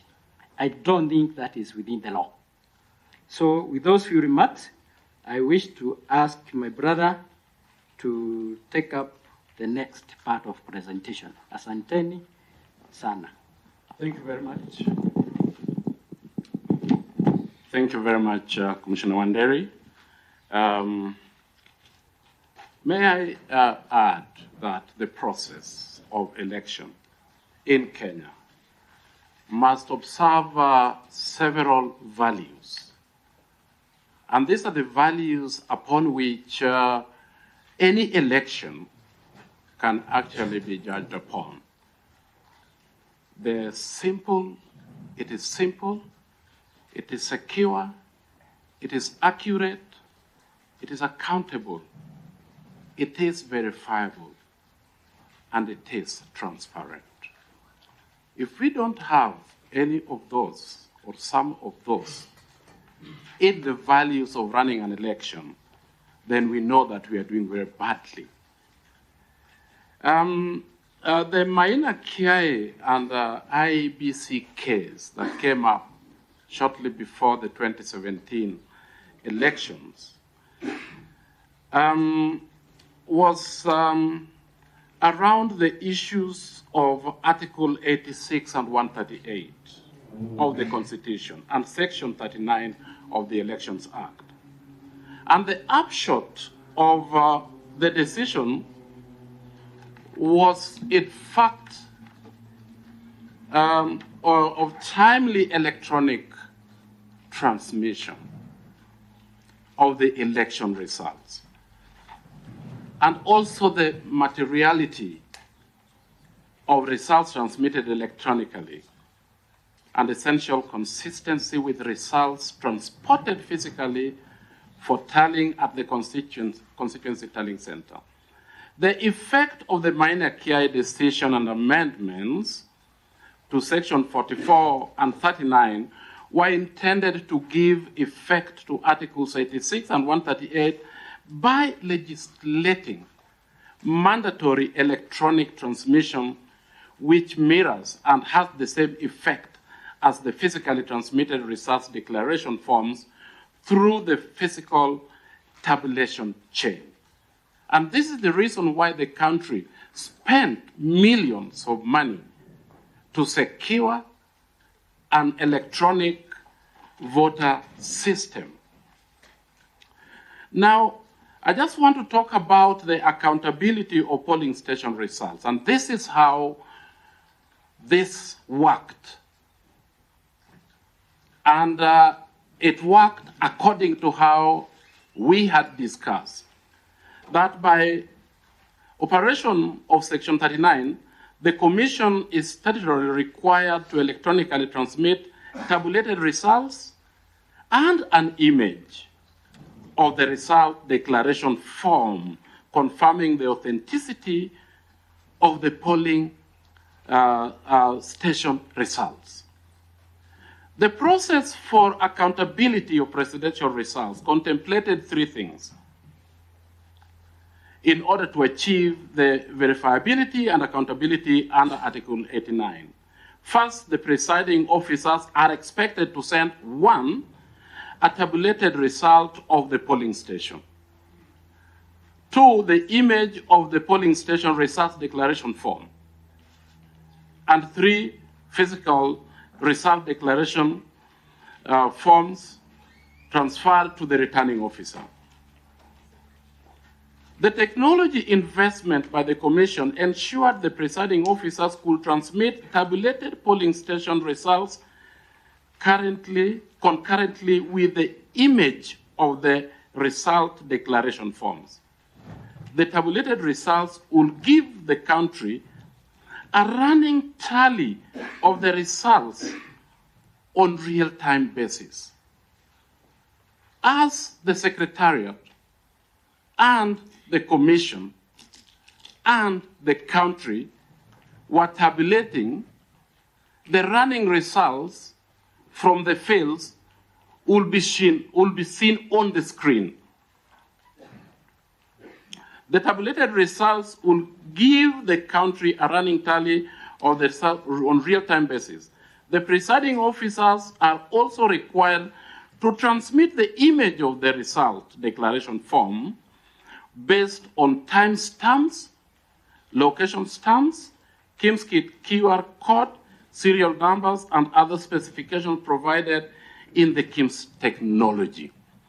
That is how it was envisaged. Now, how did we do it? The chairperson unilaterally took the decision to deny the country the benefit of a running tally based on tabulated results as a countercheck of the transmitted images and the results declared in the constituency tallying centers and the national tallying center. This was stopped. As commissioners, we therefore did not know the running tabulation. People at home that were doing this with us also were at a loss. It is because we stopped doing this. Some of us discussed this with the chairman and said, 2017 is a bad memory for IEBC. That is the time that the organization was accused of, I think it was called the Vifaranga computer thing. We were manufacturing results. And I said, Mr. Chairman, you need to organize this. And he said, I am busy right now, but I will sort it out later. It was never sorted out. By IEBC taking an ad hoc administrative decision in violation of Section 39 and sending an image, it ensured that it did not tabulate the electronic results. This deliberately put the country in the dark, and results remain indeterminate. Secondly, the IEBC failed to undertake electronic tabulation and publication of constituency tallying of presidential results.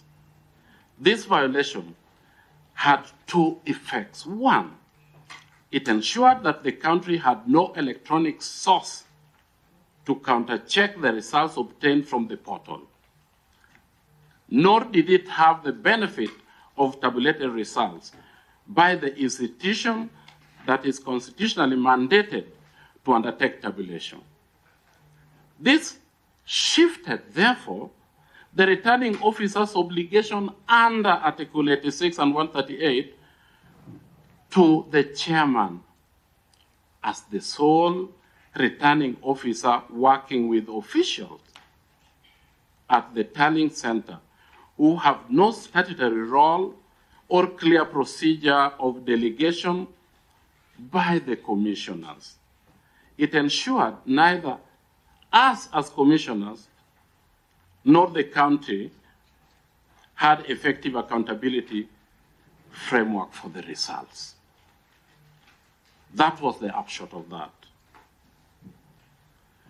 The effect of the violations, willful omissions, and an ad hoc decision by the chairman ensured that the investment in the schemes was not used to achieve the objectives of transparency, determinacy, and accountability of presidential election results.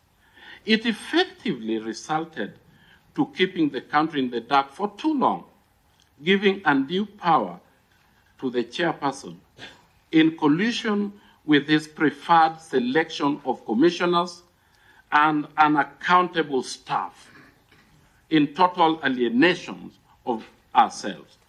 The result management framework of the 2022 presidential election effectively mirrored 207 presidential declaration and derogated the gains of the Constitution of Kenya 2010-2016 amendments to the Elections Act. Minor care decision and immense investment in technology had gone down the drain. We maintain our position that the results of the 2022 presidential election are indeterminate, as they were neither tabulated nor verified by the commissioners in accordance with the process contemplated under Article 138.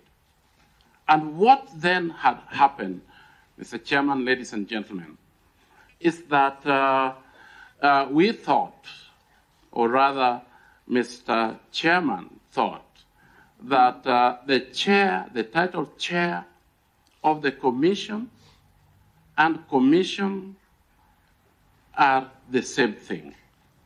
So if he was acting on behalf of the commission as the chair, then commissioners need not have to be there.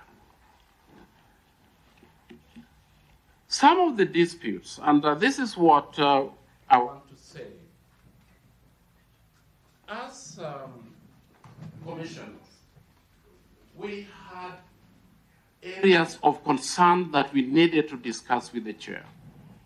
We had conflict even while we were at the commission. And what then can we do? What are some of the recommendations that we can make that when a commissioner or commissioners have a problem or with a chair that does things unilaterally, do we just sit and watch, or there is a body that can come in place? Chair, point of order. Yeah. It would appear that the other participants have been cut off. So we need to understand how we can proceed.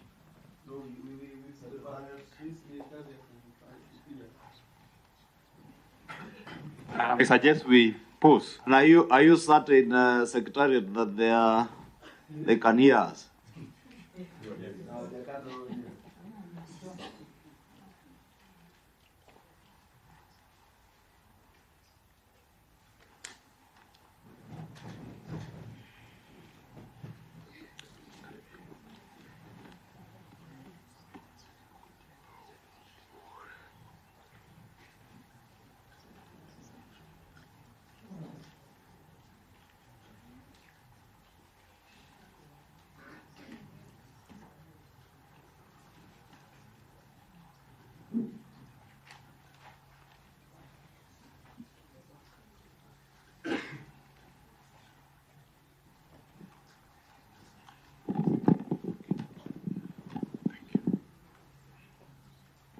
Are we making any progress?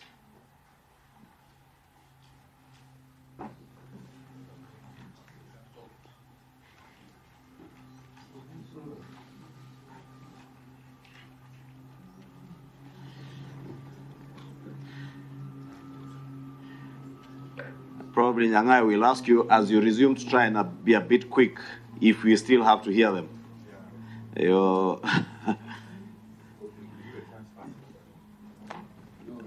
Or we allow them to, when they come on, to have their take first? Indeed, based on Wanderi's presentation, I think we can allow them to come on, and then you... Is that okay? Okay. We stand guided. Because of these technological challenges, you never know when it will go off again and disrupt us. Okay.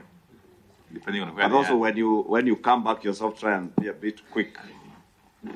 All right, thank you. Desist from taking us through the entire Supreme Court process. Kenyans watch the whole process on live TV every day. So do not re-litigate the case. The case was litigated in the Supreme Court, and the committee will not litigate again.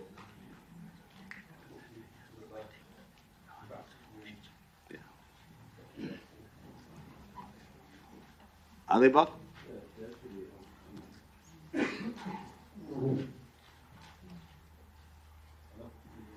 Is this a JC Rucha? So Commissioner Masit, Commissioner Cherera, if you can hear us. Are you sure they're online? Are you here?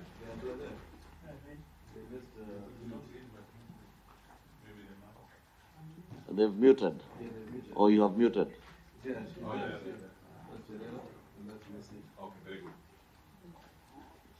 Commissioners Masit and Commissioner Cherera, can you hear us? Confirm? Yes, I can hear you. Thank you and welcome. I'm certain you may know all the members of this National Dialogue Committee, so we'll not go back to the introductions. If anything, we did that, and I'm sure you are following us. We have just changed the model. Before Commissioner Nyang'aya finishes, we hear from you because of the technological challenges that may keep popping up. So we'll ask you in a few minutes to have your take, then we'll resume to what was. Is Commissioner Masit on?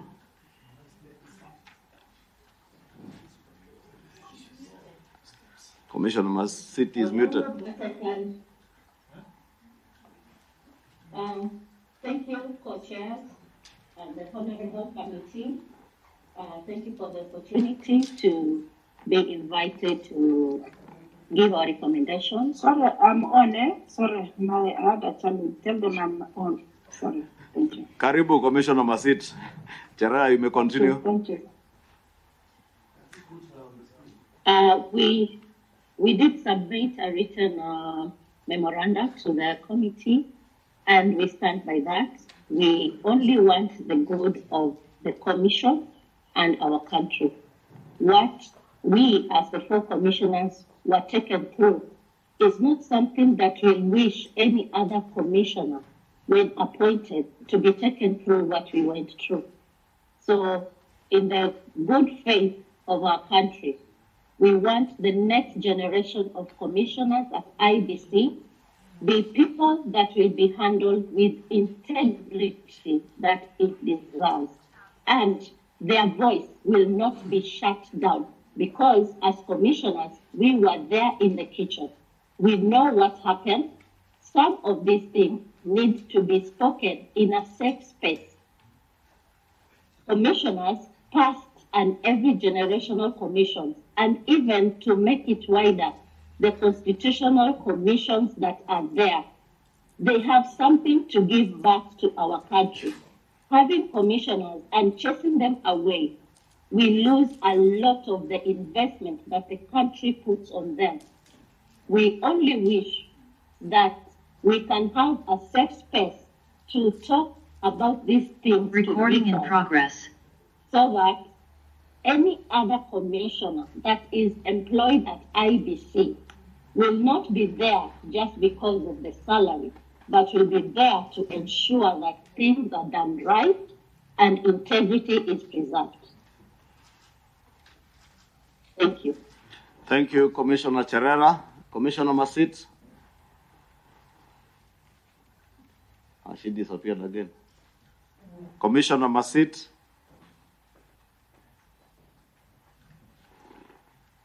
Is she the one in steps? Yes. She muted again. Text her if she's somewhere. Okay. Hello? Can we ask you a question before you disappear? Maybe you hear Commissioner Masit. I think Masit is back. Yeah. Can you hear me, please? We can hear you now, We can hear Masit. you, Masit. You can hear me? We can hear you. If you don't mind, if you can touch your video icon. Thank you so much. Yes, it's the wind where I am. Thank you, bipartisan committee. Thank you, all members, for giving us this opportunity. I want to just say a few words because, as you know, I still have a case in court.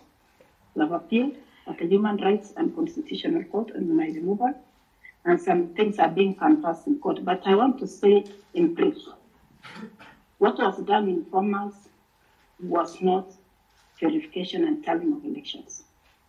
When we were announcing, all of us, what we were announcing were handwritten summaries, which were to be taken, to be typed, and to be brought back for commission, and each commissioner to check what they had written and what they had been typed, if it is in order. It went one way.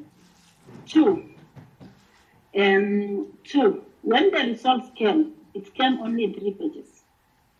And it was a summary in counties which exceeded 100%. That's where the dispute started from.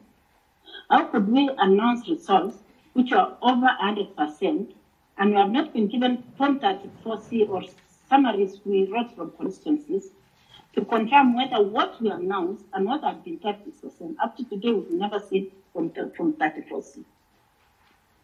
Again, what happened in Bomas, we had not finished even announcing 27 constituencies. The screen was technically put up for Kenyans not to see what was going on. And when we asked it, it became an issue. In Bomas, who were removed from our committees, I chair Legal Affairs Committee. That's what I used to chair. But 1 week to election, chairman wrote us letters, putting me logistics, welfare, and security with Wanderi, putting Cherera at the communication center, Nyang'aya protocol, to remove us from results, and assign results to Guliye and Marchan only, with letters written specifically which are part of the process which are in court. We were never informed, we were never told anything, and when we wanted to say it, they said we wanted to overturn the people. Yet, when the security team came, there were no results. There was nothing. You could not even talk of results because at that time there were no results. If anything, they just said there was tension in the country, and there was no stream showing, and we were taking so long. We should ascend to ease the tension in the country. So up to now, we don't know the results, and it's very important that we audit these results. Very, very important, because when we audit and even made open to everybody, even those people who have been elected and who lost as MPs, and even others, they will know their results. Because I want to say, This was not tallying, there was no verification. It was just, it is not, I don't know what to say about it as a commission. It's a shame for our country. Thank you very much. Thank you very much, Commissioner Masit. And Cherera, please, we'll ask you to just stay online. We take a few questions. Yeah, I want to go first. Why are you not here with us? Is it because of security concerns on the part of two of you? Of course, we take note of what Commissioner Masita said, that some of the matters are still in court, but for the benefit of the country, are you safe? Why are you out of the country? Thank you. Yes, Chair. Maybe first confirm whether you're out of the country. I'm outside of the country for security reasons. Okay. Remember, I come from Rift Valley. Before that, even they said I betrayed the community. In the Facebook, in all social media, I was saying, I've never stepped in my home since that time. I've never even gone beyond my room. That time, I got calls, people telling me to drop the case. What am I doing? So many things, but I believe it's my constitutional right because I know what I did and what I didn't do. So it is because of security reasons. I'm out of the country and we're not doing even well because even the salaries we had, they were stopped. Even the 1/3 when I'm doing the case. So we are living at the mercy of people outside. So Commissioner Cherera talk on herself, but mine is a long story. I don't want to say so many details because I told you I have a case in court, but it's because of security reasons. Thank you. Irene, this is Eugene Wamala. We're in college together. We are actually the same year. You're on campus together at the university. Yes, you know, Ishungwa likes saying the school because we went to our land, but I was at the University of Nairobi. We're very sorry to hear that. On a light note, at least now we know how you know Commissioner Irene. Irene, we are sorry to hear that you're out of the country. And literally from what you're explaining, because the whole country is listening, it's like you're in exile or something. Did you receive specific threats? What about your family? Are they in the Rift Valley? Have they also moved out of the country with you?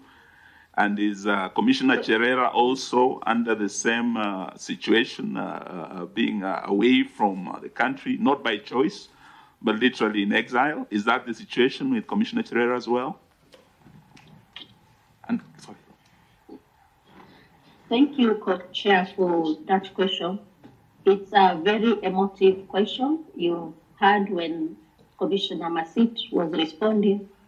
She was really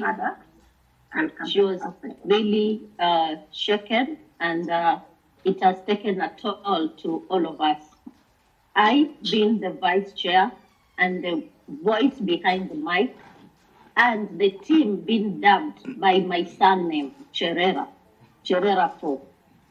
I am in my late 40s, and I have a young family. My last born is 7 years old. It was bad even in school. Our social life was really thwarted. It was bad for my children. It was bad for my family. And I said some of things, we cannot say them on camera because it is not a safe space for all of us. We've been threatened just because we spoke what we saw and what we know. Personally, I was in charge of communication at Bomas. I used to get information and statements from the commission, and I give it out to the media. The screens were there to help the same, but came on Friday evening, the screens were stopped. Everyone used to come to me to get information. And you know, part of communication is the transparency bit that is a requirement in any election. I could not give people that information. I asked the chair that we refresh the screens so that Kenyans can see how many votes we have tallied, how many are remaining, and of course it was going to be helpful for the country to see the trend and also prepare them to the end. Of course, if it remains like 5,000 votes, people already know how this election has gone. But that was stopped, and it was not something that we had agreed in the commission plenary. I asked about this 2 times, and the chairman said that he was busy tallying. And this tallying, he was doing it alone with selected few. So all of us, even me as the vice chair, was kept out of this information. And that's why, even today, we will stand by our word that we disown this election presidential result, because it was tallied by a few and it was not verified. As we were reading the constituency results, there were queries that were coming on our desk.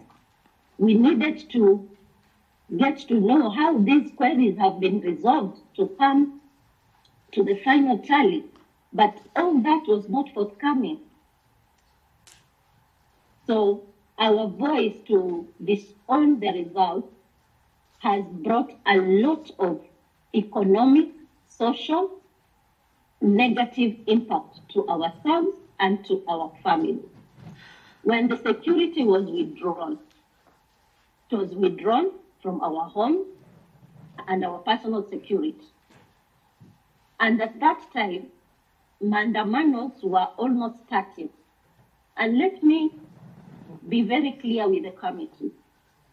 It was said on that fateful Sunday when people gathered in a church somewhere, I can't remember, and after the sermon was just Cherera 4 should resign, Cherera 4 should resign. And after that, the opposition started saying that they will go to the street because of Cherera 4, they should not resign.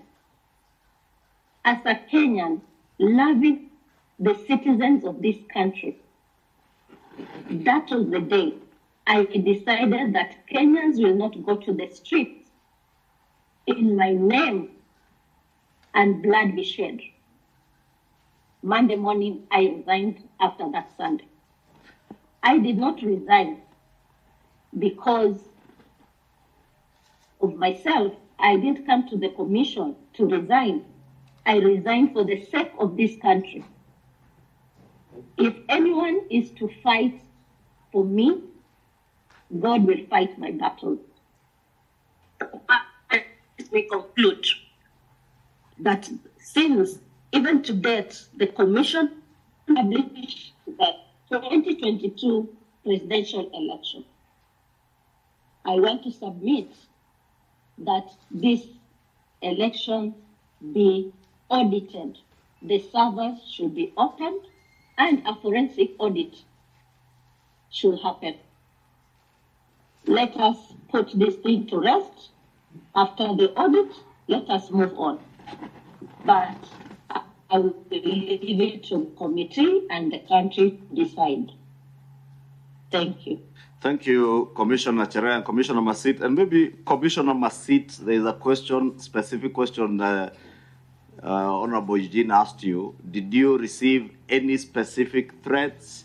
And as you answer that, I put a rider to it. Were those specific threats from any specific people? Did you report them to the police? Have you recorded any statements of such threats?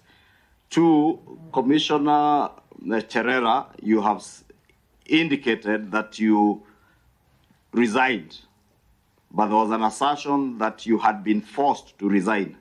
From what you have said, it looks like circumstances around the calls for demonstrations and calls for your resignation is what made you resign, and you have asserted that you resigned to save the country from bloodshed and people dying in your name. My third question to you, Commissioner Cherera, you say you spoke on behalf, and you have rightly put it, the 4 of you are Christian, the Cherera 4. maybe Kenyans liked you more than, liked your face more than, because you are more on TV, being in charge of communication, and that's why they were Christian Cherera for. But, is she still there? Yes, she is. Okay. But you have asserted that you would communicate on behalf of the commission. You have both asserted that you did not see any Form 34C. You did not tally. But Commissioner Cherera, I do remember you somewhere around Serena announcing results. What results were you announcing? Where did that tally come from, if you were not involved in any tally? And why did you not adduce that evidence before the Supreme Court? And as I said, we are not litigating the Supreme Court again. But why did you not adduce evidence before the Supreme Court that not a single 34C was seen by yourselves? You did not adduce any single form that differed from the forms that were on the portal. The Supreme Court verified those results that were in the portal. And you did not, why did you not then, did you not trust, because there are things you are saying you cannot tell us, did you not also trust the Supreme Court of this Republic? Thank you, Chair. You. I can come Thank you, first. Chair. Then, Baby Masit can go first. yeah, because mine are few. Thank you, Chairman. One, I want to say for record that I'm strengthened. Actually, before I resigned. And that one, it's on record in my case in court. And my lawyer is aware. My lawyer is Donald Kipkorir. And I think if you want to hear more, maybe you can invite him to shed more light, because that is in court. But I was threatened that time, that one I said. But this one, it was urgent. I could not do it because I could not report, because people followed me. I ignored for some time. But that night, on Saturday, going to Sunday morning, people came to around my gate. And I had to sneak actually with pajamas through the back door gate, took a motorbike, went to, let me disclose the committee in confidence, went to Nyang'aya because I could not trust them. Commissioner, Mm-hmm. Yes. I would just beg you answer the question straight up. Did you report to the police? Because that was more of the direct question. Or you reported to your lawyer, Donald Kipkorir?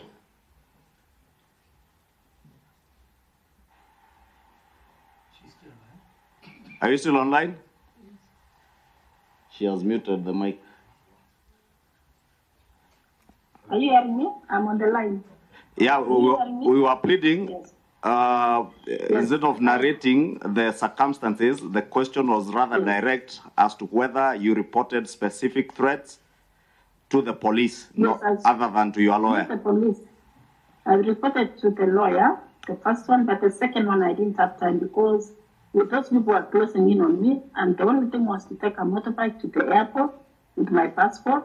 So the straight answer is that you never reported to the police. And left the country that night. You never reported to the police, you reported to lawyer Donald Kipkorir. No, there were two threats. The first one is to the lawyer, because I was still in the country. The second one, when I left the country, it was at night. I took a motorbike to the airport, paid cash, and I was the last one in the manifest, and I left that night. I didn't have even time to report because I was saving my life that time. So you did not report to the police? Yes, I didn't report that one when I was leaving. Because I told my the lawyer, incident, let me get it right, Commissioner, the incident happened at night? Yes. You took a motorbike at night? At night? To the airport? I left the country at night. You left the country at night? Meaning you also got the ticket at night? And a plane was waiting for you at night? Okay. That night around, late night. You had a ticket ready? I think the last one. With a ticket ready for an international flight? I caught it. I had to get a connection from Kenya to Amsterdam, because that time I didn't have an invitation to you as where I am. I had a ticket for Canada. I had, sorry, a visa for Canada, and yes, but for Canada. Commissioner Masit, I'm asking another very direct question to you. Commissioner Masit, I am asking another very direct question to you. Yes. An incident happened at night. You took a border at night. No, night. The incident happened of night of Saturday. Saturday night. Okay. And you. Saturday night. Then I disappeared on Saturday night. The same night. To a colleague's place. Hello? And stayed there to organize for a ticket on Sunday night. So you left on Sunday night? Sunday night, yes. Because I had to get cash to have it paid, and I had to get okay. Maybe I was with a person at the airport. That's good enough. I'm sorry, I'm pushing you. I'm just trying to save time. Yes. Maybe Honorable Commissioner Cherera can answer the other questions. Finally, before I finish, Chair, allow me just to say thank you to Honorable Wafula Molu. It's my yearmate at the University of Nairobi. When he was doing law, I was doing here, and then I went to do law later. That's the reason why I could not resign, because the truth has to come out. Somebody has to stand for my colleagues who at that time also they were facing the same. But I had to, the fact that I come from Rift Valley, nobody wants to see me there. I'm vilified, I'm called a betrayer, traitor. They say even the chair is worse than a murderer. That's what they call me nowadays. I was removed from all WhatsApp groups, and I'm suffering here. You people, you need to listen to us. We sincerely. Of elections. Thank you. Thank you, Commissioner Irene. We sincerely sympathize with you, and we pray for your safety wherever you are and whenever you come back here. But we would encourage you to have all those reports made to the police, so that if there are specific threats, they're investigated. Commissioner Cherera. I cannot come now until you are ready. Thank you. Commissioner Cherera. Thank you, Co-Chair. Co-Chair, you said that at Serena we had our own results. I wish that committee will play the clip at Serena Hotel. We did not have our own results. What we said is that the results that were going to be announced, we disown them because of the manner of opaqueness that last phase was handled. That's what we said. We didn't say that we had our own results. That's why we are saying now that results need to be audited. And this is not of our own. It is even in law that any elections needs to be verifiable and can be audited at any other particular time. So it is not something that will begin now. It is there in the Election Act. We emphasize that it should be audited and the servers to be opened. Chair, my name is Catherine, and my sister Cherera. In your own words, you said the results were handwritten, and the results even exceeded 100%. And how come you never mentioned this to the Supreme Court? You're mentioning it to us here. And those you brought as even the substantiators of the same never brought it and never, substantiated anything. In your own words, surely. Honorable Committee, I will also invite you to my affidavit to the Supreme Court. Whatever we are saying now, it is in our affidavit that we filed at the Supreme Court. Unfortunately, it's like nothing or not everything was read through. We explained everything that we said, and after the Supreme Court gave its ruling, we said we abide by that because it is the apex court of our country. And as law-abiding citizens, we said, yes, we accept it. And from that day henceforth, the Cherera folk have never spoken until today. Let me submit to this honorable committee that everything we have said, it is in our affidavit. Okay, the Commissioner, I will request that you allow us, you just stay online, hear a few more questions, then you can note them and answer them together. Honorable Sess, Governor Sess. Thank you, Chair. Let me appreciate the two commissioners, Masit and Cherera, who have seen it fit to participate in this sitting, and we appreciate that they're there. I have a few questions, and not necessarily to Cherera or Masit. I think even the commissioners physically present here may want to answer. Number one, the law has been that the final announcement of the presidential vote is actually what is announced at the polling station. And that is what is called the Form 34A.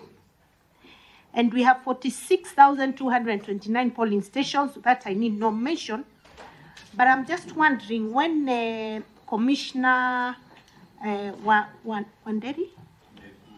Wanderi says that they were not tallying as commissioners, did you actually think that 7 commissioners had the capacity to physically tally the 46,229 forms and be able to give the results within 7 days as the law states? Number 2, the matter went before the Supreme Court as a petition. Would you say that the results declared by the chairman were inconsistent in any way with those that were declared at the polling stations? And that brings me to the final statement by Cherera, where she says she wants the server to be opened. And that has been the language, open the server. The secretariat was here, the IEBC secretariat was here. And I remember I personally asked the question of the server because I thought we need to understand what's in the server. And the ICT director said, whatever is in the server is exactly what is in the public portal. That any Form 34A is what they have stored in the server. There's no difference. So what is it you want the server to produce if there was no inconsistency? Or maybe you know of an inconsistency that you should have taken before the Supreme Court. So was there any inconsistency? I think that's the bottom line. Can I also? I wanted to also, this is Hassan Omar. And I, like Cecily, because I probably would want you also to benefit from some of the questions we will pose to your two colleagues here. You know, I had a lot of reference to the Maina Kiai case. But the true import of the decision of the Maina Kiai case is that what is declared at the polling station is the actual result of that election. This tallying you're talking about is simply arithmetic. In fact, today I look up to God and say, the systems were so foolproof that our elections cannot be decided by 4 or 7 people. The whole world was monitoring. And in fact, this idea of the server is almost an idea to try and camouflage the fact that there was a result which was verified and those forms that were tallied. Not a single one of you came up with a challenge to meet up, as suggested by Justice Smoking Wanjala, to show one single form signed by your returning officers or agents or anybody that differs with those that have been put onto that server. So I think, or into that portal. So I think we should now, even in terms of moving forward, because what I've heard Eugene repeatedly here saying how people say that the outcome of these elections was not free and fair. And I can tell you, outside this group and the 4 of you, I don't know of anybody else who says that the outcome of these elections was not free and fair. Number two, I also was a commissioner at a very stormy point of this country's political transition, I think, which birthed the new constitution and some of the state institutions you see. I investigated instances of violence and laid a lot of responsibility on people who ended up becoming presidents of this country, probably the fourth and fifth. I can tell you, when you do your job consciously, there's nothing to fear. People will send you messages. That's why Ongwae Nyang'aya is still here and others. I can guarantee you, what Kenyans simply wanted was the truth of what happened. The truth in many instances has been canvassed in the Supreme Court. It has been canvassed across board. And I can tell you without a doubt, at least if it is any threat, it cannot be from our side. Our side is totally comfortable with the fact that the truth was canvassed and mitigated and agreed upon and settled. Lastly, there are a lot of other things that we do not want to go into. There is evidence that was adduced about your meetings, the four of you, with Tuju in apartments in Upper Hill, paid for by Ngonga, who was my college mate. People who, the National Security Council membership coming here. Senator Wako has clarified why he was here in his personal capacity and the unfortunate circumstances that met him here. The person who came here on behalf of the Security Council is today's CDF. Trust me, the evidence, if we were to pursue the attempt to sabotage this election, would have been overwhelming. That's why we are saying sometimes, let it rest. Let it rest. I can tell you without a doubt, these matters have been canvassed and settled. I can tell you without a doubt, the truth is in public play. I can tell you without a doubt, some of these lies are no longer holding. They are just a few of you who continue to believe in that narrative, and they'll continue to perpetuate it. But every submission that has come here has actually given credibility to the elections.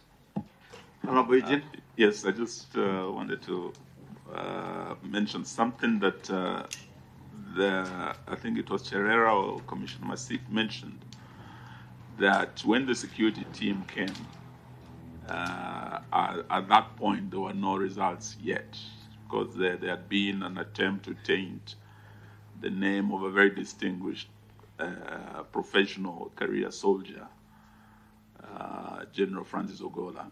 I think my colleague Omar has referred to that. Thank God, due to the Tonje rules, he is now the CDF. I am happy that you have mentioned that when that team came, they did not come to threaten anyone or to change the results or to overturn. I think for the record it is important, because that was something that went towards tainting a distinguished career of a career soldier of our country.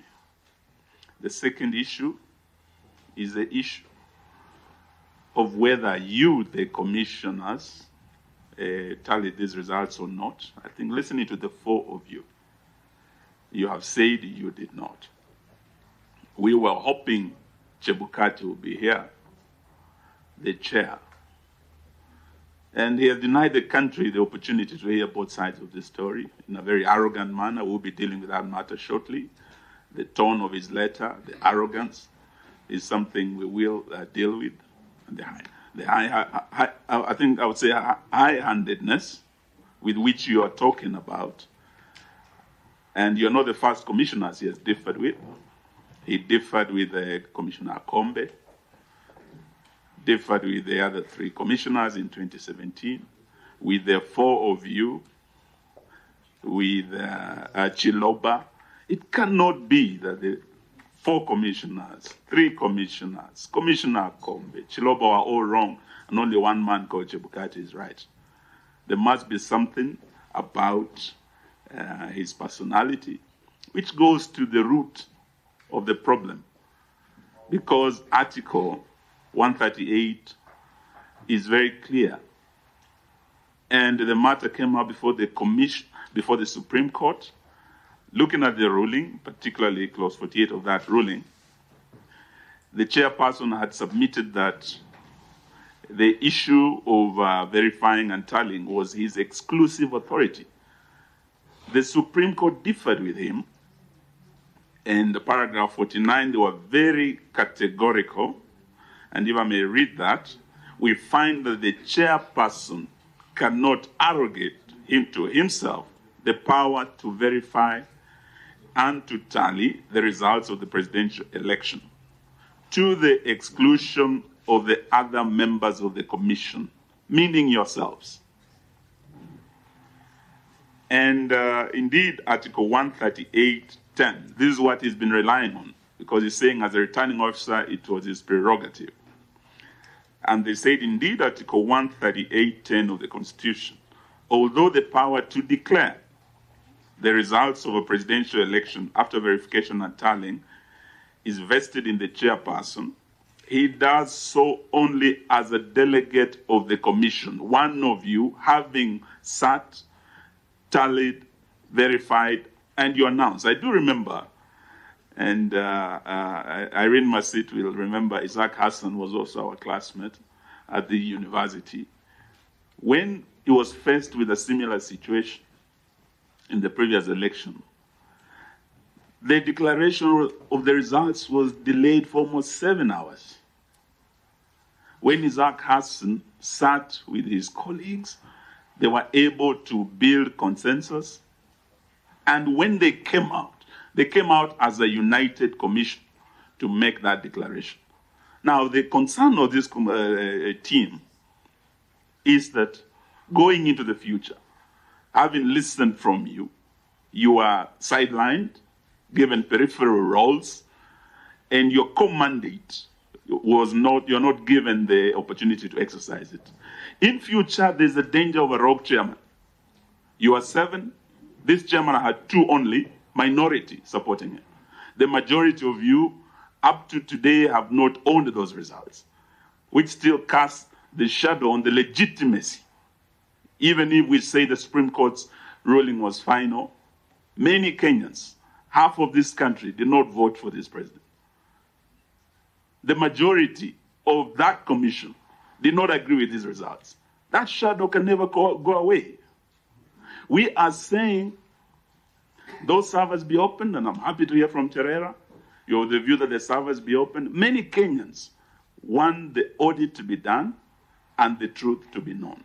We are very grateful.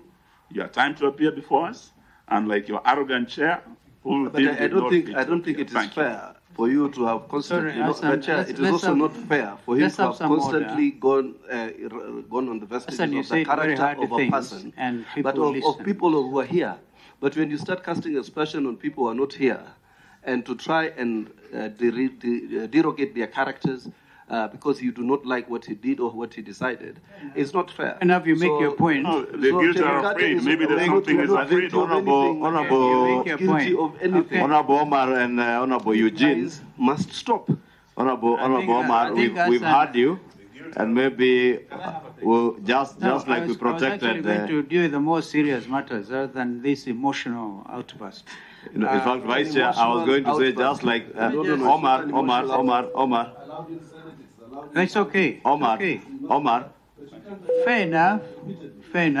I was only saying just like we protected Honorable Eugene from a very lethal attack by a stakeholder, we must equally protect Honorable Chebukati, Commissioner Chebukati, from unwarranted attacks since he's not here to defend himself. Fair enough, Co-Chair.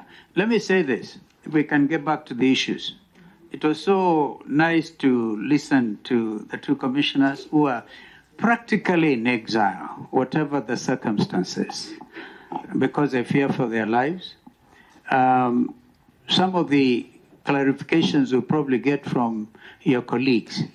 But the important thing is you stick to your guns and you say those results were not proper on account, among other things, of the absence of Form 34C. We heard that from Commissioner Wanderi, that is what actually should have been announced. And even then, and I think actually, come to think of it, these commissioners have afforded us an opportunity as a committee to even do an audit, come to think of it. It's part of a serious auditing we are doing. So we really owe it to them. We'll do the Chebukati matter after this, And I think that should bring closure, since he's not here for reasons best known to himself. But Form 34C, up to today, the Commission has never actually published in the, if I understand it correctly, has never published in the official Kenya Gazette the results in accordance with the 290 constituencies plus one constituency in the diaspora. Is that correct, Commissioner Wanderi, or indeed the Vice Chair? And what we have is a tabulation from the counties in contravention of what the law says. That was my number one question. Honorable Eugene has elaborated very strongly on the other issues. When there was, for more than 7 hours, this we also had, there was a blackout at Bomas. And therefore, the 26 constituencies were then not announced. The understanding was that Professor Guliye was to announce the remaining 26, perhaps with the authority of the chair. What really happened at Bomas? We want to know, because we have heard that, according to others, that there should be a commission. In fact, that is public knowledge, because Chebukati has written an open letter, and he says there should be a commission of inquiry to establish what exactly happened at Bomas. What would you say really happened, which gave rise to the confusion? And then, of course, the Supreme Court in its ruling also said that, and I wanted your comment on the Secretariat itself, even as presently constituted. Would you recommend that this committee looks at the work, the composition, the competencies, the heads of those other directorships or directorates? And by the way, were you guys present? I'm sorry, that's unparliamentary.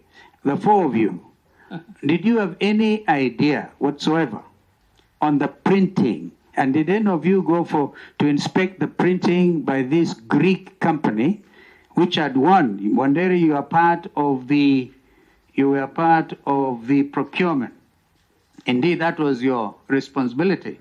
What would you advise the committee with regard to transparency when it comes to printing of election materials? Because we also have it on record that some commission materials were apprehended at the airport. So at that point, you're all acting together. Was it the negligence on the part of the commission as it then was? Yeah, because we have the legal position, which is very clear, the ruling by the Supreme Court, nobody is contesting that. But we have the issue of legitimacy, which is part of the reason I think this committee was constituted.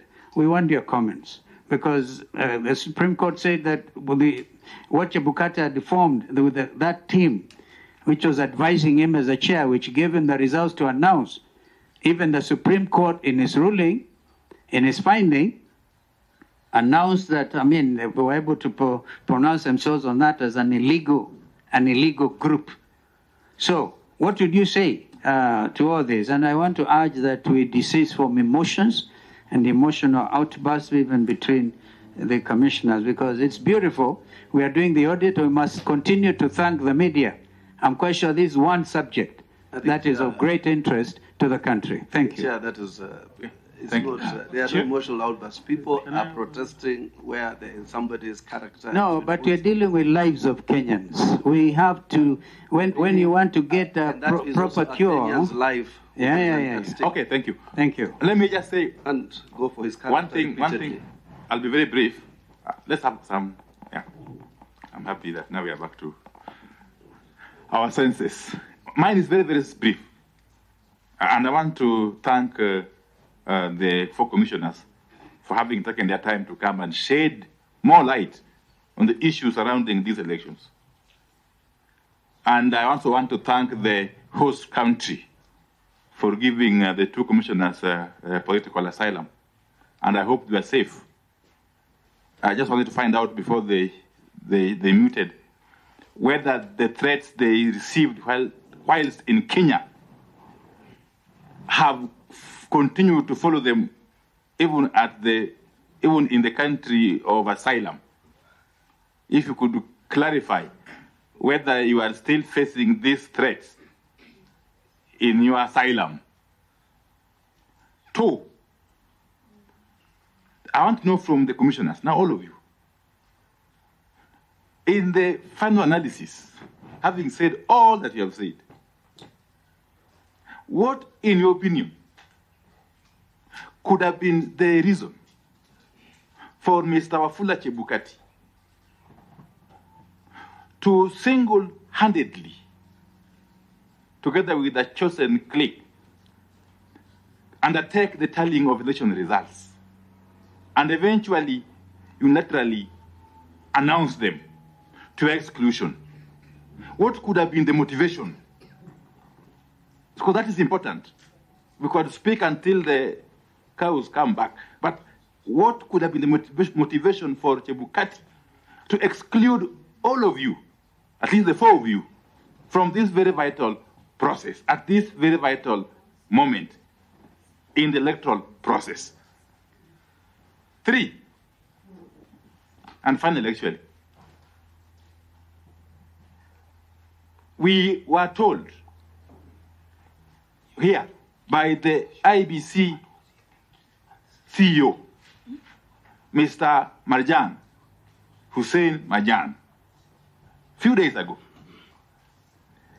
that when he brought the final tally of the presidential election results to the commissioners, I presume he meant the chairperson and the 5 or the 6 of you, that the 4 of you, the now famous Cherera 4, retorted that the margin was too small.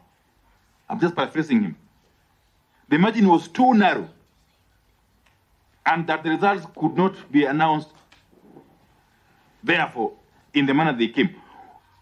I want you to take this opportunity, because this is the only opportunity you have, to respond to that very grave accusation. That immediately you retorted that the margin was too narrow, you took off, that even him, he got surprised, that you took off to Serena, and he only saw you on television. So that was a very serious allegation or accusation leveled against yourselves. What is your take on that? But finally, the 26 or 27 constituencies whose results have not been declared, it is on record, both from the testimony of Marjan when he was here and also I think in the Supreme Court, that those results were supposed to be declared by Abdi Guliye. What is your take on that? Declared or announced? Announced, sorry. To be announced. What is your take on that? And bearing in mind that chaos broke out at Bomas when the chairperson, that is Chebukati, and other commissioners, I think Guliye and Boya Molu, had climbed down to the podium.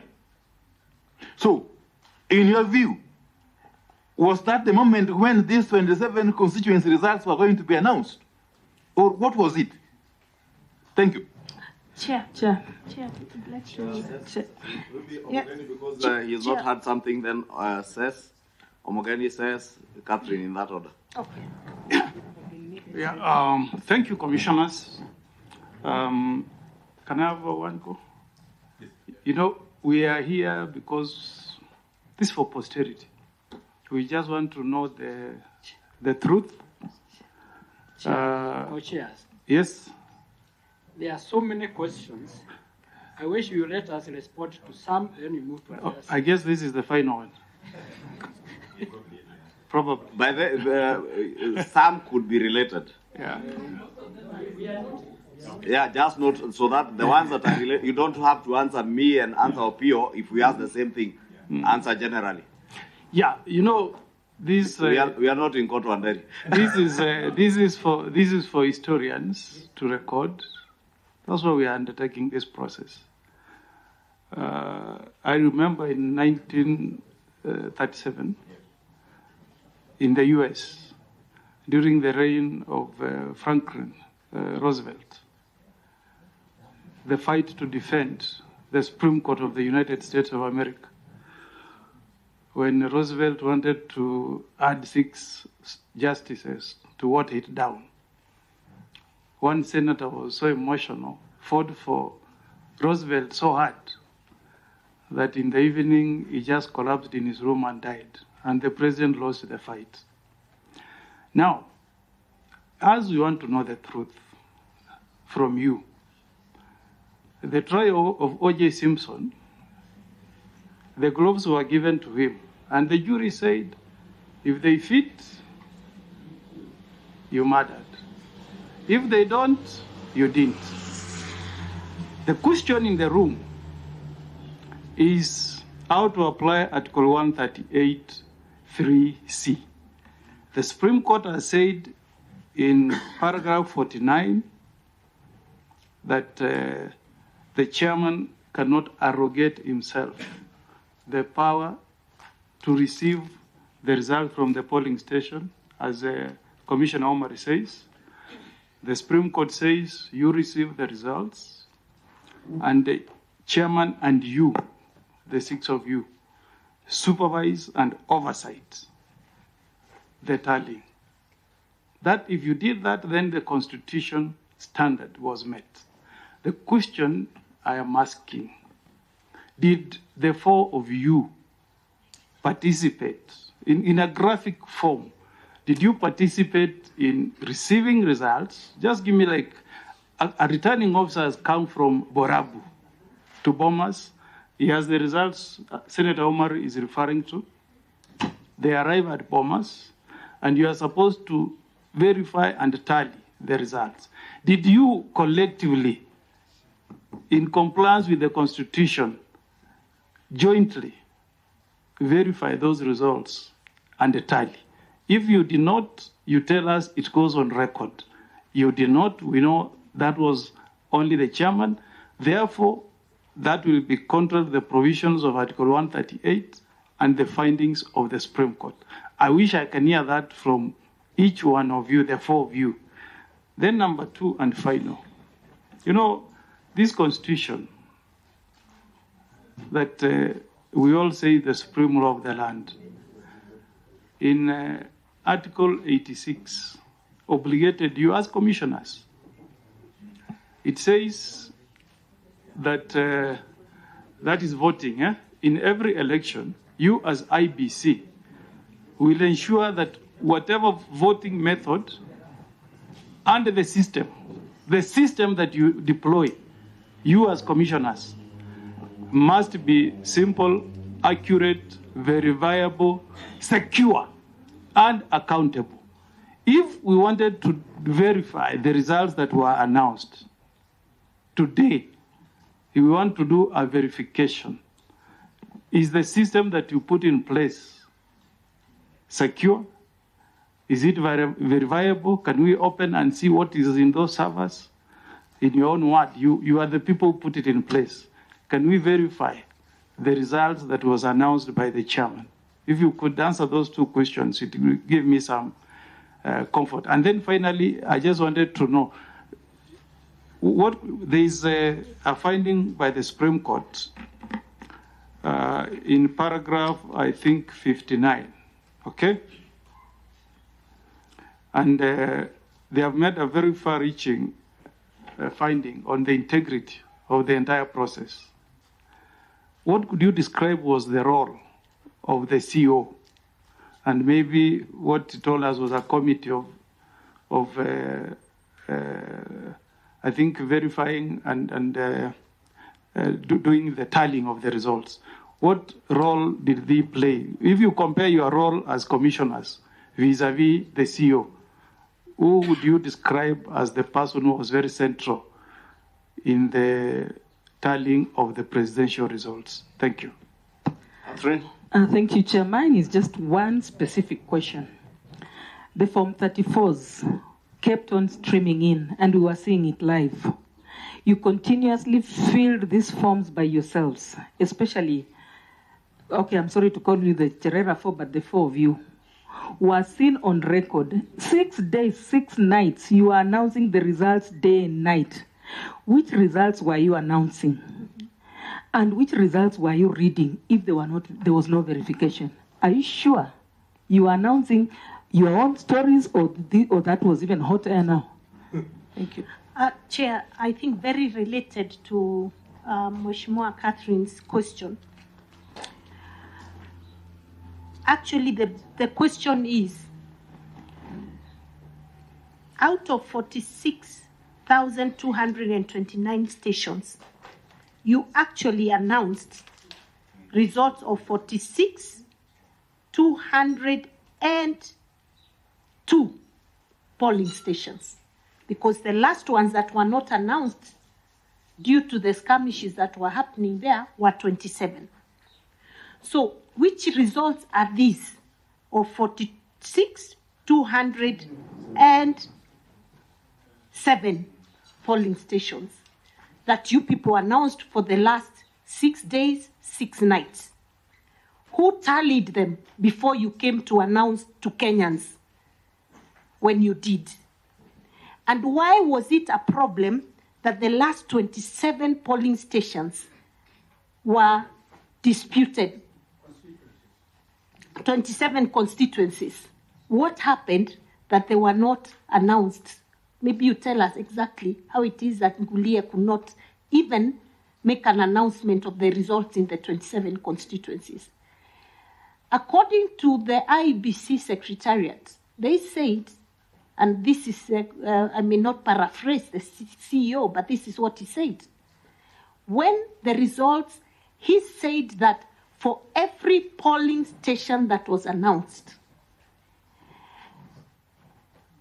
the results were verified by the agents of the various of the presidential candidates. They would verify the results based on what they had received themselves from the ground, and once they were satisfied, the results would be announced. Now, why is it that you're trying to create a narrative that these results were not true, yet you announced them yourselves for the past 6 days?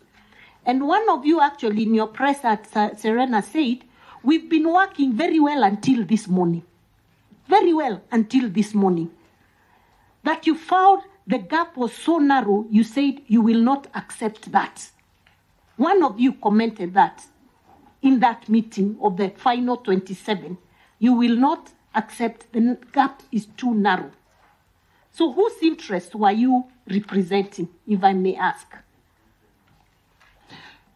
Lastly, just from where Governor says has stopped, indeed at the Serena conference, Commissioner Nyang'aya, you are the one who averred that you have worked so well until this morning.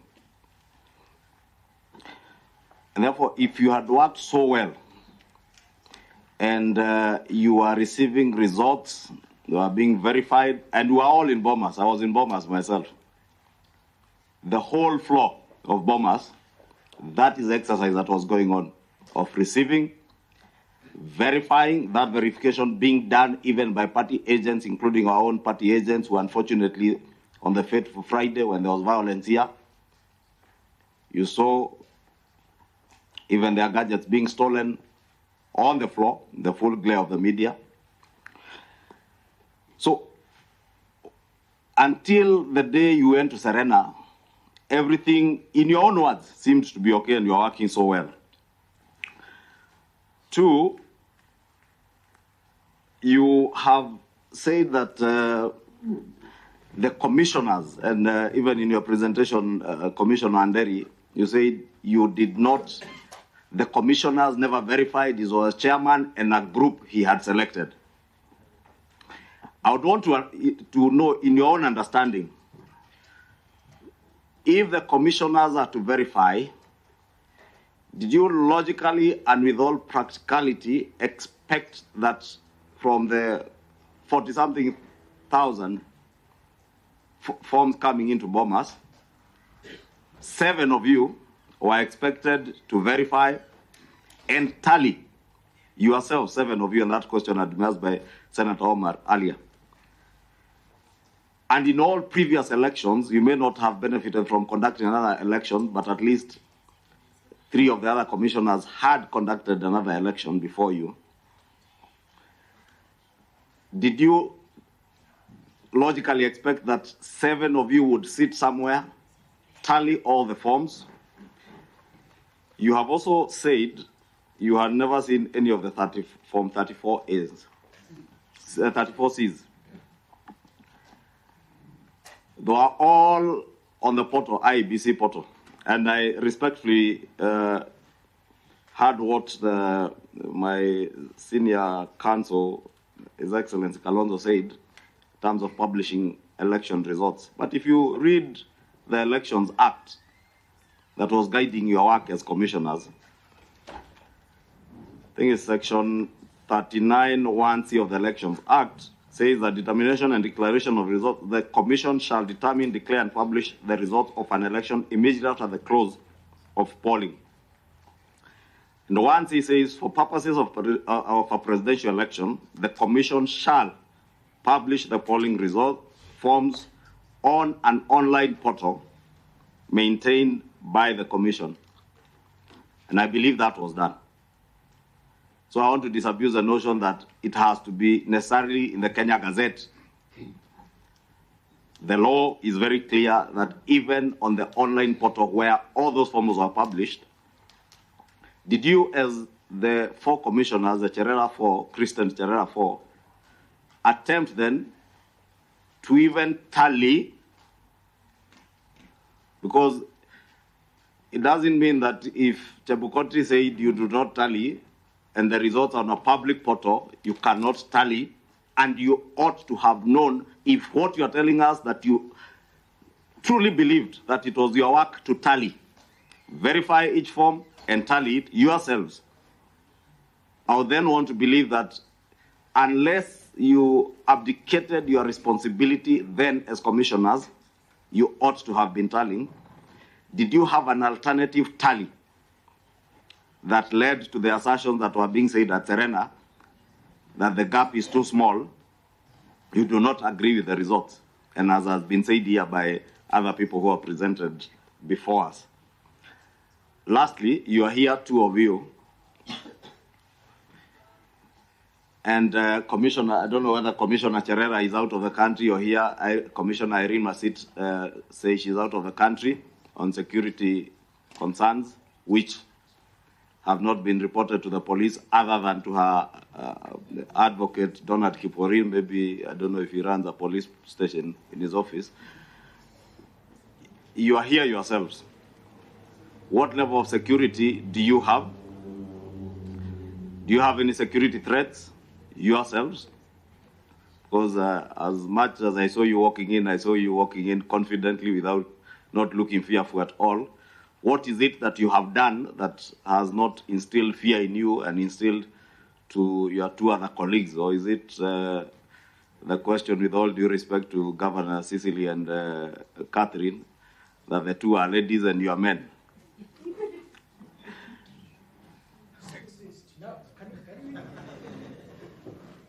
On a light note. Yes. Go ahead, Commissioner. Was that Masit? Commissioner Masit? Yes. Yes, I want you to allow me to. And I don't know why you didn't. Did you want us to see you, Commissioner? I don't put a lot of time. Commissioner, are you able to unmute your video icon so that we are able to see you, to be certain we are speaking to you? Actually, I'm having challenge. It's my phone.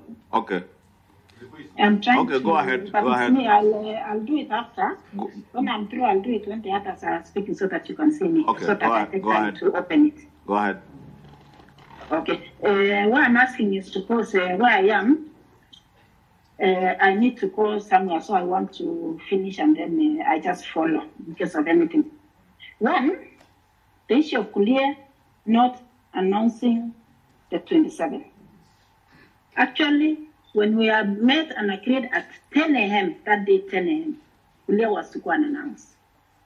So to say that he was to announce and then the fracas started, it's a lie.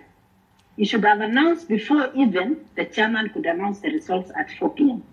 So the reason why he said he wanted to announce, and the reason why he didn't announce, he knows the reason why, because he kept them personal and never announced. So he delayed, it was from 10 he was to announce, but he didn't do it. The reasons, I don't know.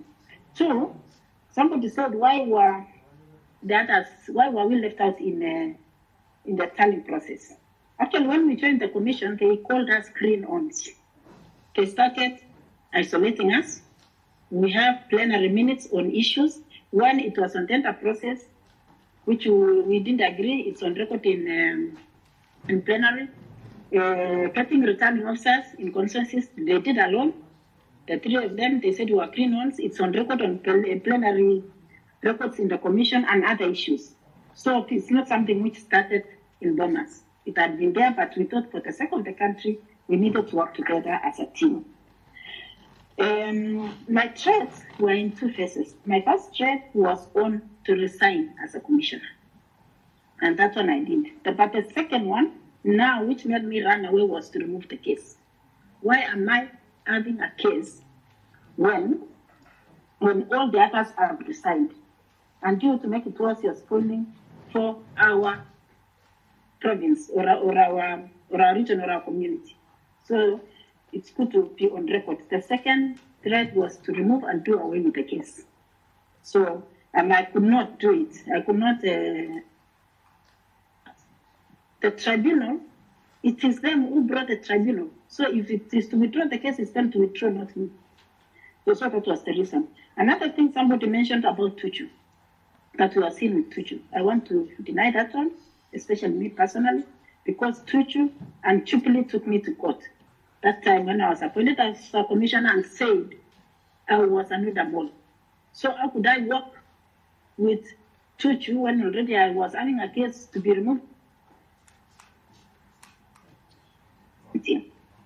So in that case, it is I cannot buy that one in. It is just it was just to punish some of us to show that we were with Asimil. So that one I cannot buy it in. Whoever said it. The issue of ballot papers. One of the chairmen mentioned that we went to Greece and they want to know what happened. On my side, we went earlier with Nyang'aya, with Guliye, and I want to be on record that when we were in Greece, we didn't even know that there were two ballot papers. Ballot paper 1 of 1 and ballot paper 1 of 2. And that's why we are saying we should open the servers, include even ballot boxes, because we don't know if all the ballot papers, the two sets were used or not. Because when the issue came out, it was agreed in Bomas with all political parties that ballot paper 1 of 2 should not be used and should be kept. And ballot paper 1 of 1 only was to be used. So that's the issue which I discovered myself after the second group went, and then the political parties said, how come we have two types of ballot papers? But we were to have only ballot 1 of 1. How ballot 1 of 2 came out, it was not discussed at the commission, and it is not even on plenary or on record. So that's another issue. When we open the ballot papers and do the auditing, that issue needs to come up. When Merchant said that we refused the tallying because the margin was too small, I want to say first, there were no results which had come out.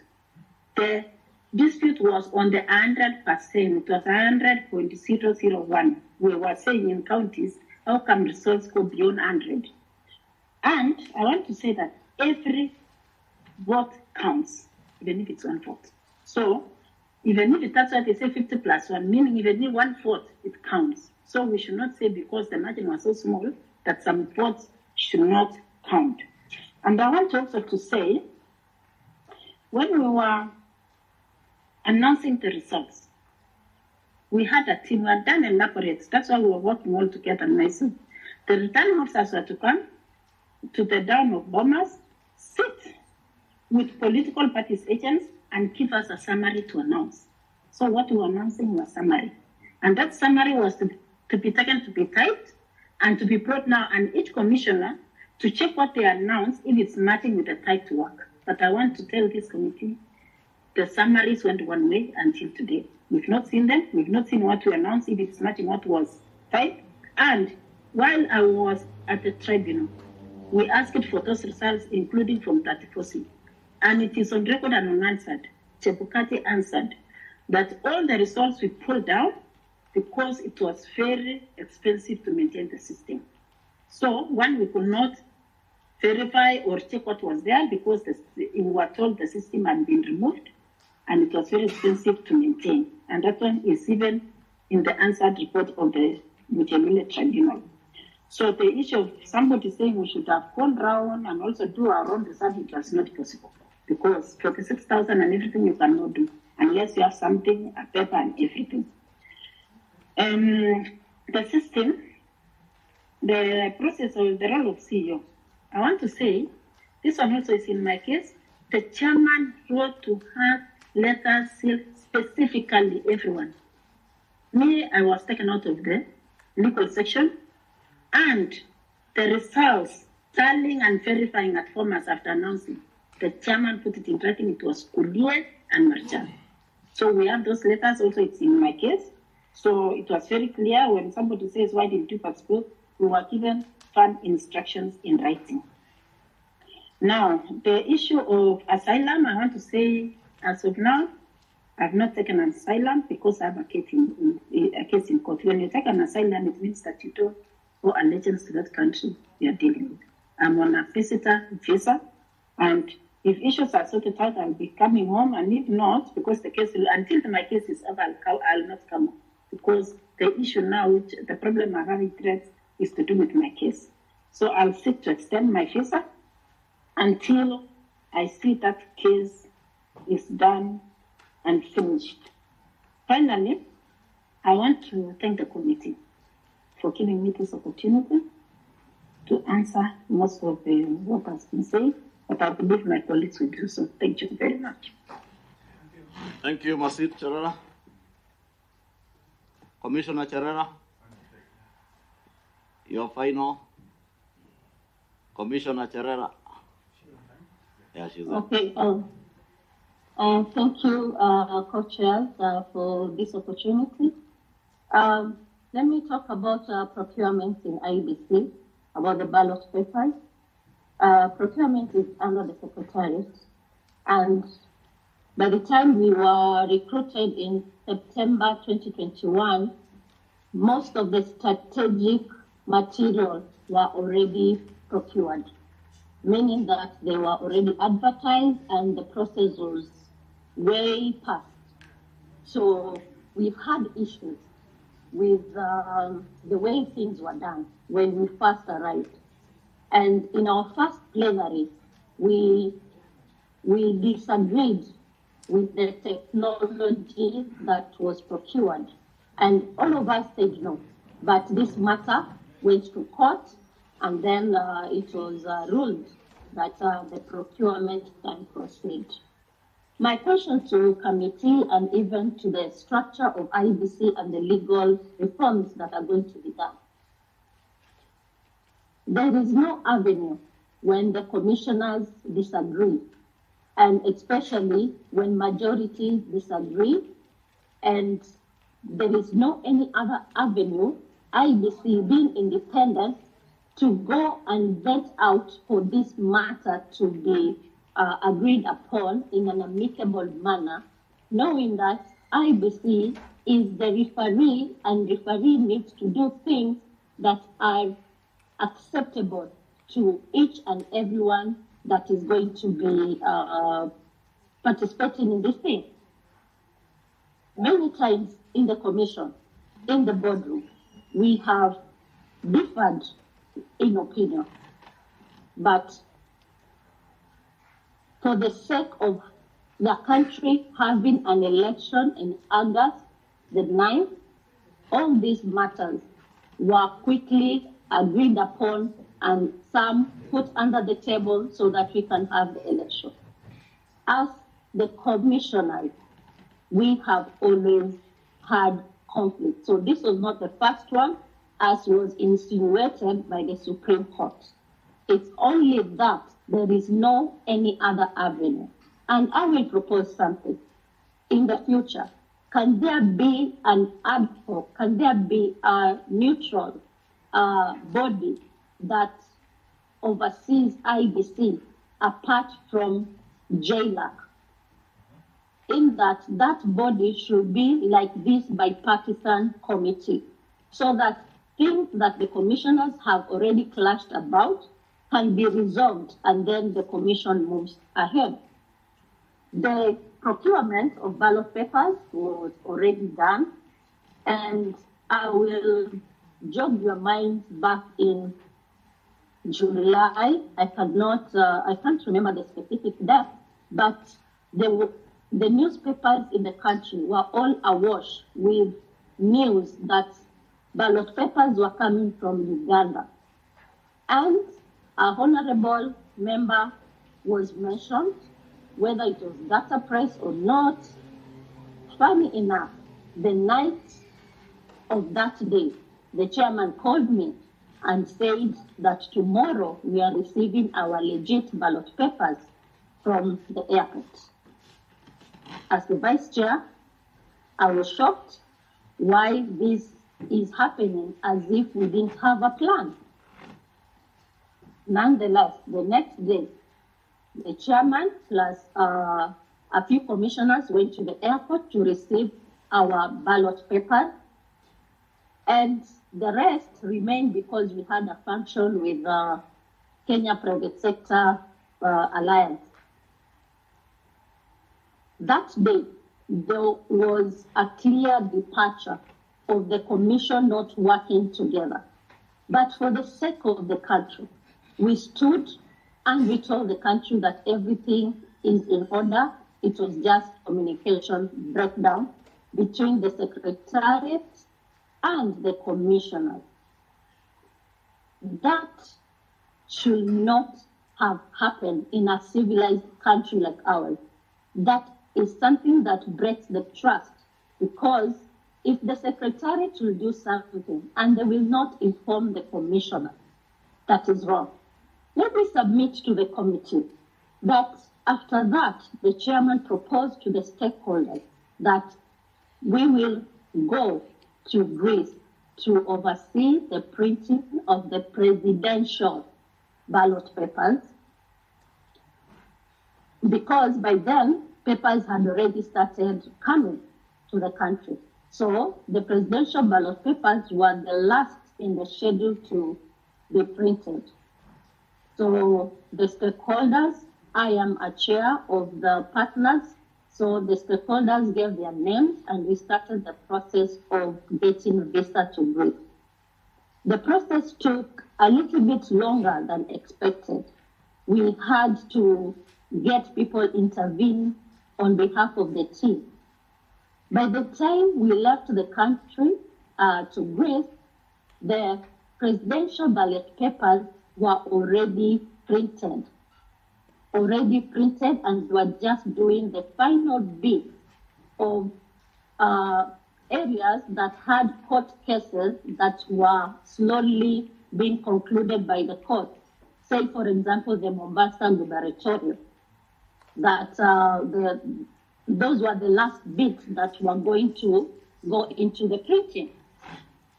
Our mandate was to check the presidential ballot papers and the printing of the Cherera, sorry to cut you short. Did the work. Commissioner, sorry to cut you short. Yes. You said by the time you got to Greece, the presidential, all the other ballot papers by the time you left for Greece were here. But then you have mixed up yourself. You were talking about getting there and they were done, except cases in areas where there were cases like in Mombasa. But the presidential ballot paper is printed, one ballot paper for the entire country. It doesn't matter whether it's a case or not. Yes, the ballot papers for presidential did have issues, because remember, we were printing the ballot papers for each voter for the whole country, and it is still the same, the content is the same for the whole country. So that one was already done. Would you also probably talk about Smartmatic? Because when some of these materials were intercepted at the airport. It was then alleged that they were working for the commission. Were you guys aware? No.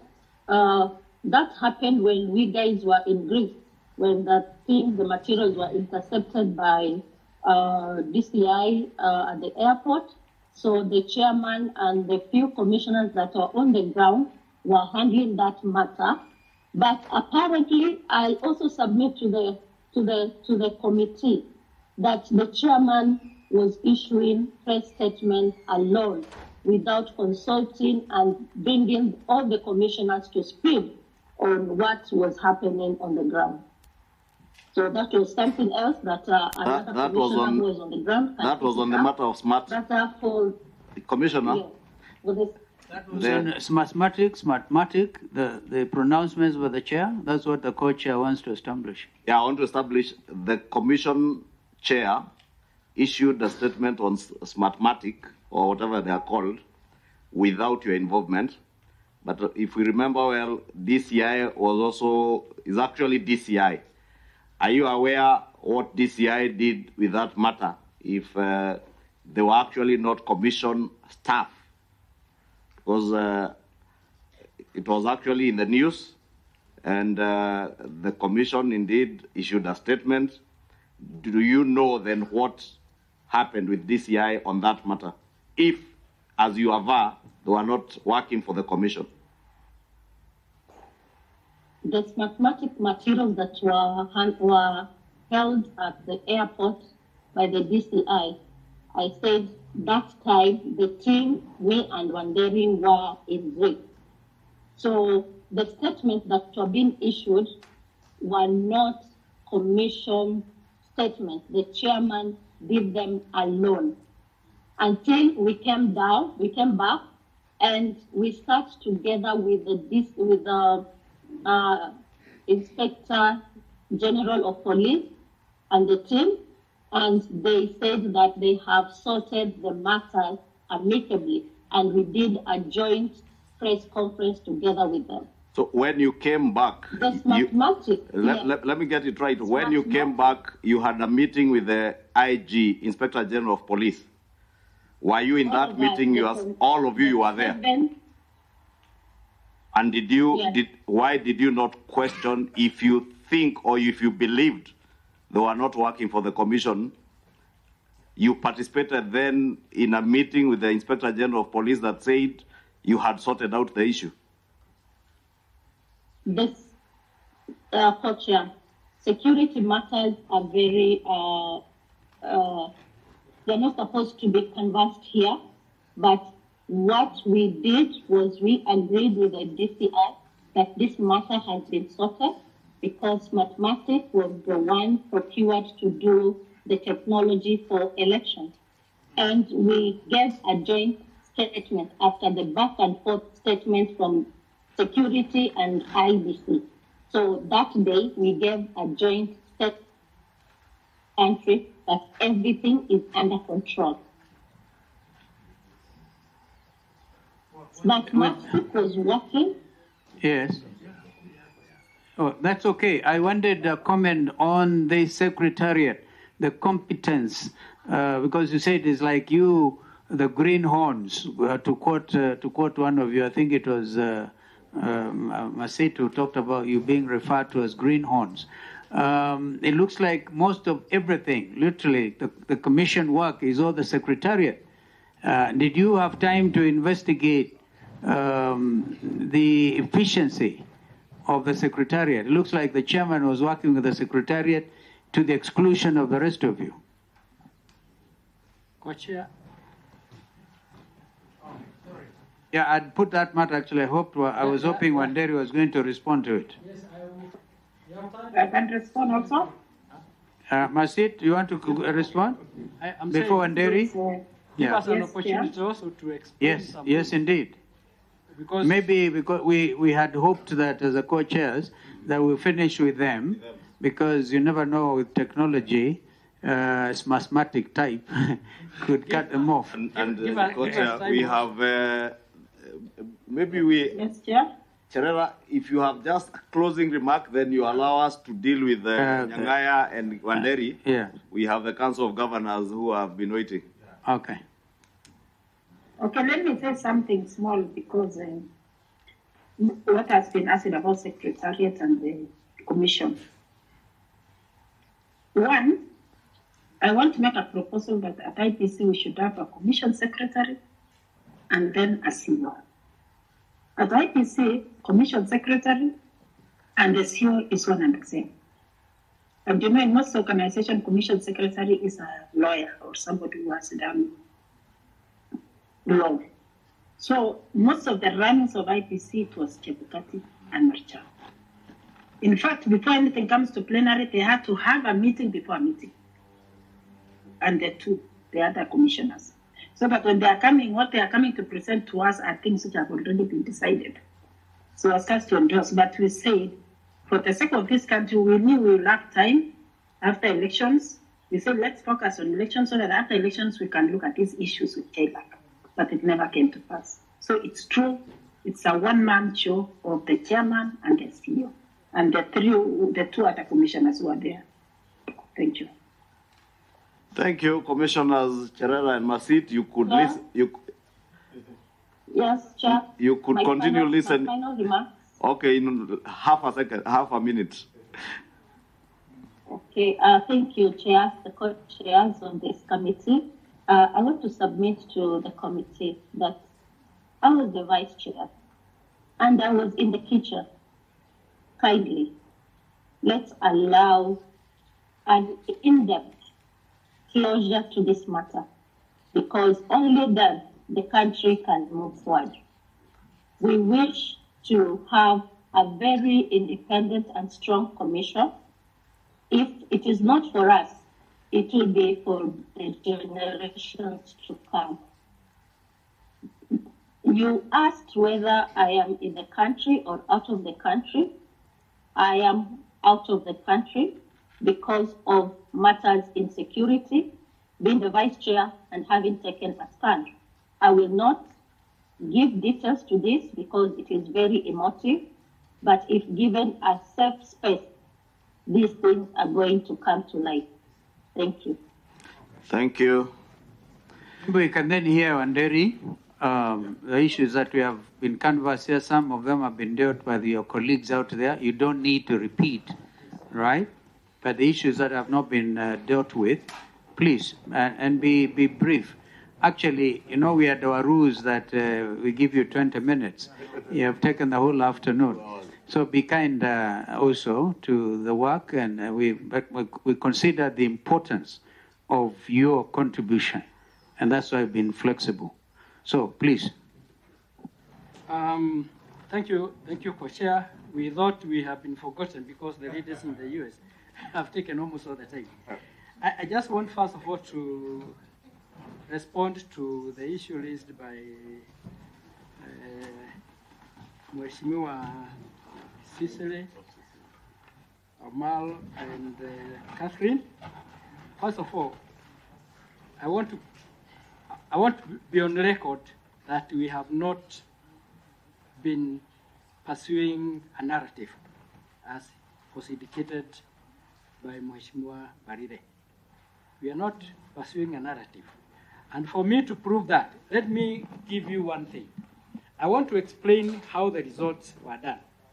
It was not possible for sure for the 7 commissioners to verify and tally to 46,229 polling stations. We are talking from inside. So what happens when you cast your vote at the closure of the time of the polling station, there is the presiding officer at that polling station will count the votes. They will fill the form, the result form, and that is the form that Masit is talking about. It is actually not the ballot papers. It's the result form, which they had 2 copies. Once they are counted and they are entered in the record, and they are signed by the agents. Then, the presiding officer at that polling station, using the KIMS kit, takes the photo, image of that result form. It is sent to the National Tallying Center, and then the same is sent to the constituency returning officer. Right? So, the correctness of those results is verified at that particular point. After that, according to the information we had from the mathematics who are providing the technology, it is that image that was, when it comes to the National Tallying Center, the same image is supposed to have been sent to the public portal, right? This is an issue which we need to address, because what happened? When the image went, you cannot change the image. The image was converted from the image, picture image, to PDF. And what we are seeing in the public photo is the PDF. And that was not part of what was the result path. It is the same image that was supposed to appear at the public portal. That is important to note. After that, all the polling stations within a constituency are supposed to deliver the original form which they sent to the constituency tallying center, so that at that particular point, you are able to count the votes cast for the members of parliament and all the other candidates, including the presidential. Form 34B, the first one was the Form 34A. Form 34A was done at the polling station. Form 34B is done at the constituency, right? That is supposed to fill all the results, and at that particular point, the returning officer announces the presidential results in that constituency for each candidate. And they fills the form 34B, right? It is filled at the constituency. And at that particular point, he will announce who are the winners. So what we are saying is, and that is what Mainakia said, the results are returned for the presidential candidate are returned at the constituency. Now, once you fill from that 4B, you come, you set the image, then you come with the original to the National Tallying Center. And that is why all the 290 could be, Wanderi, just so that we don't go through the whole process, the specific questions were not on the process, because the process, all these people are political players, they know the process. They don't know because of Omar. What Omar said. The question, I'm just paraphrasing the question for you, because yes. I also had a related question. Yes. Because if we take the route you are taking, we may be here up to tomorrow. Okay. The question was, now the 34B that is used to declare results at the constituency, the four of you, did you have a single 34B that was different with the results against the results that were declared and on the public portal? Whether it was PDF, whether it was photograph, did you have one single form that showed or that you can show different results other than the declared results? That was just a straight question. That question cannot be answered that simply. Let me explain why. Because Form 34B, when they were coming to the Bomas here at the National Tallying Center, all the Form 34Bs, after verification on the floor of the Bomas, and I saw you there, after verification by the agents, we were given to go and announce the results that has been verified at the floor of Bomas. That is what you saw us announcing, right? after we announced, the results were given to the chairman who went to tally. So the question is this, because they were not tallied before they were announced, they were announced after verification and given to the chairman, and when the chairman went to tally, Again, he did listen. Again, Wanderi, just to quicken the process, you did have a problem. It's important to understand that the chairman did that one without the commission. That's what I'm trying to help you. The problem you had was at the point of announcement by the chairman for tallying, isn't it? Not at the point the form comes to Bomas, we verify as party agents, it goes to the chairman now, then the chairman has his own system at the corner to tally. That is a corner you have a problem with, isn't it? Yes, because we were not part of it. Fine, that is a problem. That's where you have the problem. So our question was, you have a problem with that corner.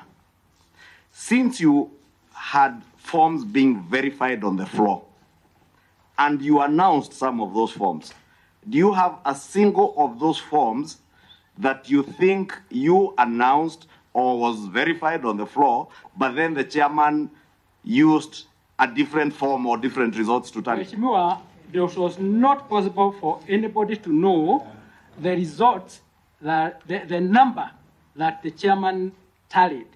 If I announced 2,000 votes for you as a presidential candidate, and after that, I hand over the form, because we were not supposed to handle those are the results that were surrendered to the chairman, and he signed, he has received them. If he entered in the tallying 2,500, how would I know? So you never system. Maybe that's what you never. Sorry. I just wanted to be clear. Just hold on. You hear from Omogeni? It is important. I just wanted to be clear. Question and I'm answering that question. Yes, I wanted to be we clear. were not involved In tallying yes. and verification. And verification. In the entire presidential result. Verification was done by the candidate agents, and we were supervising that. Yes. But the tallying, we were not involved, and that is the responsibility of the commissioners. So the results could have been changed after verification, before and before the final announcement upon the tallying. And that is the darkest area we are talking about. Okay. Thank you very much. Until the Chair, announcement. A question to that assertion. Yes, Cicely. You know, Commissioner Wanderi, what order. you're saying is not a small matter. It is not a small You have a whole matter. nation to deal with here. Yes. How come you are not able to prove to the Supreme Court, show any evidence where what the chairman announced and what was verified was invariance? Why didn't you prove that to the highest court of the land? Then you come to bring it here. Wanderi, I'll just You had an opportunity, Just Commissioner Wanderi. You had an opportunity. Cicely. No, you know, he's making some very, very clear, serious allegations. Commissioner. And the question is, why were you unable to prove that what you're saying right now before the Supreme Court? That was your moment. That was your moment as commissioner. Excuse me. Then you bring it here, where we cannot verify what you're saying. Can I, but Chairman. Just hold on. I beg of you, relax. Just relax. That's why I'm asking you to relax. Yes. Yeah? Once you are relaxed, take your time, listen to the question being put to you. Don't start answering a question before it has even been put to you. That way you will save us a lot of time. Because you're interjecting, you don't even hear the question you are being asked, you answer a different question, and it clearly looks now like there is a narrative, as you are denying, you want to push. So I will plead with you, be patient. We have been very patient with you. Be patient and listen to the questions being put to you. Omogeni asked you a question. Cicely was in the verge of asking you a question. You keep interrupting. Allow her to finish. Cicely, just finish. Sorry. Chair, mine is a simple concern. He's come before this committee. They were party to the petition that was before the Supreme Court. Did you prove to the Supreme Court that there was a variance between what was verified in Form 34B and what the chairman tallied? were you able to prove what you're saying here before the Supreme Court? Chair, we have. I hope it's a question you're asking, yes, not answering. It's a question I'm asking, and it speaks to the question I asked you. You know, we have the decision of the Supreme Court, okay? And if you read paragraph 55,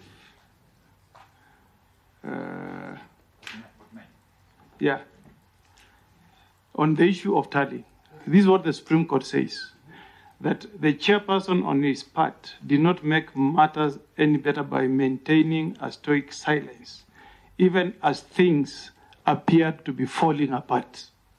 And I asked you a simple question, which I want you to confirm and explain to us, that did you participate in the tally? Just note that question. That's the only explanation I wanted from you. After that, I'll be at peace. So you'll answer that. My other question was, so that you answer them together, in relation to what you had been asked earlier. You aver that you never participated in the tallying. The forms have been verified on the floor under your supervision and other commissioners and IEBC staff by party agents. They are satisfied, you go announce, and where they are dissatisfied, there was an appellate mechanism where you go and question. When all those forms were verified and you announce, then they go to the corner where they are being now tallied. The straight question we asked was, one, do you have a single incident where a form was verified on the floor, confirmed by party agents to be the results as announced at the polling stations, because the party agents were confirming against their agents' results? They confirm it, you announce, for instance, or Commissioner Ishongo announces, the form goes to Chairman Chebukati for tallying, and from the final tally, or as the tally, because the tallies are there on the portal, you could identify that the forms uploaded on the portal being used for tallying are different from the form that was used to announce the results. Number two, and lastly, Commissioner Wanderi, it's not only the commission that was tallying. There were other institutions, including members of the Fourth Estate who were tallying, and Kenyans all over, and other people, including election observers. Are you here today telling us that the country can only believe the Cherera 4 commissioners, not everybody else who was in Bomas, not the election observers, not the Supreme Court? The country should only take Wanderi, Nyang'aya, Cherera, Masit as what they say is a gospel truth. Lastly, Commissioner Masit or Cherera, one of them said you are called greenhorns. I would want a confirmation from you as to whether that is true. You are greenhorns, whether you are referred to as greenhorns, and do you think you, having been seen as greenhorns, influence the other commissioners maybe to have the divisions that you have? Because that is what is important to this dialogue committee, to inform us on the process of appointing commissioners. We are not here to reevaluate or to reevaluate the Supreme Court decision or other state organs' decisions. We are here to look for solutions.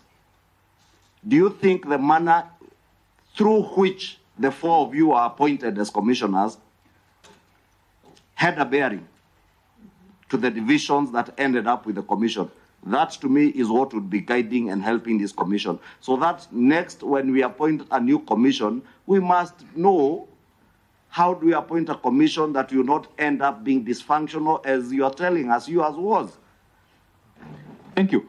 Just very finally, can you also just confirm, for record purposes, that even though you are party to the announcement of results as verified, okay, you had no capacity to know whether what you announced ended up in the final tally, okay? upon handling by the chairperson of the commission. Upon exclusive handling by the chairperson of the commission. Okay. Yes. Can I answer first and foremost? Yeah, go ahead now and answer those ones. Okay. Yeah. First and foremost, I want to answer the question. Okay. Yes. No, please let's also have some time. I want to confirm, contrary to the Constitution and the Election Act, the commissioners, particularly the four of us, were not involved in the tallying. That is simple. And therefore, we cannot be able to say that what we announced was the same that was in the final tally. Fair enough, Commissioner, since you also did clarify that it is not practical for all commissioners to do that work themselves. So, fair enough. Not finished. I want to answer Mheshimiwa Ishungwa. We are really here to help. We are really here to help in the Constitution and the IEBC in future. Yes. We are not here to justify what we did or to question what the Supreme Court decision. We are not. And we do not want to go that route. We are looking at the future and saying, arising out of what is happening here, we are going to have a better commission. And that is why he gave those recommendations. Included the recommendation that there should be a body, and we are looking at a Committee on Administration of Justice to be able to intervene wherever there are issues within a commission, because you get to a point where you cannot agree, all of you or some of you, and the issues are important, and they are important to the nation. So we are proposing that there has to be a body that can be able to do that. So, we are winding up now? Yes. Please. Mheshimiwa Mbalile, with due respect, we are not saying we were right and everybody else was wrong. We are just explaining the procedure the way it happened. Where there are flaws within that procedure, let the committee recommend the legal action to be taken. That's what we are here for. Where there are issues that need to be clarified, let the committee pick them up and be able to hear. Mheshimiwa Ishungwa, we are not going that route. We are here to assist this committee. Okay. Thank you, Wanderi. Although he didn't answer my most pertinent issue about whether there was a single form any variances in that was in variance with what the. Yeah, I mean, you're a commissioner. You also had access to allow him to. I'm sorry. And you don't. I don't know. Is also an answer. I will be very brief. All the forms were surrendered to the chairman. No commissioner was having any form. And for that reason, there was nothing to produce, because the whole document, after we announced... You do not know? We do not know what Very good. After that. That is Commissioner Nyang'aya. Yes, thank you very much. A lot has been covered by my colleagues, but I want to put something straight, very clear, about the CEO coming in and giving the chairman Chebukati a 3-page, I think it was a 3-page or a 4-page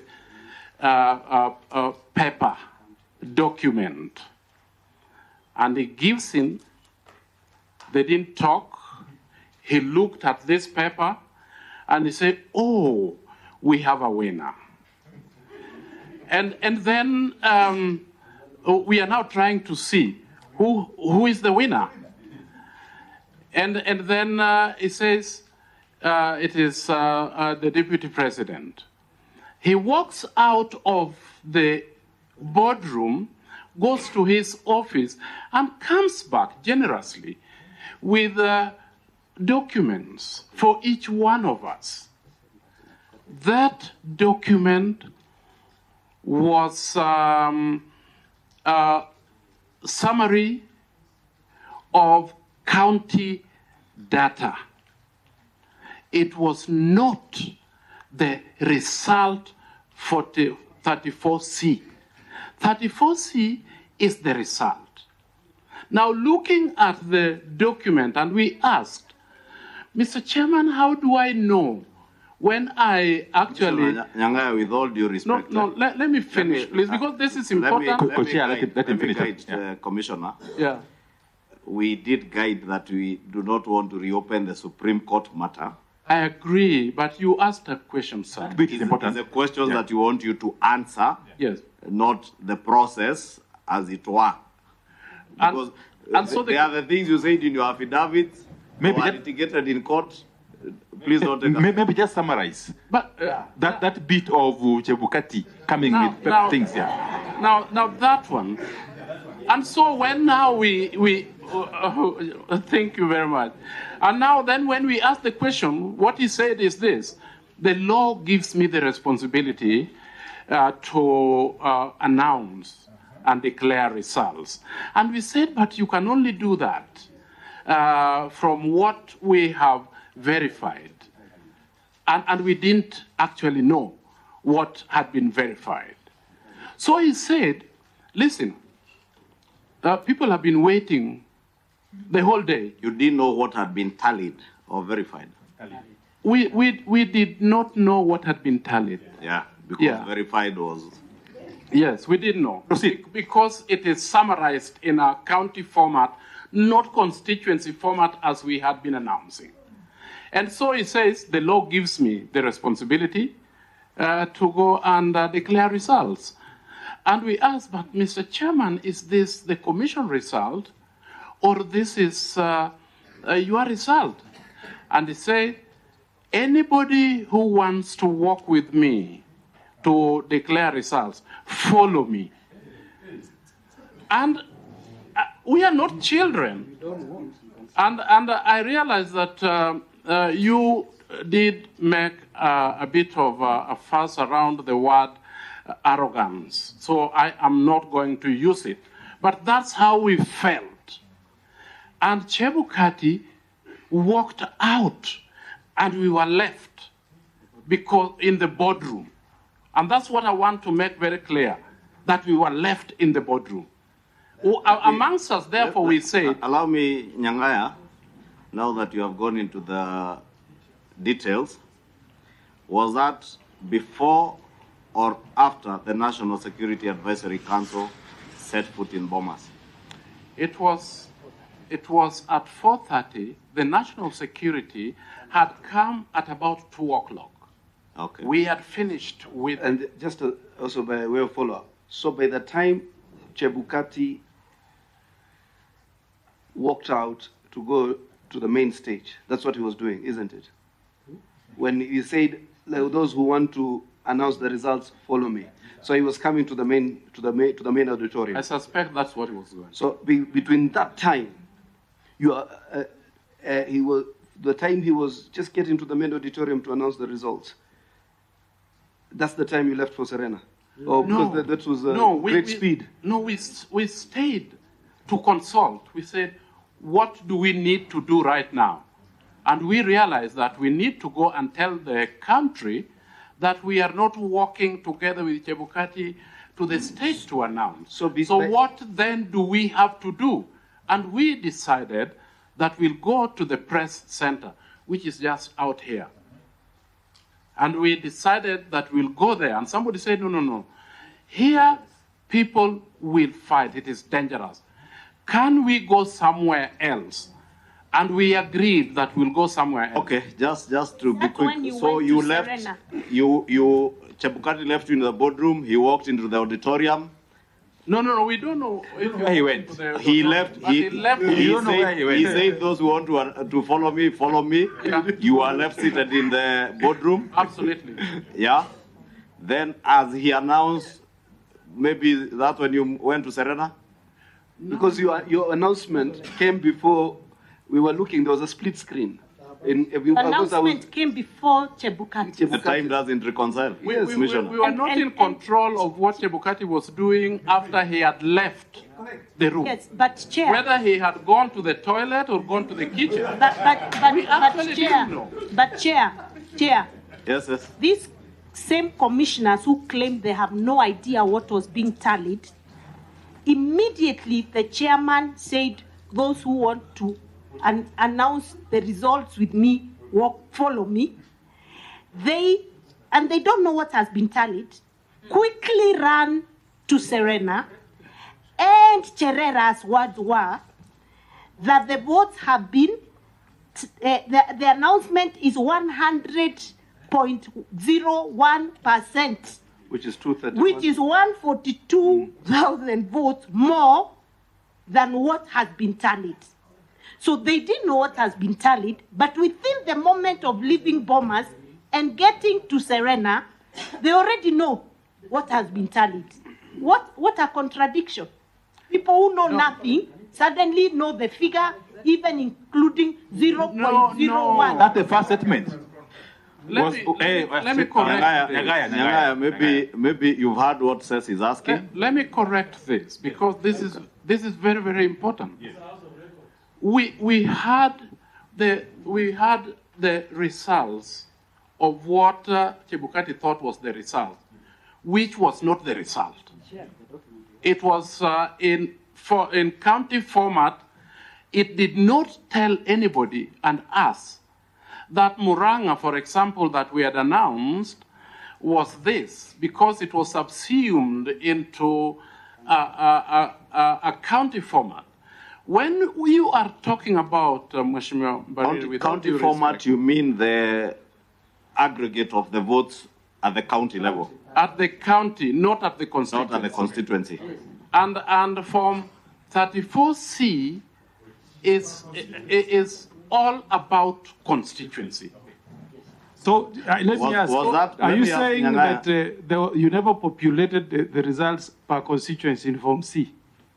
No, we didn't. You never? What was given to us was on the county. We never did that. You confirm. We were hoping that we'll get that. So as we speak today, can I get it clear? As we speak today, do we have Form 34C that has results from 290 constituencies? We have never seen that. We never saw it on the day that Chebukati brought the results. You do not have. You have not seen good answer. But let me just pick it up from there as you go back to Sicily. Were those matters canvassed in your affidavits at the Supreme Court? Yes, they were. Thank you. And we did indicate we are not reopening the case. Answer says. Yes, now, let me just answer. The 152 that you said, 142 that you said that we knew about, we did not. It is at the Supreme Court. After we had sat down, we sat down and computed that. We never said. But you know, I have my. Commissioner Nyang'aya, that is absolutely not true. On my phone, I have the video of your statement. It's absolutely not true, Commissioner. Serena. Cherera maybe you play it. Actually referred to the 100.01%, which she said translates into 142. That was the second press conference. And that Wanderi. What about the first press conference? That was the first day. Yes. When you went to Selena. Yes. We said we will give a statement later. Tomorrow. Yes. That is a statement that contained what Mheshimiwa Mbarire is saying. All right? Okay, Nyang'aya, please conclude. Yes. So, as I conclude, please. As I conclude, we have goodwill for this committee and for the country. And we need to soberly examine all these things that people say, because it will come back and bite us one day. Because some of the statements that we are making may not be resonating with other people at this time. But for democracy, it is about the ballot box. By and by, we might actually not have ballot papers in the box, but we might actually have a human being in the box making decision on behalf of the people because they have been given opportunity to unilaterally make those. Commissioner, there is one last question you didn't answer. The mode, which I said is the most important thing for this dialogue committee. Do you think the mode of your appointment had anything to do with the dysfunctional nature of the commission that you served in?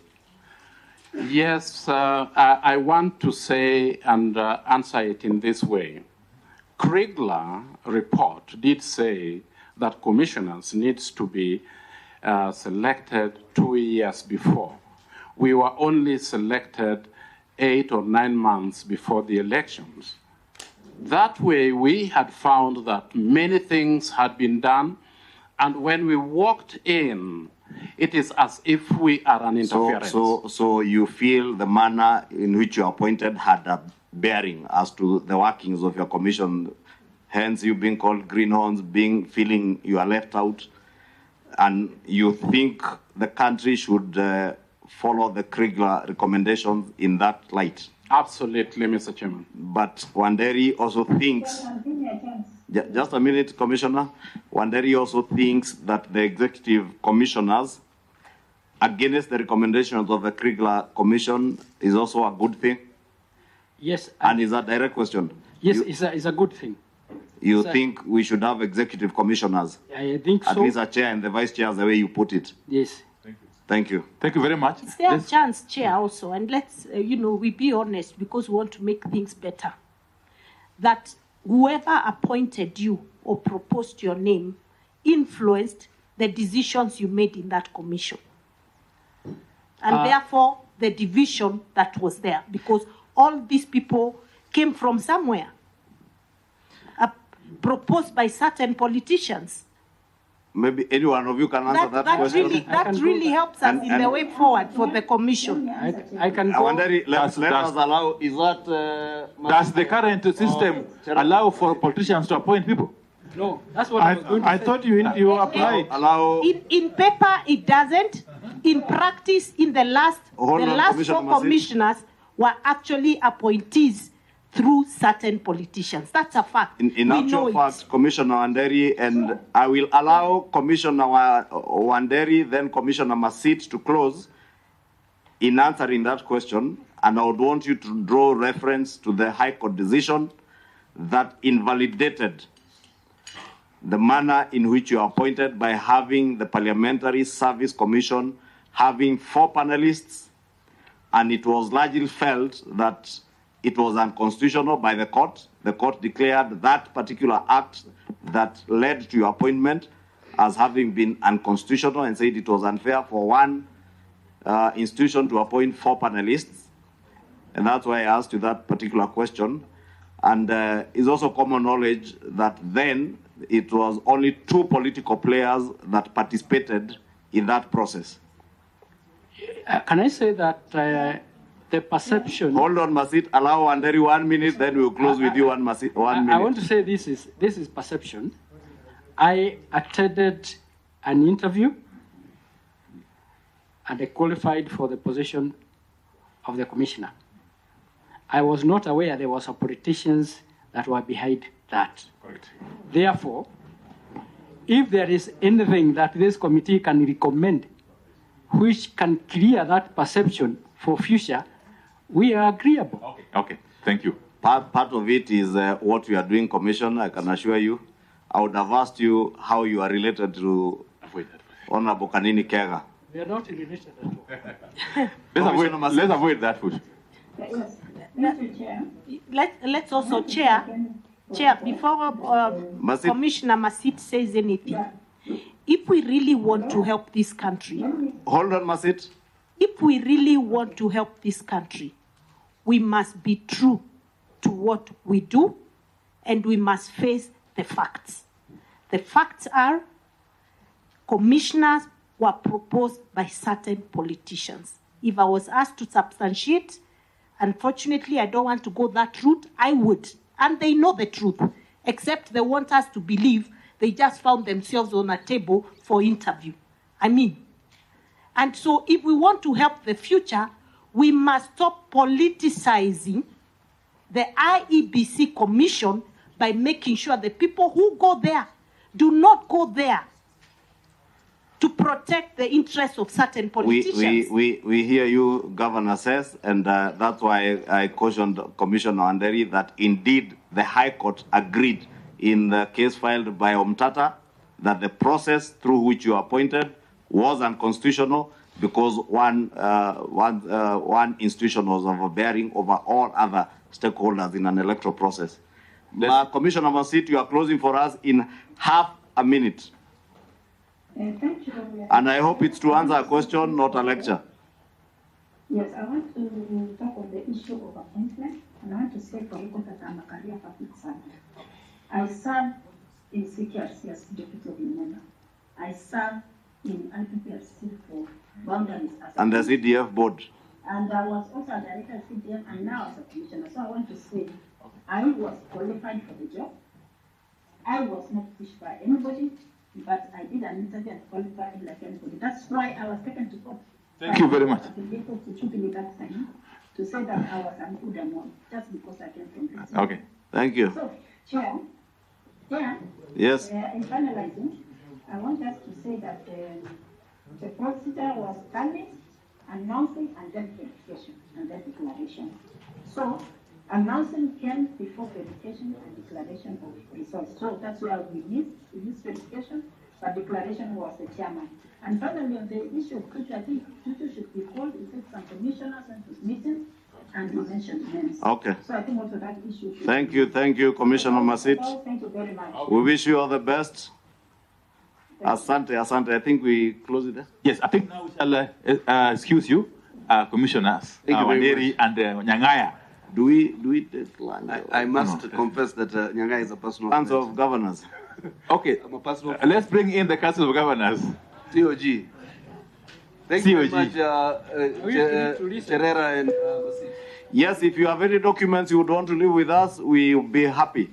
And if you want to make any further submissions in writing, we're also happy to receive, including Commissioner Masit and Commissioner Cherera.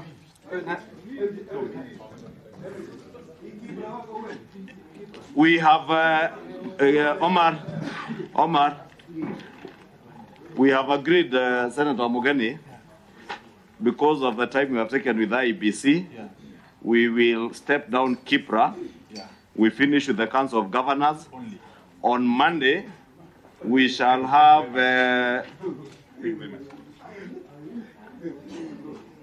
Now, can we have order? Please, Nyang'aya and Wanderi. Please excuse us so that we're able to continue. I know you're very popular people, but for now, allow us to with the meeting. Continue with our work. we have finished with you, but we are to finish with our work. Members, I was just bringing up to speed after consultation with the co-chair. We had on Monday individual members of parliament who had wanted to appear. We have proposed that we stand them down since we have not also allowed other individual Kenyans to appear, except the ones we identified in the beginning to the Attorney General Emeritus and the others. So we have asked the Secretary, we step down this if you are in agreement.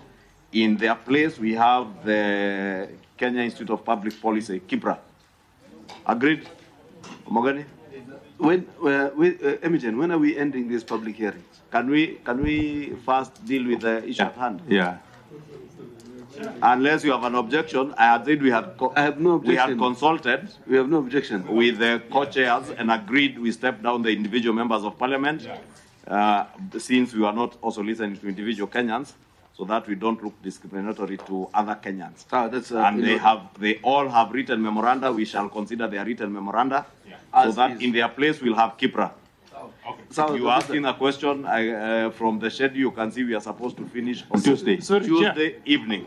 Hey, personally, or public hearings. Personally, I would have loved those MPs to appear. You know, if you are a member of parliament, you have seen an invite. They have all. We have all their written memoranda. But when they come here, you know what politicians love most. We shall write to them explaining why we can't have. No, you know, let me tell you. We could also. You see, Chair. Yeah. This process needs. Let me.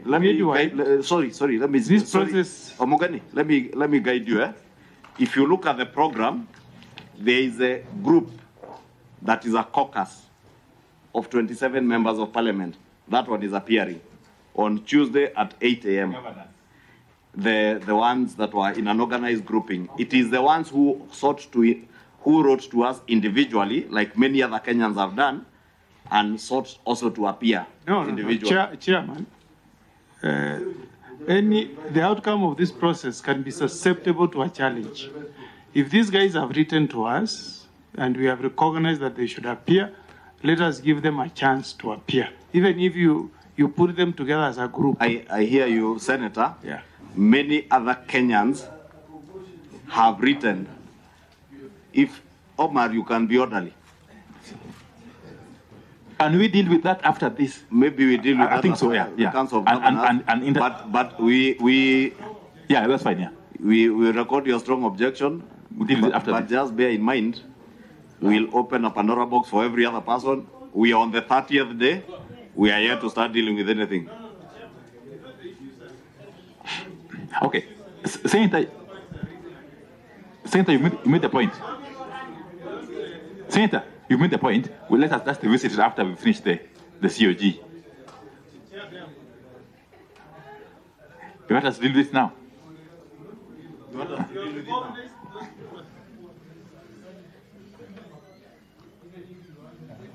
To be fair, they had only been granted that on account of being members of parliament. And why don't you give me 1 second? And on the same basis, how many other Kenyans have written asking to appear, including some who are writing to me directly. So what stops this committee from listening to all other Kenyans individually, and then we can go to parliament and seek for more time? Then we take another 1 month.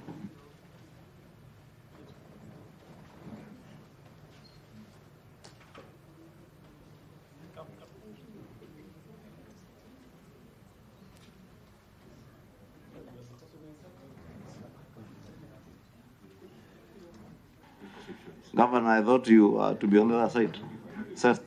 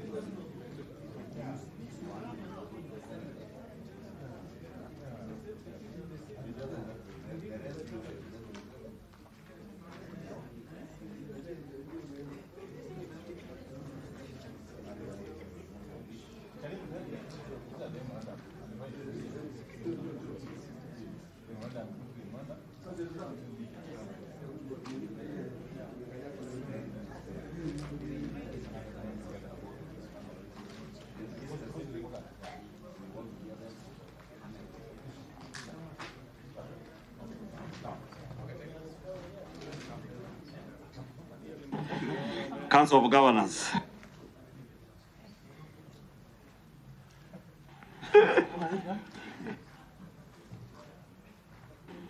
This is Secretariat of the Council of Governors, Karibuni. I am certain, yes, at least my co-chair seems to be doubting whether it's the Council of Governors. No, you know, my co-chair, the impression I had was that we are meeting the Council of Governors. And I thought the definition of Council of Governors is such that it encompasses the sitting governors, not... And particularly, Mr. through you, Chair, when you are requested to push the meeting forward on the basis that we are meeting with the Deputy President as governors. So anyway, but we can still proceed and listen.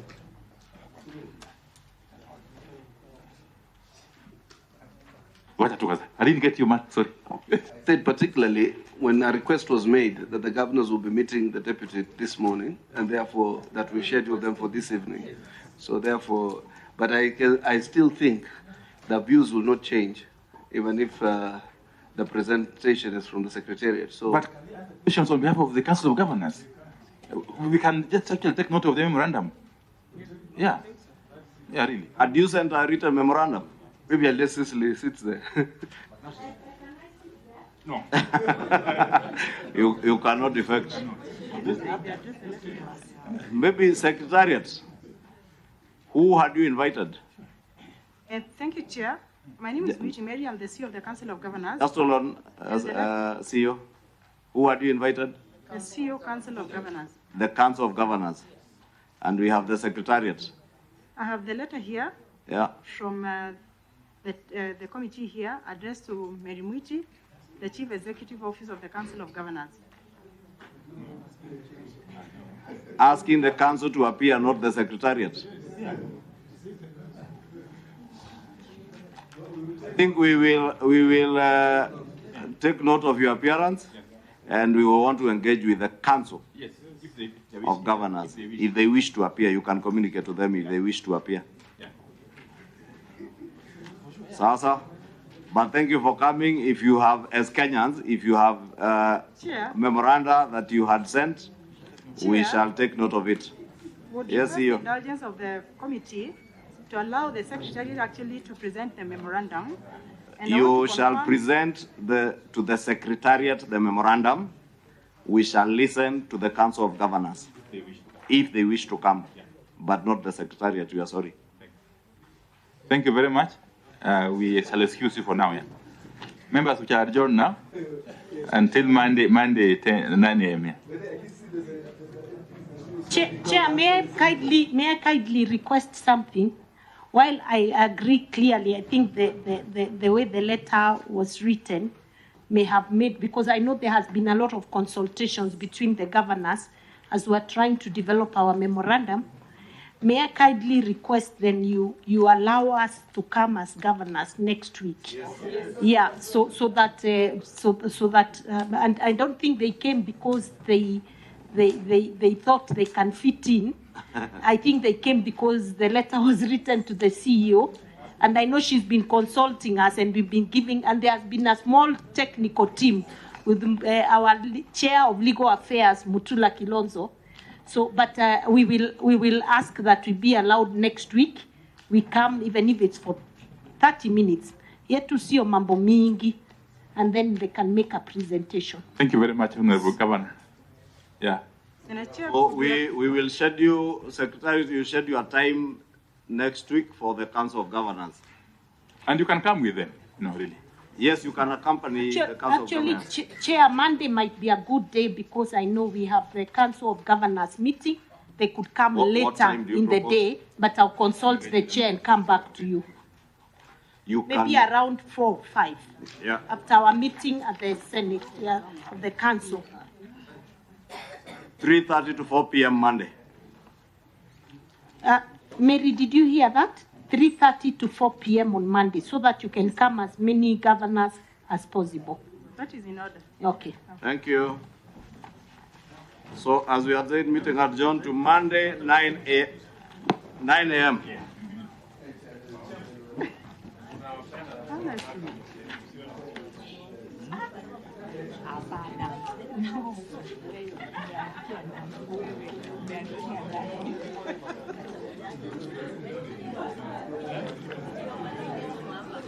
CEO, I have seen the letter was addressed to the council, but of course, you know, it goes through the CEO, so it should have been relayed to the CEO, to the council.